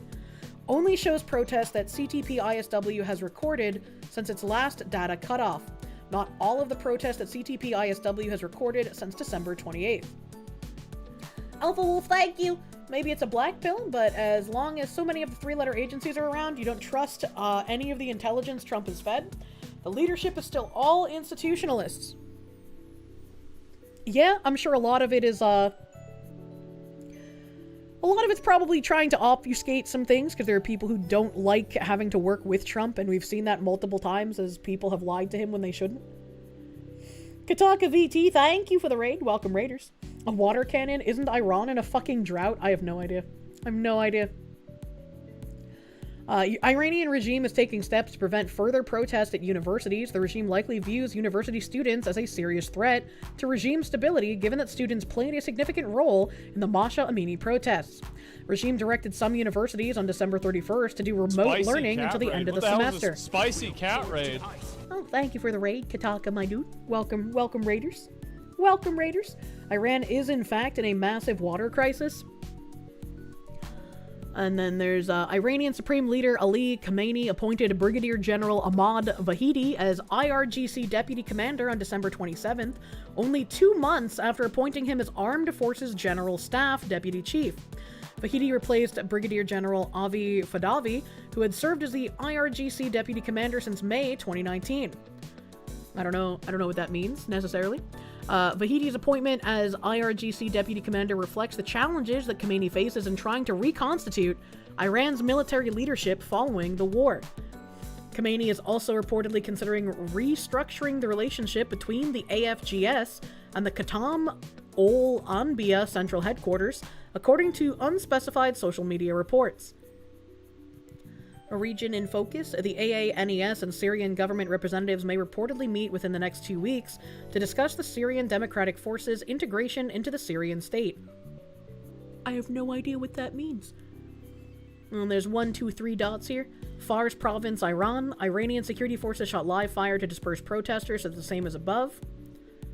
Key takeaways.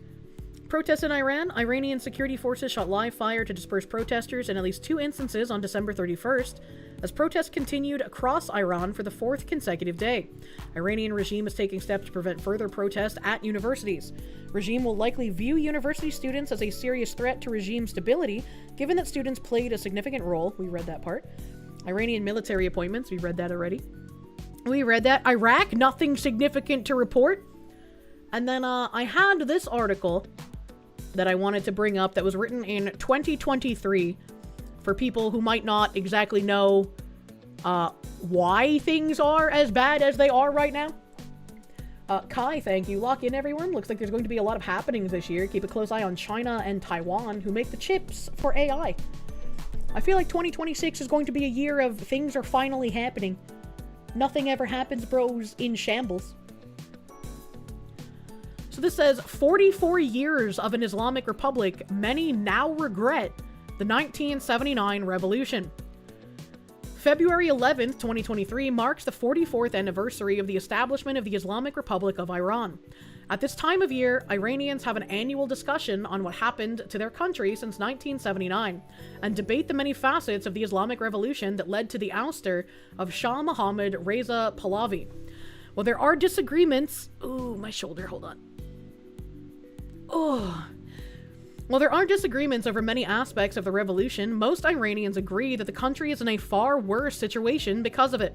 For instance, Faiza Hashemi, a former parliamentarian and daughter of former President Ali Akbar Hashemi Rafsanjani, stated that she would not have participated in the 1979 revolution.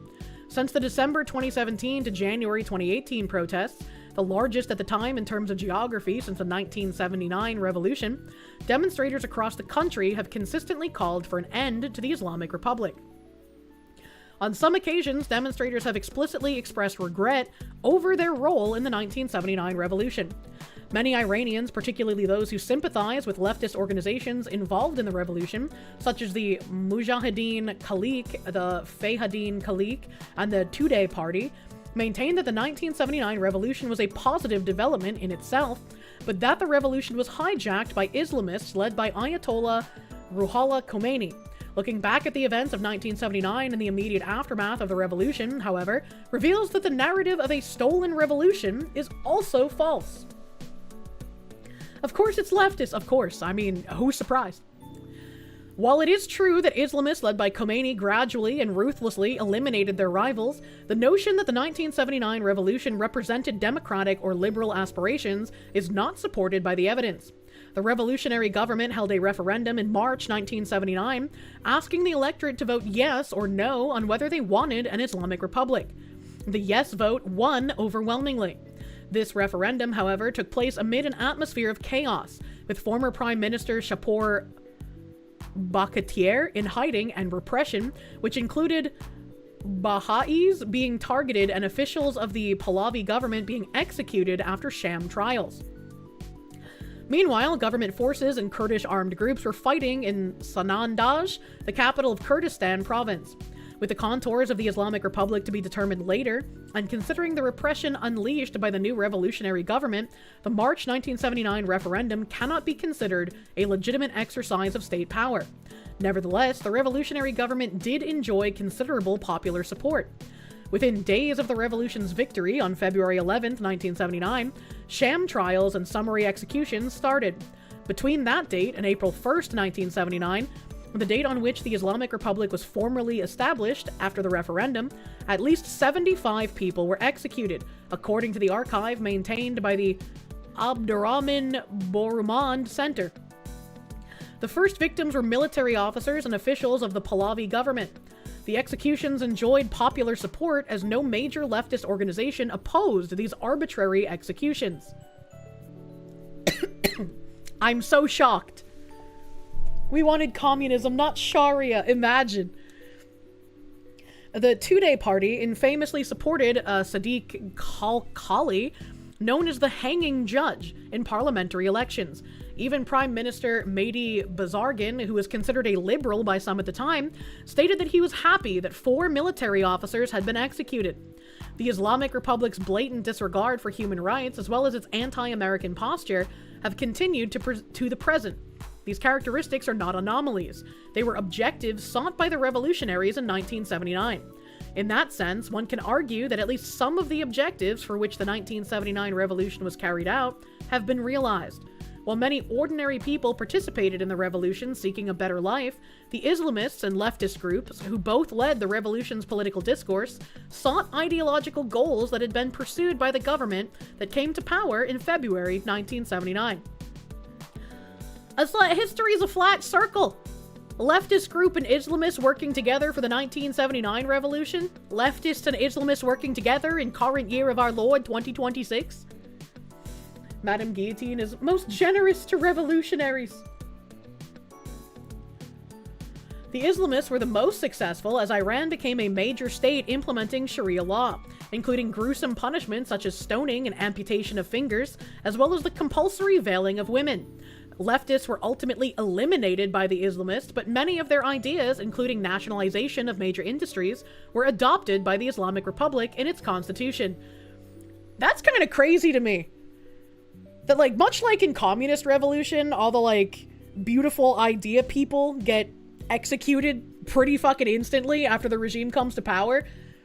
But the Islamic Republic was like, hey, some of these commie ideas could actually help us solidify our power a bit fucking harder than if we just had Sharia law.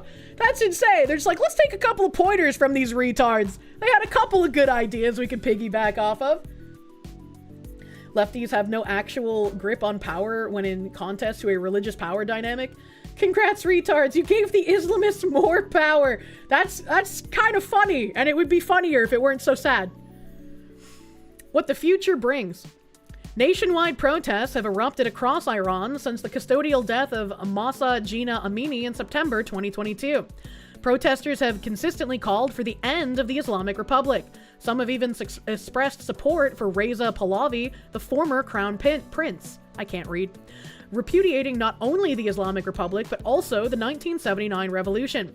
While the political preferences of the Iranian people can only be determined in free elections, the continued protests have clearly shown the Iranian people's desire for fundamental political change.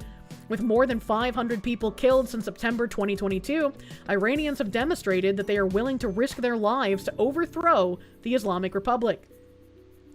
The protests have involved various sectors of Iranian society, in addition to street protests across the country over several months. A 3-day nationwide strike was held in December 2022. Shopkeepers in tens of towns across various provinces and industries took part in the strike. This strike was the first nationwide strike in Iran since the 1979 revolution. Protests by university students have been a constant feature of this uprising. Moreover, high school students have also taken to the streets to protest.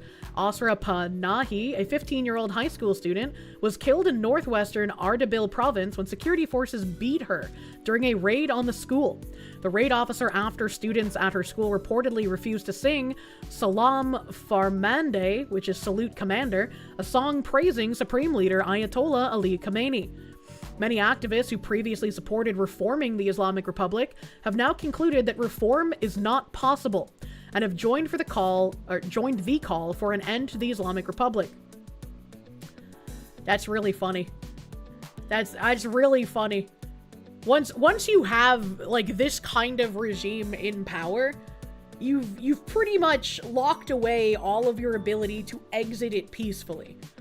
You can vote in something like Sharia law or something like communism, but you will not be able to reform or vote your way out of it. The only way to get out of that level of oppressive, like, authoritarianism would be to violently get your way out. Who would have thought Iran should become the 52nd state, pushing Canada back to the 53rd? What if we just made every country an additional state except for Canada? The film Persepolis comes to mind. I have not seen that film. Islamists garnered goodwill through charity and building up the communities. The youth believed in coexistence and were shocked when this happened. I mean, that's how they get you. They promise you the nice things, and occasionally they will show you doing a nice thing. But that's to sort of get you ensnared in the belief. We'll never learn. These people recycle their own horror. Unfortunately so.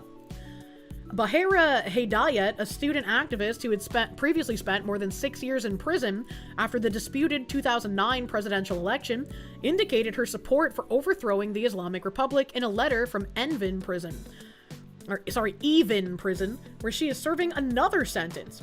Tarena Aladusti, a prominent actress, was arrested after she posted an unveiled picture of herself holding the Woman, Life, Freedom slogan in Kurdish.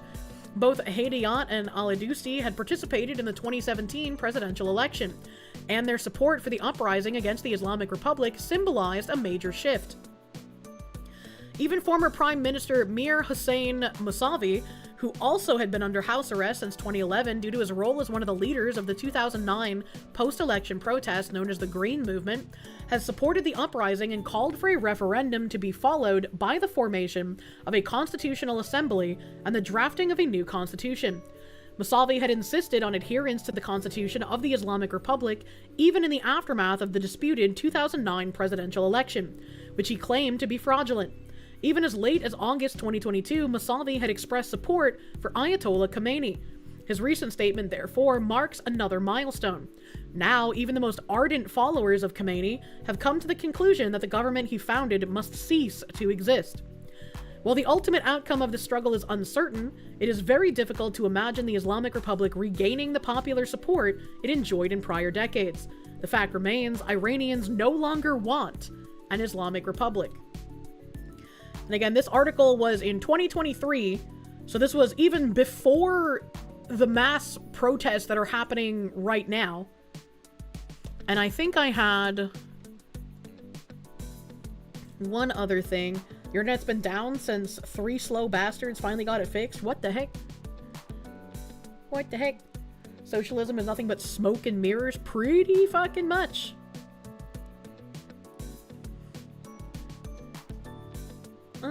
Let's see here.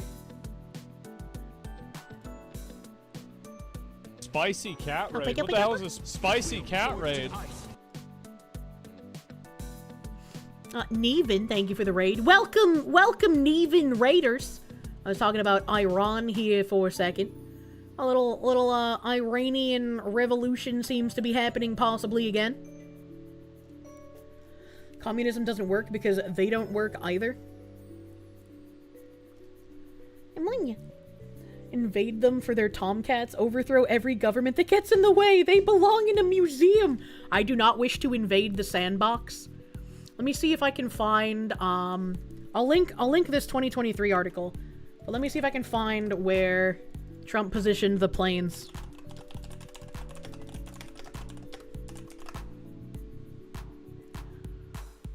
Oh, 3 hours ago. Beautiful. That's a pretty quick-ass update.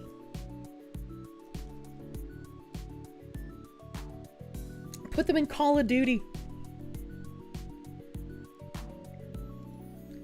See, my thing is, I do not want to be in another fucking forever sandbox war. And I think anyone who was in any kind of sandbox war would share a similar opinion. Problem with socialism is eventually you run out of other people's money. True. Gritan Sargent, thank you. Commies and Islamists often work together until it's time to nation build. Marx even commented on it, and you wouldn't be surprised if an imam has too. I would not be surprised either, to be fair. Rifile, thank you. The Iran shit is going. Normally they put a lid on that shit these days, and no one hears about it. Yeah? Yeah? No, Kirsche, as a woman, you don't understand. The sand war is important. We have to rescue the American jets. I feel like most people agree they don't want to have Americans go back to the sandbox. I feel like that's a pretty common feature. You would hope this would turn heads for the Screeching Banshees with suicidal empathy, but no, they just want to repeat those mistakes here and have the same shit happen, not realizing that they'll be first put to the sword they wish so desperately to fall on. A lot of people who wish to usher in the revolution genuinely feel like they are a good guy fighting for oppression and they don't realize that they're not going to be part of a ruling class and that their utopia is a lie. And it's very unfortunate. The only time you want to go back to the sandbox is to check if it's been made into proper glass. So this says, Trump orders special forces to Europe as U.S. prepares new attack on Iran. Experts say the planes, combined with departure locations and routing patterns, are consistent with the movement of special operations aviation units. U.S. is deploying special forces troops to Europe as fears of further American military operations grow after the capture of Nicolas Maduro in Venezuela by Delta Force troops. Flight tracking data shows an increase in U.S. military flights arriving at RAF Fairford and RAF Mildenhall. Aircraft arriving at the two airfields included C-17 Globemaster III transport planes, as well as two AC-130 gunships. Most of the flights originated from Fort Campbell, Kentucky, and Hunter Army Airfield, Georgia. The C-17s were believed to be transporting U.S. Army rotary wing assets, although no MH-47 Chinook helicopters were directly observed at RAF Fairford. So it's interesting, I suppose. And I mean, Trump did say, if you shoot at protesters again, I'm going to do something about it. And this might be the doing something about it. Thanks for skylining out troops, assholes who published this article. It's just why you can't talk about anything, man. But it's like, you can't hide planes if you move them. Experts say that the planes, combined with departure locations and routing patterns, are consistent with the movement of special operations aviation units. Open source imagery and flight data suggest the likely involvement of assets associated with the 160th Special Operations Aviation Regiment, according to the UK Defense Journal. Imagine capturing fucking Maduro and then immediately going over to Glass Iran. Like, what a fucking new year for these guys. Mom, why is the sky pixelated? Units from this formation include elements of the 75th Ranger Regiment and the 101st Airborne Division, as well as the 160th SOAR. These forces are routinely tasked with rapid response and high-risk missions, such as the capture or rendition of high-value individuals. Notably, similar increases in C-17 activity at RAF Fairford were observed in the run-up to the U.S. strikes on Iranian nuclear facilities in June 2025. Iran has been rocked by mass anti-regime protests since the end of December, with thousands taking to the streets to voice their anger. The new protests were sparked by a currency collapse and spiraling inflation, and have become the most widespread domestic unrest since 2022. Donald Trump had warned Tehran that the U.S. may intervene if authorities start killing demonstrators.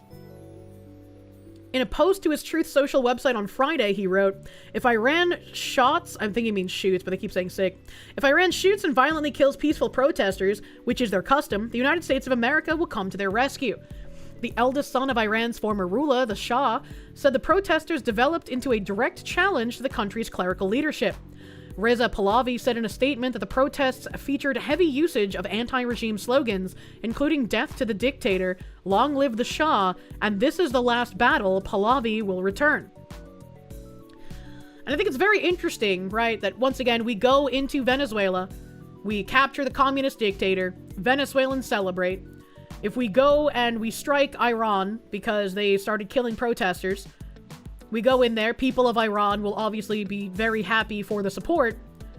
It reminds me of Venezuelans and Cubans and other people in the US from prior commie bloc countries, and Poland as well, warning people that if the US ends up falling to communism, there's nowhere to run.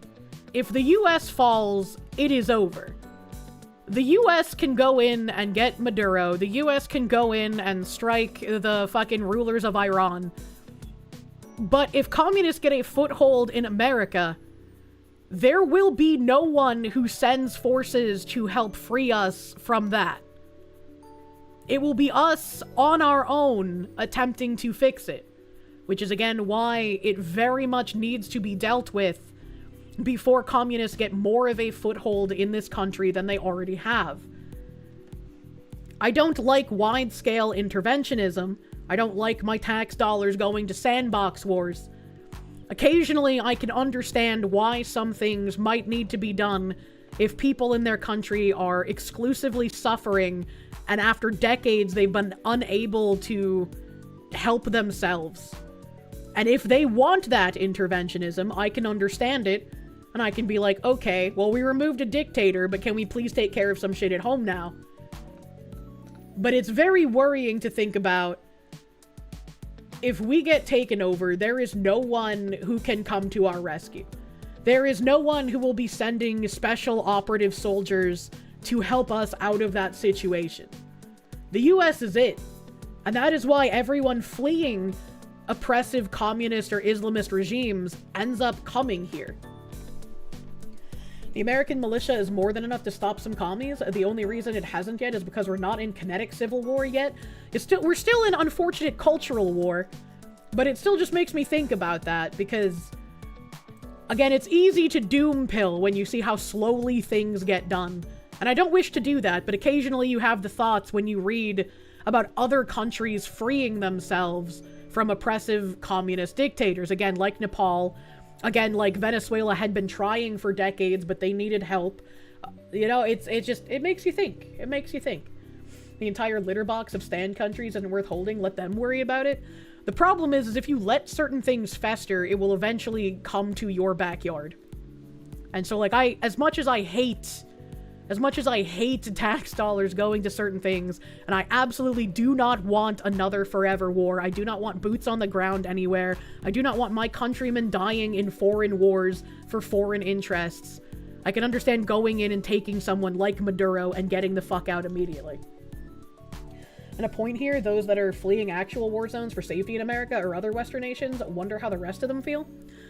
I was like, a lot of the Venezuelans who are happy that Maduro's gone are probably going to want to try and go back to their country as well.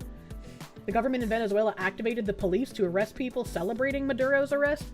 How are they going to arrest everyone? It was literally the whole country. World War and multiple civil wars are doomed to happen at the same time. The destabilization from one will spark the other. That's your prediction? I don't want to see that, man. Beer Bear Beard, thank you. There have been people curious why land in the UK when there are closer countries to Iran. You think it's because Starmer has made the moves indicating he might delay the next elections in the UK? Starmer's a fucking freak, man. God Hates Taxes, thank you. Dude, for her, and by her, I mean the F-14 Tomcats that Israel destroyed. They should have been mine. True. True and real. Patchouli, thank you. You don't care about the sandbox, and you won't care until it becomes a glass bowl. This better only be quick, dirty, and we leave forever.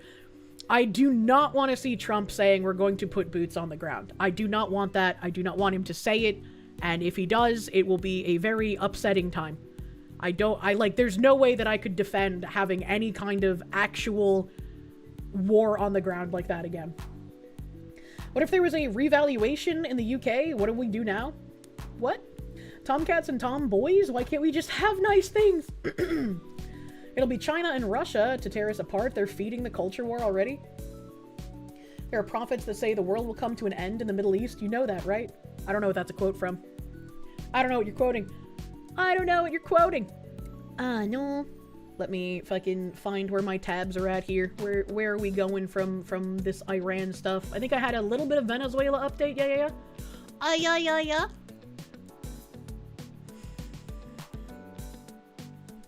I have this video, a little Venezuela stuff.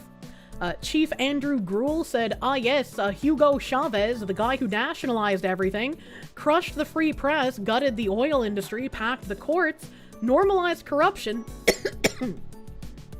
and set the stage for Venezuela's collapse, all while calling it for the people. Again, we are reminded of the sweet warmth of collectivism. Mamdani's sweet lies to the people. And he's quote retweeting someone saying, leftist protesters laud Hugo Chavez. They want to destroy the memory of the hero, Hugo Chavez. Viva Chavez. And of course, this is in Minneapolis. I'm so shocked that Minneapolis is once again ground fucking zero. Chavez made sure that millions of kids who never had access to education would. He did so by sometimes using the Venezuelan army to seize the property of U.S. companies. He seized the oil and used that money for the Venezuelan oil, nationalized the oil to pay for social services. The quality of life for the poor in Venezuela skyrocketed. That's just not true. And today, the U.S. empire bombed his grave. Yay! They want to destroy the memory of the hero, Hugo Chavez. Viva Chavez! This is like when people praise that fucking guy from South Africa. I don't know how I remember his fucking propagandistic military arm that murdered his political opponents, but I can't remember his name.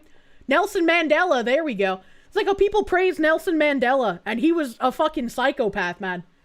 Literally justifying what we did, the retard. He does have the accent of someone who's missing a couple chromosomes. You know? What a little candy ass. Also, apparently I said chief somewhere when it said chef. I don't remember saying chief. Did I say chef? Where's the chef chief? Where's the chief chef? Oh, Chef Andrew Gruel. There we go. I was like, where's the chef? Where did I fuck up? He's the chief chef. Mr. Andrew Gruel. A battleizer, thank you. Let's give Hugo another 500 kg teabag. True and real. The chubby white boy does not grasp. He's first in line to be replaced. He's gonna have the boot on his neck. He doesn't understand, man. The dictator, man, thank you. Your pun of a name has never been more relevant. Down with the extra chromosomes who have named themselves dictators. Man, speaking of extra chromosomes, that's crazy. That's crazy that we both said that same thing. Don't you mean he has an extra chromosome? I don't know. Maybe he has a couple. Maybe he's lacking a couple. Something's not right with this guy. When they praise El Che Guevara and he was homophobic and rounded them up, they always forget the inconvenient facts. I had a handful of people at my high school who would wear Che Guevara t-shirts, and I'm just like, man, I don't know much, but I know you're a retard. Let's hear how great Chavez was for Venezuelans from a white kid in America instead of from Venezuelans that lived under his rule. Please ignore the fact that retards of the Venezuelan military put anti-air defenses next to the tomb, so of course it'd be bombed. I mean, we should have bombed it anyway, regardless, right? Arms, my guy, thank you. You don't want to go back to the sandbox. You hate the sand, it's coarse and rough and gets everywhere, and I don't want to see men going back to the sandbox either. I don't want to see that. Patchouli, thank you. You asked us Candy as, how pray tell did seizing a GM plant and Exxon equipment liberate and educate Venezuelan children? Notice how he highlights sometimes there's a video of Chavez doing daily expropriations, like, this house is private property? Expropriated! Oh my god. I should have bombed it anyway, right? She only said, men, women are okay to fight in the sandbox. My hot take is women shouldn't be on the front lines in the military anyway. That's a danger to the squad. Born too late to be sent to the sandbox. Born too early to be sent to the sandbox. Born just in time to be sent to the sandbox. I'm tired of the sandbox, man. The box you shipped all your stuff back in from Iraq still smells like they're dirt. Don't want to go back. Jesus. There's this guy translated from Portuguese. His name is Italo. I can't read his profile because it's not in a language I can read. So he said, there's no such thing as I'm against Maduro, but I don't support what the US did. All the other alternatives have already been tried. They've already asked him to resign and he didn't resign. The population has already protested and he ran a tank over them. They've already held 3 elections and he frauded all of them. 95% of the country is in extreme poverty. 8 million Venezuelans are refugees in other countries, the largest number of refugees without a declared war. What other alternative? Wait for him to die of old age. Nothing's left but pure military power. I'm not naive enough to think that Trump is acting for humanitarian reasons. He's thinking of himself and Europe because Maduro is the leader of an international drug cartel. Not to mention the oil issue, even though its price has only been falling in recent years. And Glenn Greenwald, writing in Portuguese, responded, if the only way to oppose Maduro is by sending the army to Venezuela to arrest him, and if the Brazilian right considers that such a noble and necessary act, why didn't Brazil do that during the Bolsonaro government? Why do you always need the United States to fight your wars? Go fight in Venezuela. And the Italo person responded, if just the arrest of a bloodthirsty dictator has already caused this massive outcry, imagine if they started a war that resulted in millions of deaths. You yourself would be the first to complain. But let's go anyway. Brazil doesn't have the same military capacity as the US. 3/4 of his government was during a pandemic. Russia and China would also help Venezuela because of the oil. Now you talked and suggested nothing. What's your suggestion to resolve the Maduro issue? 95% of the population is in extreme poverty. 8 million refugees, largest number in a non-war situation. What should be done? Do nothing as long as Venezuela keeps supplying oil to Russia and China. Then you'd be happy, right? And I kind of have to agree with the guy. If they had gone to war over this, think of how many people would be killed, right? I don't want my tax dollars going to like Israel, Palestine, or Russia, Ukraine wars, but I also don't like the death tolls going on there, and hopefully fucking some resolution can happen. And if we can go into Venezuela under 3 hours, remove a communist dictator, and the people of that country are happy with it, and we prevented possibly who knows how many deaths if a war actually broke out with South American countries trying to liberate Venezuela themselves, wouldn't that be a good thing? Isn't that a good thing if we prevented possible war tragedy? Because again, this guy's got a point. What fucking else could the people of Venezuela have done in this position? They would have just continued to be a hot point for Russia and China. You want to know how many guards they killed in those 3 hours? That'd be an interesting number to find out. It's interesting that immense power gap led to, ironically, way less of a death toll than if anyone else tried it. Exactly. And this guy's also got a point that if that war had broken out and tons of people started dying in some sort of like Brazil-Venezuelan war, all of the people in the US would be screaming and crying for something to be done about it. But instead of waiting for a war to break out, we just went in, removed the dictator, and fucking left. This, by the way, is a smart move on the US, since a war with China is imminent, and removing oil from China war machine is good. Also removing an enemy puppet from our backyard. I don't know if war with China is imminent. I would hope not. Again, I don't like war. I don't want to think of war happening. Sure, it's good, but we have people in the US you want snatched up in the middle of the night. I do too. I do too. And I think that is a perfectly fine complaint where people are like, hey, you were able to do this in Venezuela. Can we have some fucking action on the fraud and the issues in our country now? Because there's a lot of people getting fed up with just seeing our government post memes on Twitter. And they can be fun sometimes. But I want to see more than memes. I want to see fucking action. If you have time to post on Twitter, please go do something. Rather looming than imminent, but just in your opinion.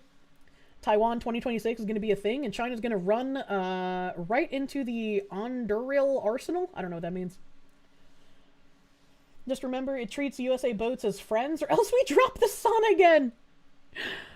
Japan is our greatest ally, unironically, though. What else do I have here? Oh, Millet. So Millet made a post in Spanish, and then they translated it, so I'm going to read the translated one. Millet said, there are no gray areas here. You either stand on the side of good or on the side of evil. The principle of revelation. On historic days like today, we can truly see what some leaders and opinion makers are made of. On the one hand, there is democracy, the defense of life, liberty, and property. These are values that many claim to defend, but they only defend them whenever it suits them. On the other hand, there are those accomplices of a bloody narco-terrorist dictatorship that has been a cancer for our region, spreading the disease of 21st century socialism, with its consequent misery and death. There are no half measures or gray areas here. You either stand on the side of good, or you stand on the side of evil. And all those who do not defend the cause of freedom tooth and nail today are part of the problem, not the solution. We celebrate the fall of the narco-terrorist dictator Maduro. Argentina is ready to help in the transition to a free, democratic, and prosperous Venezuela. Long live freedom, damn it. President Javier Milei. What a Milei pig. Yeah, he looks like a fucking Temu Wolverine every time I see him, and I fucking love it. Arismador, thank you. There's little worse in the world than a fair fight between nations. True. True and real. At some point, Venezuelans are trying to negotiate taking out Maduro with a private special force, Blackwater, if you remember right. They were in talks with Eric Prince, and in the end, they never went with that plan, but it was a pretty strong talk like 6 months ago. I don't remember that. Battleizer, thank you. Do not the boat. A picture of a Kirsche boat. Ooh, would a Kirsche boat be like those swan-shaped pedal boats, man? You're getting 1938 vibes from the Twitter post. You hope everything, or hope everyone has long-term food and water ready. I don't know if I'm getting 1938 vibes. Lula is the last one left, and Malay instantly gave him flack the moment news broke. It's a very funny video. The Afuera man, true and real. Don't touch our boats, simple as. You also love that one of Malay's staff is the second most attractive woman you've ever met in person. Oh, that's fucking cool that you met someone on his staff. That's crazy. That's crazy. We have JD Vance as well. He said, you see a lot of claims that Venezuela has nothing to do with drugs because most of the fentanyl comes from elsewhere. I want to address this. First off, fentanyl isn't the only drug in the world, and there is still fentanyl coming from Venezuela, or at least there was. Second, cocaine, which is the main drug trafficked out of Venezuela, is a profit center for all of the Latin American cartels. If you cut out the money from cocaine, or even reduce it, you substantially weaken the cartels overall. Also, cocaine is bad too! Hot take, cocaine is bad? Third, yes, a lot of fentanyl is coming out of Mexico. That continues to be a focus of our policy in Mexico, and is a reason why President Trump shut the border on day one. Fourth, I see a lot of criticism about oil. About 20 years ago, Venezuela expropriated American oil property, and until recently used that stolen property to get rich and fund their narco-terrorist activities. I understand the anxiety over the use of military force, but we are just supposed to allow a communist to steal our stuff in our hemisphere and do nothing. Great powers don't act like that. The United States, thanks to President Trump's leadership, is a great power again. Everyone should take notice. And I would say it's not even about just the communists stealing things and us doing nothing, but it's our enemies controlling that country as an ally using those resources too. If cocaine is bad, why didn't it affect your dad when he tried it? Checkmate! Because he has ADHD? Jesus Christ. Nocturnal, thank you. Coke is a rich man's drug. Prove you wrong. I feel like there's a lot of people who do coke, not just rich people, though it is fancified in movies as like a rich people's party drug. Watching leftards defend Maduro while video of him running over protesters with tactical vehicles is widely available is crazy. It's because they wish they were the ones driving the tactical vehicles. Having a place that China or Russia can nuke us from is crazy. I just said Russia with a hard R, brother man. I did a Trump with the Venezuelan. Massive Doge, thank you. In other news, Mari_EN is apprehended for carrying fent, claiming she doesn't know anyone in Venezuela. What the hell? What the hell? The smugglers are after us. I'm warning you. Cocaine is God's way of saying you make too much money. The Venus whalers, true and real. My goodness. She's starting to slur. Fox, you need sleep. I do. I have such a busy fucking day tomorrow. Every time I look at my calendar, I just kind of like dry heave. I think you should only be allowed to do coke if you've passed your Series 6 exam. I don't know what that means. I don't know what that means. Reverse Bostonian. Pronouncing her R's. True. Pisses you off that if we, the people, do anything wrong, we're thrown in jail or in prison, but if our judges, mayors, governors, and politicians, they can do millions in fraud and kill thousands. It is beyond frustrating, and you can't even glow very hard, because then people will fucking get just as mad at you. And, you know, all the left is defending this Maduro guy having used violent force against people. Again, those, like, widely available videos of protesters being run over with tanks. Makes me think back to, like, that one image I posted of that guy in Panama where they had been suffering, like, huge fucking economic deficits due to the protesters blocking roads for as long as they had been. And he ended up shooting 2 protesters, and he ended up, I'm pretty sure, getting convicted for it. And I was like, sometimes reasonable men must do unreasonable things. He did something unreasonable, and that isn't a celebratory cause. And people tried saying that I was, like, wanting to shoot protesters. And it's like, that's absolutely not what I said. That's not what I said, and you shouldn't shoot protesters. That's why it is an unreasonable thing to do. It's like, you can look at something and be like, that's unreasonable. I can see why he did it, but it's unreasonable. Shoots in disgust. It was a great meme, though. It was a great meme. Sometimes tragedy makes great memes. But it makes me think, once again, with them defending Maduro, they would just want to be in the position of that guy being able to shoot people, and since they can smugly never have accountability, they would assume there'd be no consequences if they were the ones doing it. Never waste a good tragedy. The old guy looked like John Hammond if he was in Falling Down. While dealing with the drug problem, can Trump do as Kennedy once said and shred the CIA into 1,000 pieces and scatter them to the winds? I think we need to shred the FBI first. I mean, potato, but still, I am fucking not happy with FBI people. Help. TK, thank you. Now we need a smash and grab Maduro mission for Battlefield, Arma, Call of Duty. Fuck around, find out bonus mission. True. Thankfully, all the Venezuelans telling these people to go fuck themselves has been wonderful. Oh my god. Like, seeing retards seething, and then, like, the next post is, like, Venezuelans celebrating. Or seeing someone being like, America's a demonic nation! And then the next post is a Venezuelan being like, 25 years of oppression! We're finally free! Like, it's been so fucking funny. The timeline is on crack at the moment. I have this Caleb guy that I brought up the other day as well. Someone had mentioned he was like an expat Venezuelan because he left during the oppressive regime, as many did. Video gamer, thank you. This will probably be a hell of a year. Military ops, huge fraud uncovered, revolutions, huge price hikes for certain goods. This could go really well or incredibly badly, don't know which. Take care of yourselves, Kier and honorable chatters. Make sure you have a way to defend yourself. Always be able to defend yourself. Caleb, not Hammer. Yeah, Caleb with a K. Caleb with a K, buddy man. He said, look, I'm gonna turn, wait, no, I have a video after, I'm not gonna turn on BGM. He said, look, you can make 1,000 TLDR walls of text, post YouTube videos, ranting about elites, USA, powers that be, Venezuela oil, etc. But sometimes the answer is the simplest, rawest human one there is. Maybe, just maybe, we hate Maduro and co. that much. The more you study, the more people become susceptible to overlook the simple answers in life. True, very true. Sometimes the simplest answer is the correct one. 27 years, and we have nothing to lose that we haven't lost already.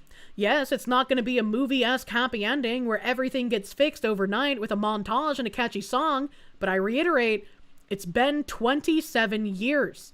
Gotta start somewhere, and that somewhere right now is Maduro getting blown the fuck out. Oh, that's cool and all, Mr. Caleb, but I see you wrote loose instead of lose. Thus you have lost the argument. You love all the think about how many refugees are going to come fleeing the war, scaremonger. Brother man, this isn't going to make more refugees. This is going to enable us to send the ones we do have back.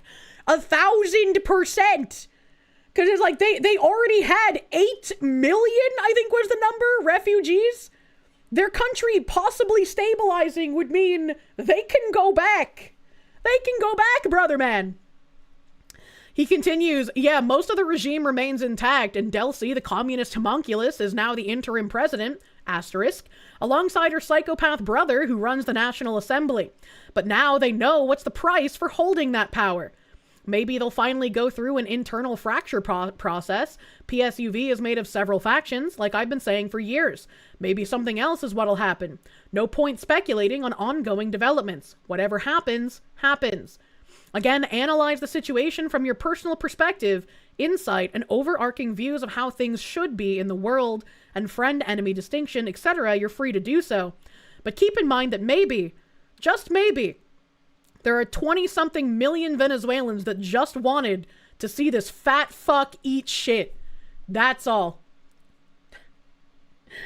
Many Venezuelans and Cubans were preparing coffee, arepas, and bread for the American soldiers. And many Cubans wanted to be nuked with them in Cuba so the regime fucking ends. There are good people there. True and real. Seeing a lot of the videos posted out of like Miami as well. Fucking crazy. The best part is that they're unironically happy to go home. Yeah. The dictator, thank you. Do you think Trump looked at our weapon stockpile and said, why aren't we using these to topple our enemies overnight? Venezuela was the test run. We cannot drop the sun again. We cannot drop the sun. He put an asterisk over here, and I was waiting for that asterisk to come back. But it doesn't seem like he wrote like an update to that asterisk, so I don't know why that asterisk is there. I don't know why that asterisk is there, but I think this is a good post. He's an MMO boomer just like me. Thank you, Caleb. Bingo card, Mexico, Brazil, Cuba, Colombia. Caleb Prime and you have been mutual since Gamergate, and him and his bro escaped. Hell yeah. You love to hear about it, man. I have a video here I said I was going to play. A young man from Venezuela sends a message to liberals. Even if you don't like Donald Trump or whatever, we are happy, we are free. Do not try to take our happiness and our only hope after 26 years. Okay? God bless y'all. God bless y'all, guys. If you're so scared or like concerned about our country, thank you for the heart me. Pray for us then, instead of trying to destroy our only hope and happiness right now. Yeah. If you really care about us. Okay? Please, just think about the people. Okay? Thank you so much, everyone. You know what? I'm gonna hop off and I'm gonna go cry and hug my family here. True. That's what I'm going to do. I'm happy right now. And this is what I said. This isn't a war. We went in, we took the dictator, we got out, the people are celebrating. If the people were upset that we did this, I would be on the train of like, we shouldn't have been there. Why did we do this? Why did we spend time doing something that the people of that nation didn't want us to do? Why did we intervene? But this was 25, 26, 27, I've seen all of those numbers, years of oppression for the Venezuelan people. Like that other post we read, they've tried everything to get themselves out of this mess by themselves, and it just causes further suffering. So I think what we did is a good thing to have happened. The people there are celebrating. We removed a dictator, we removed a communist, get fucked, call me idiots. The Venezuelans are happy this happened. You know? And if you ask any other Venezuelan right now, they're gonna tell you that we are happy. Even if you don't like Donald Trump or not. Even if we don't want Donald Trump or whatever. We are happy. Calvin, thank you, brother. We are happy. We are happy. We're free. And if you are concerned for us, and if you're like, oh my gosh, you guys are screwed, Donald Trump is going to take you guys, whatever, pray for us then. I encourage you to do it. And do not just try to take our happiness and our only hope after 26 years. You know. Elving, thank you so much, guys. In and out 20-minute adventure. True, he said, not gonna pray for your ignorance. What the fuck? God bless you, brother. God bless you. I wish you never leave what we lived back in my country. Ever in your life. I hope you don't have to see any family members dying for not having power, electricity, or medicines in a hospital. Okay? God bless you. I hope you don't have to go like through that ever in your life. Ever, ever, ever. Okay? Much love. God bless y'all. And it's like, he's got a very good point. Even if you're concerned about the power vacuum, even if you're concerned about, well, there's still Maduro sympathizers in positions of government right now, even if that's a concern, at least this gives the Venezuelan people a chance to do something now. At least since Trump said, we're going to help transition to the new government, and then we're going to leave. I hope he sticks to that, because Venezuelans should be governing their own country. I don't want to see Trump stay there. I don't want to see American soldiers stay there. I don't want to see us install some sort of puppet leader. It makes me happy to see that people are saying that the guys who won the 2024 election are going to be put into power. That's how it should be. Trying to be a good person so badly, the tard-ass Maduros and leftists want to fuck it over, right? Liberals are so fucking retarded, I won't pray for your ignorance. What a dumbass fat leftist who never experienced true dictatorship. True and real, unfortunately. Wolf and Wing Sable, thank you. Dictators are free. You can just take them. How many dictators do you have in your basement right now? Imagine a guy explaining how bad it was to live under a dictator and how happy he is that the fucking dictator is gone, and your response is, I'll pray for your ignorance. It's like, how dare you make communism look bad, you ingrate? Of course they're free. Nobody wants them. And then I have this other video. I don't know who Nate Friedman is. He's the host of the Nate Friedman Show. I don't know him. But he said, I showed a no war with Venezuela protester how Venezuelans are celebrating in the streets. I hate when Twitter does this, when it makes the video, like, super fucking tiny. I don't know what causes it, but it's obnoxious. You should check out that communist flag over there. What brings you out here today? I'm organized with the Revolutionary Communists of America. We're out here to say hands off Venezuela, and we unequivocally stand with the people of Venezuela against U.S. imperialist aggression. Okay, but that's the Venezuelans are happy, bro. What do you think about the people of Venezuela celebrating on the streets? What? What do you think about the people of Venezuela celebrating on the streets today? I saw images of Venezuelans being bombed after the U.S., bombed Caracas, so I'm not sure what you're talking about, but yeah, I think you should definitely... Can you show me the bombings that you're talking about? I didn't see any. I don't know, I just saw it on Reddit. They bombed the tomb of Hugo Chavez! Get fucked, Kame! They also bombed military depots. On the front page of the internet, so okay. I don't know. But what do you think about the people celebrating, the hundreds of thousands of people that are in the streets celebrating? I have yet to see it. Can you show me that? Yeah, well, there's plenty. It's all over Twitter. People celebrating on the streets here. What do you think about that? I mean, at the end of the day, I stand with the people of Venezuela. But you're standing against the people of Venezuela because they're happy that Maduro's gone, brother man. Against U.S. imperialism. The U.S. has no right to bomb the people of Venezuela. The U.S. has no right to kidnap another Why are leader they of all another. Celebrating? Why are they celebrating? I don't know. Do you have a correspondent there who can ask? I'm here demonstrating against. I'm here demonstrating against. US. I can't believe what the Venezuelans are saying themselves. We need to send a correspondent there to ask them to repeat it into a microphone. Throw these people in a deep hole. There is an understanding that China not just wants Taiwan but to be able to project power into the Pacific. They need Taiwan. Japan needs Taiwan to be separate from the CCP to guarantee their national sovereignty. There will be war. I really hope there isn't, but I mean, there's always that risk because China is asshole, unfortunately. Do not touch our boats, China. Thank you, DRT is king. I do not have a giga-brained understanding of the intricacies of where we might get into a war somewhere. I mostly focus on the domestic with the occasional knowledge of like historical stuff. So when it comes to like learning about, the things in Iran and whatnot, like I knew about the 1979 revolution, but I didn't really know about what was going on in current year. Definitely don't know how close or not close we may be to war with China. You got your info from Reddit? Get the fuck out of here. Imagine trusting Reddit. Imagine. Imperialism and the U.S. intervention. Is this AI though? These images of everybody I don't know. celebrating? You're the one showing me the video, so let me know. I don't know if they're AI. I don't know. I don't think it's AI because it's being published by multiple news organizations. So just what are your thoughts on it? I'm here protesting U.S. intervention. I understand that. U.S. imperialism. He just fucking repeats himself. He can't comprehend that Venezuelans are happy. U.S. capitalism. It's a little crazy.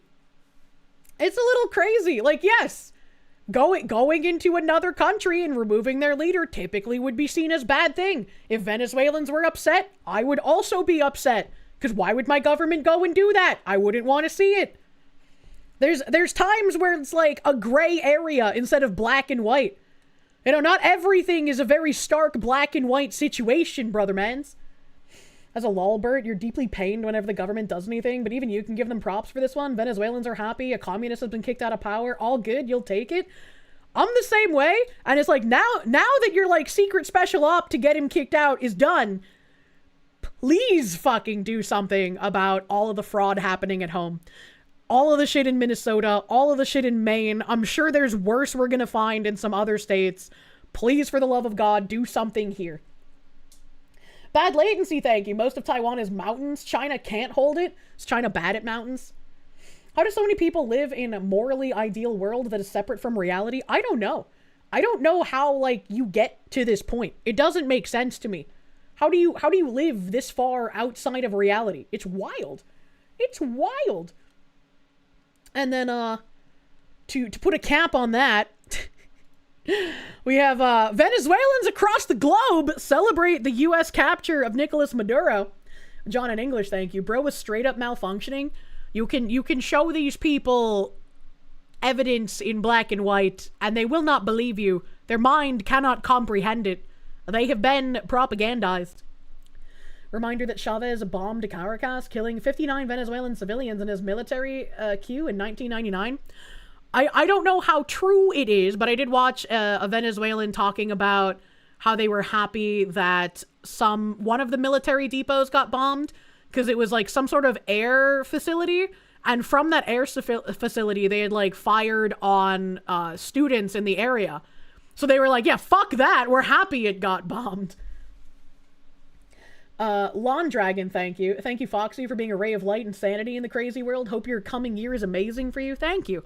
I'm not a giga brain cell. I just sometimes am logical. Thank you, my guy. I am Lord Eisen, thank you. The saying goes for liberals, they have empathy, but empathy can lead to ignorance, and ignorance can lead to apathy. By the way, hi, Kirsche. Hello. You saw a few people saying that? It's true, he made a failed coup d'etat first, and then he went to jail, and then he got elected when he got released from jail. Interesting. Time check. Well, let me get through this Venezuelan. Venezuelans across the globe celebrated Saturday after the U.S. captured their homeland's longtime dictator and alleged drug titan, whose repressive regime triggered one of the largest migration crises in recent history. Jubilant celebrants took to the streets of the U.S., South America, and Europe in the hours after captured strongman Nicolas Maduro and his wife were flown to the States and indicted on a litany of federal charges. In the South Florida city of Doral, home to the largest Venezuelan community in the U.S., hundreds have been celebrating in the streets since 4 a.m. These look like fucking French buildings. This could have been a scene out of Expedition 33. They're in Madrid, Spain, close enough. Liberty, liberty, liberty, the crowd chanted. The crowd gathered outside El Arapazo, a popular restaurant, wrapped in their native country's flags while banging pots and pans. The celebrants cried and danced to Venezuelan music, and some popped champagne bottles. I started crying. I've seen my dad cry 3 times in my life. His dad dying, Fidel dying, and today. It's historic. I'm very excited. We're celebrating, thanks to President Trump and the U.S. military for this perfect operation, said a man who expressed hope for the future of Venezuela. A third simply said he had no words for the monumental moment. Similar celebrations were taking place in Madrid, Spain, as well as in Santiago, Chile, where revelers raised American flags alongside Venezuelan ones. We are free. We are all happy that the dictatorship has fallen and that we have a free country, said Cari Yanez, a Venezuelan woman who has spent the last 7 years in Chile. My joy is too big, her compatriot Jose Gregorio said. After so many years, after so many struggles, after so much work, today is the day. Today is the day of freedom. Libre Venezuela! Venezuela itself did not have any public celebrations. Security forces patrolled largely empty streets at the dawn in the capital, Caracas, in the wake of the U.S. airstrikes. Some people were seen carrying Maduro's portrait and embracing in the country's capital. There had been major exodus from Venezuela under Maduro's presidency, and the economic collapse his leadership wrought. Nearly 8 million people, or 20% of the population, have fled the country since 2018 after being unable to afford food. Coffee bagel morning report. What the fuck? Roughly 85% of those natives migrated to neighbors in Latin America and the Caribbean, according to the UN's International Organization for Migration. That's an interesting statistic when you compare it to all of the people who fled Islamic countries, and instead of going to another Islamic country, they went to a Western one. Very, very interesting there, UN's International Organization for Migration.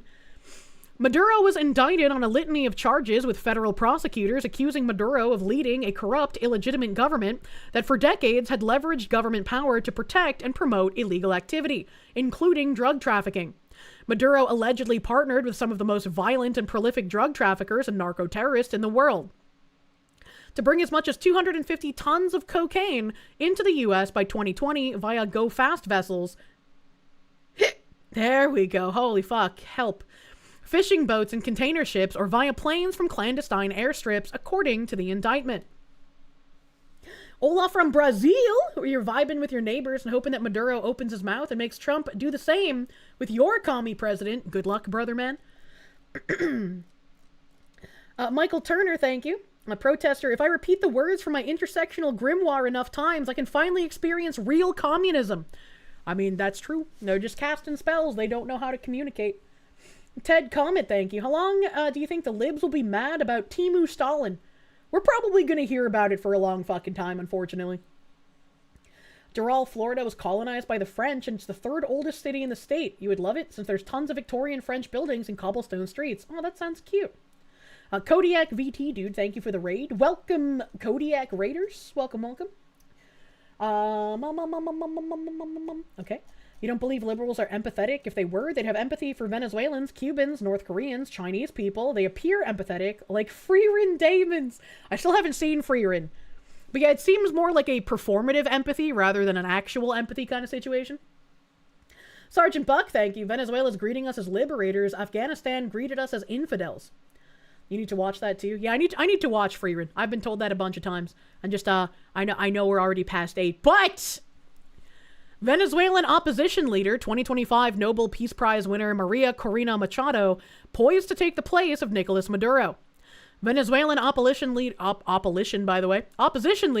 Maria Corina Machado said she and fellow candidate Edmundo Gonzalez are poised to lead the country now that the hour of freedom has arrived. President Trump said ousted dictator Nicolas Maduro's second in command could take the job and make the embattled nation great again. I don't know about that. I don't think you should allow anyone in the Communist Dictators Party to take the job. I get he might still be a little bit upset. I get his ego might be bruised that she got a Nobel Peace Prize. I don't know why she got it. I know we talked about it on stream. I don't fucking remember.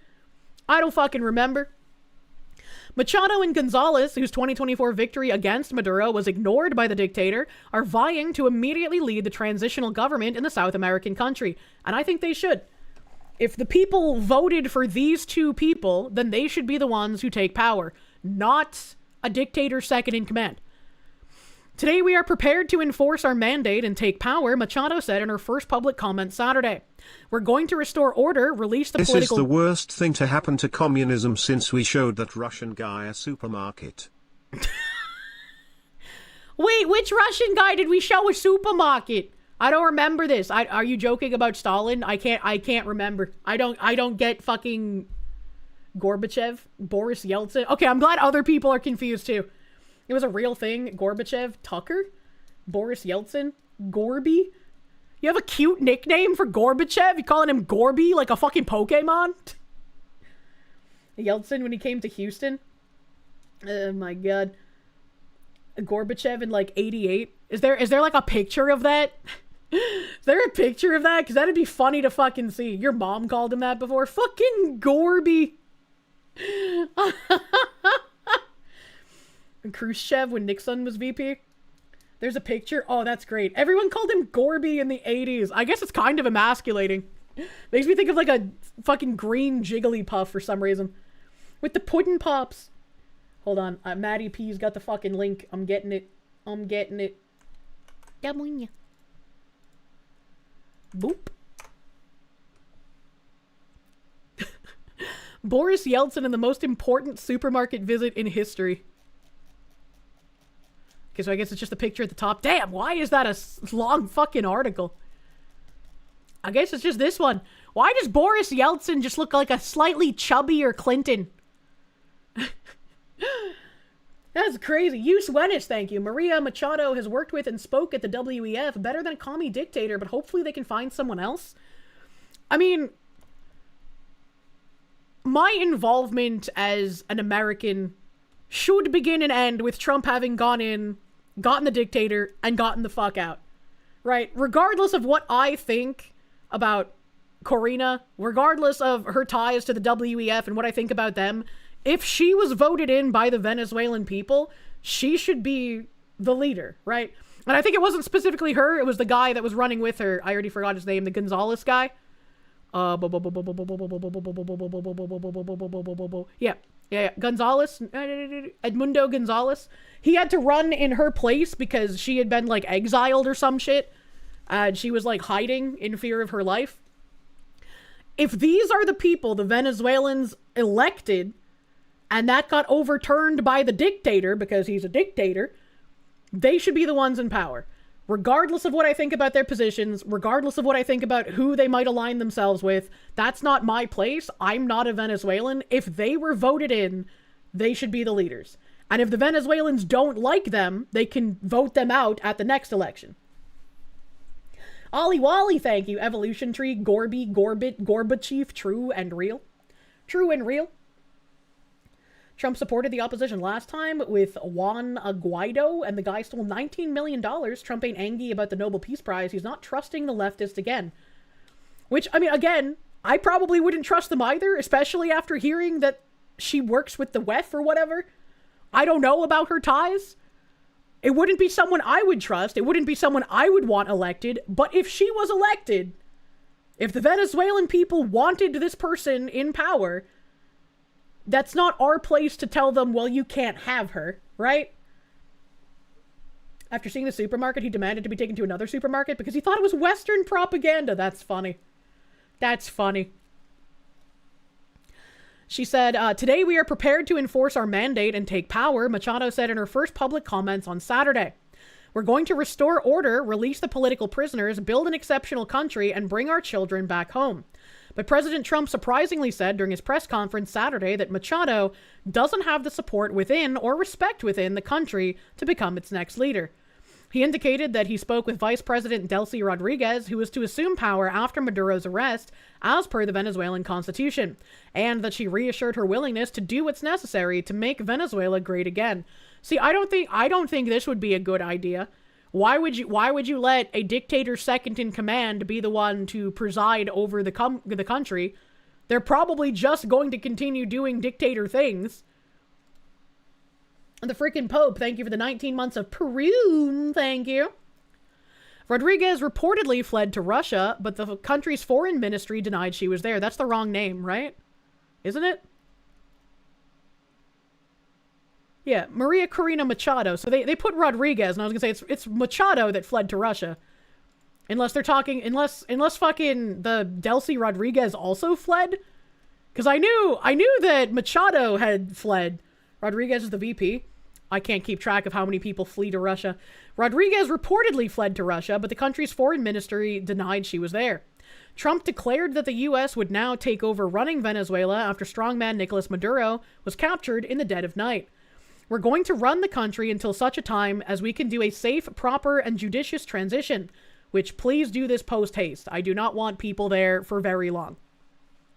Trump said at a press conference from his Mar-a-Lago resort as he provided new details on the stunning military operation. We're going to run it, essentially, through the transition, he said. Earlier in the day, the president said the U.S. guidance would be to prevent another dictator from taking over where he left. Experts, however, theorize that Machado and her movement are best poised for the takeover. I would agree. They are who the Venezuelan people elected. They should be the ones to take over. Machado never fled to Russia. Where did Machado flee to? Because Machado fled to somewhere because her life was in danger. One fled to Spain, the person elected. The other to Russia, call me second in command. Thank you, Icy Bard. Thank you, Icy Bard. Okay. Machado fled to Spain. Thank you for the correction, chat. Venezuelan here, you and many Venezuelans have always considered the opposition a controlled opposition, mainly because of more than a decade of blatant voting fraud, and every time things headed up, the opposition would call to stop and be peaceful when everyone knows peace would not take them out. That really sounds like our spineless do-nothing Republicans over here. Also, the real head of the cartels and the government, Diosdado Cabello, is still alive in Venezuela. Maduro was just a puppet. Well, hopefully we don't see that guy doing anything. And it's a good thing. I think it is a good thing for Trump to keep people there in order to do the transition to the next regime. We should completely pull out after that in the hopes that whoever's put in charge will not just be another puppet. Even if we only run the country long enough to ensure the elected person is properly installed that's still running the country. If we immediately left, I think, as that Allegon guy said, the head of the cartels guy is still there. I wouldn't trust anyone in the Communist Party as well to do anything in a transition. They would just continue where he left off. If we're going to remove a dictator, it makes sense to have people stay there for a short amount of time to do a regime transition. I don't want another dictator puppet. I don't want another cartel puppet. I don't want a US puppet. I think it's good to have people there to get the transition regime to who the Venezuelan people wanted, and then get the fuck out. Bears in chest, thank you. We don't need anyone that rose to prominence under Maduro's rule. They need to operate for a short time with freedom of speech and freedom of assembly before a leader can be selected. America's going to decide who's going to be in command? I hope not. We shouldn't have any say in who is going to be in command, as long as it's not another dictator, essentially. Maduro has always been a puppet anyways, for Chavez, for Castro, for the cartels. The U.S. will have to politically restructure Venezuela to get a new constitution to prevent this from happening again, in your opinion? Even if a constitution was restructured, that doesn't stop a dictator from just being like, I don't give a shit about your piece of paper. Daniel Sierra, thank you. God bless Foxy in the new year. We started the year strong with the Reds getting their balls cut. You pray for many more white pills to come. This will be the year of white pills, I am hoping. This will be the year of things actually happening. Please, no more spineless do-nothings, for the love of fuck. A written constitution is only as good as the people believe in it. Very fucking true. Very fucking true. They have the support of 70% of Venezuelans. Jorge Uraisati, I can't pronounce his name, president of the Economic Inclusion Group, told Fox News Digital they would lead this transition period. The U.S. previously recognized Gonzalez as the country's legitimate leader after he defeated Maduro by a more than 2-to-1 margin in the 2024 election. Gonzalez ran in place of Machado after she was banned from running by the Maduro-run High Court. That's what it was. Maduro ignored the election results and remained in power. I'm so shocked he did that. Machado celebrated Maduro's capture on Saturday. The time has come for popular sovereignty and national sovereignty to govern our country. We will restore order, free the political prisoners, build an exceptional country, and bring our children back home, Machado wrote in a statement. We have fought for years, we've given everything, and it has been worth it. What had to happen is happening. Machado, who won the 2025 Nobel Peace Prize for her political advocacy, thanked the U.S. for fulfilling its promise to uphold the law. The opposition leader has been a strong ally of President Trump's, most recently publicly lauding his recent seizure of a vessel transporting oil out of her home country as part of his plan to oust Maduro. She even dedicated her Nobel Peace Prize to Trump after being named the 2025 winner in October. Machado was picked for the award for her efforts to advance democracy in the face of ever-expanding authoritarianism in Venezuela, despite serious threats to her life. She has been in hiding since the summer of 2024 when Maduro claimed victory for his third term in the highly contested election. In the months before Maduro's arrest, Machado indicated that her movement was prepared to take territorial and administrative control of Venezuela. And I wouldn't doubt it, like that Venezuelan guy in chat said, that it's probably just controlled opposition, but not a dictator. And if this is who the Venezuelan people elected, they should be the transitional government, and then they can hold another election. And if these people aren't good enough, they can elect different people. You're just playing the BGM in your head. The issue is, do they actually have the support, or did the people just want anyone other than Maduro? For all we know, she's just another Scheinberg, the Mexican president. I mean, it's very possible, but again, it's not my country. I don't know. I don't know. They need a transitionary government, and it just makes sense that the people that were elected in 2024, who rightfully won, would be the ones in the transitionary government. That just makes sense. And then while that transitionary government is in place, they can have another election at some point soon, TM, in order to see if they want to keep those people in power, if they would like somebody else, right? The question is, what money did she have or use when she fled? I have no idea. Let's do Mexico or Colombia.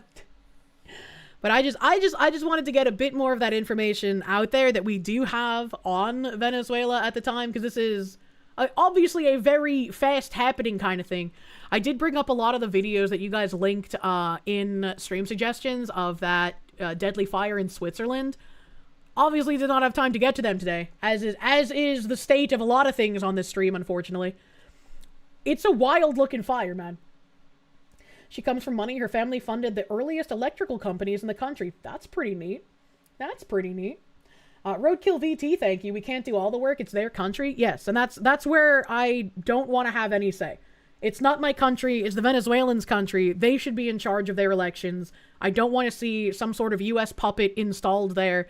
I don't want to have boots on the ground there.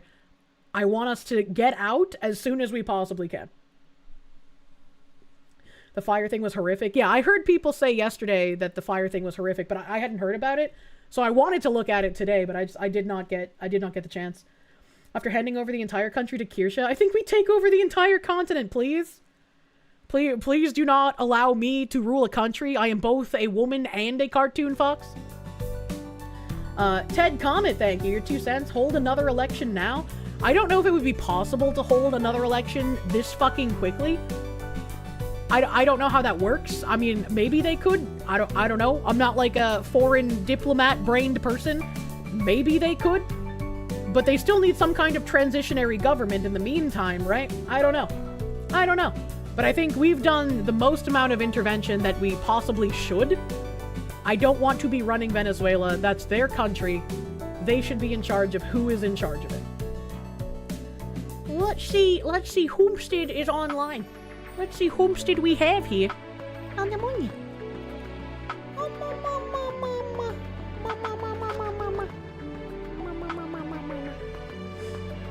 I think... Unfortunately, Asmund's not online. Where? I think I will hand over to cute girl doing cute thing on this Sunday evening. So as a reminder, don't talk politics in non-political streamers' chats. If you do bring up political things there, we will ban you here. Because you can act like a normal person for a few minutes, you know? Creamy Fox, hell yeah. Cute Henya doing cute things time. Looks like she's playing a indie horror game kind of thing. Amanda the Adventure. I don't know what that is, but it sounds like indie horror. It sounds like indie horror. Did my Twitch page freeze? What the fuck is happening? I can't click on shit. What the hell? What the hell? Exit page. Oh, it died. Reload. Hello? Alright, we're gonna raid into Henya. Don't bring up politics in your chat. You get banned here. We're serious. We're serious. Don't bring up politics in non-political streamers' chats. Go enjoy cute girl doing cute thing. I appreciate you guys. Thank you for hanging out on this Sunday evening. I will see you guys on Tuesday. Not looking forward to how busy my day is tomorrow. I'm gonna fucking die, dude. I hope you guys have a great rest of your night. Go simulate throwing commies out of helicopters in Minecraft. And I'll see you Tuesday. Bye bye. Bye bye.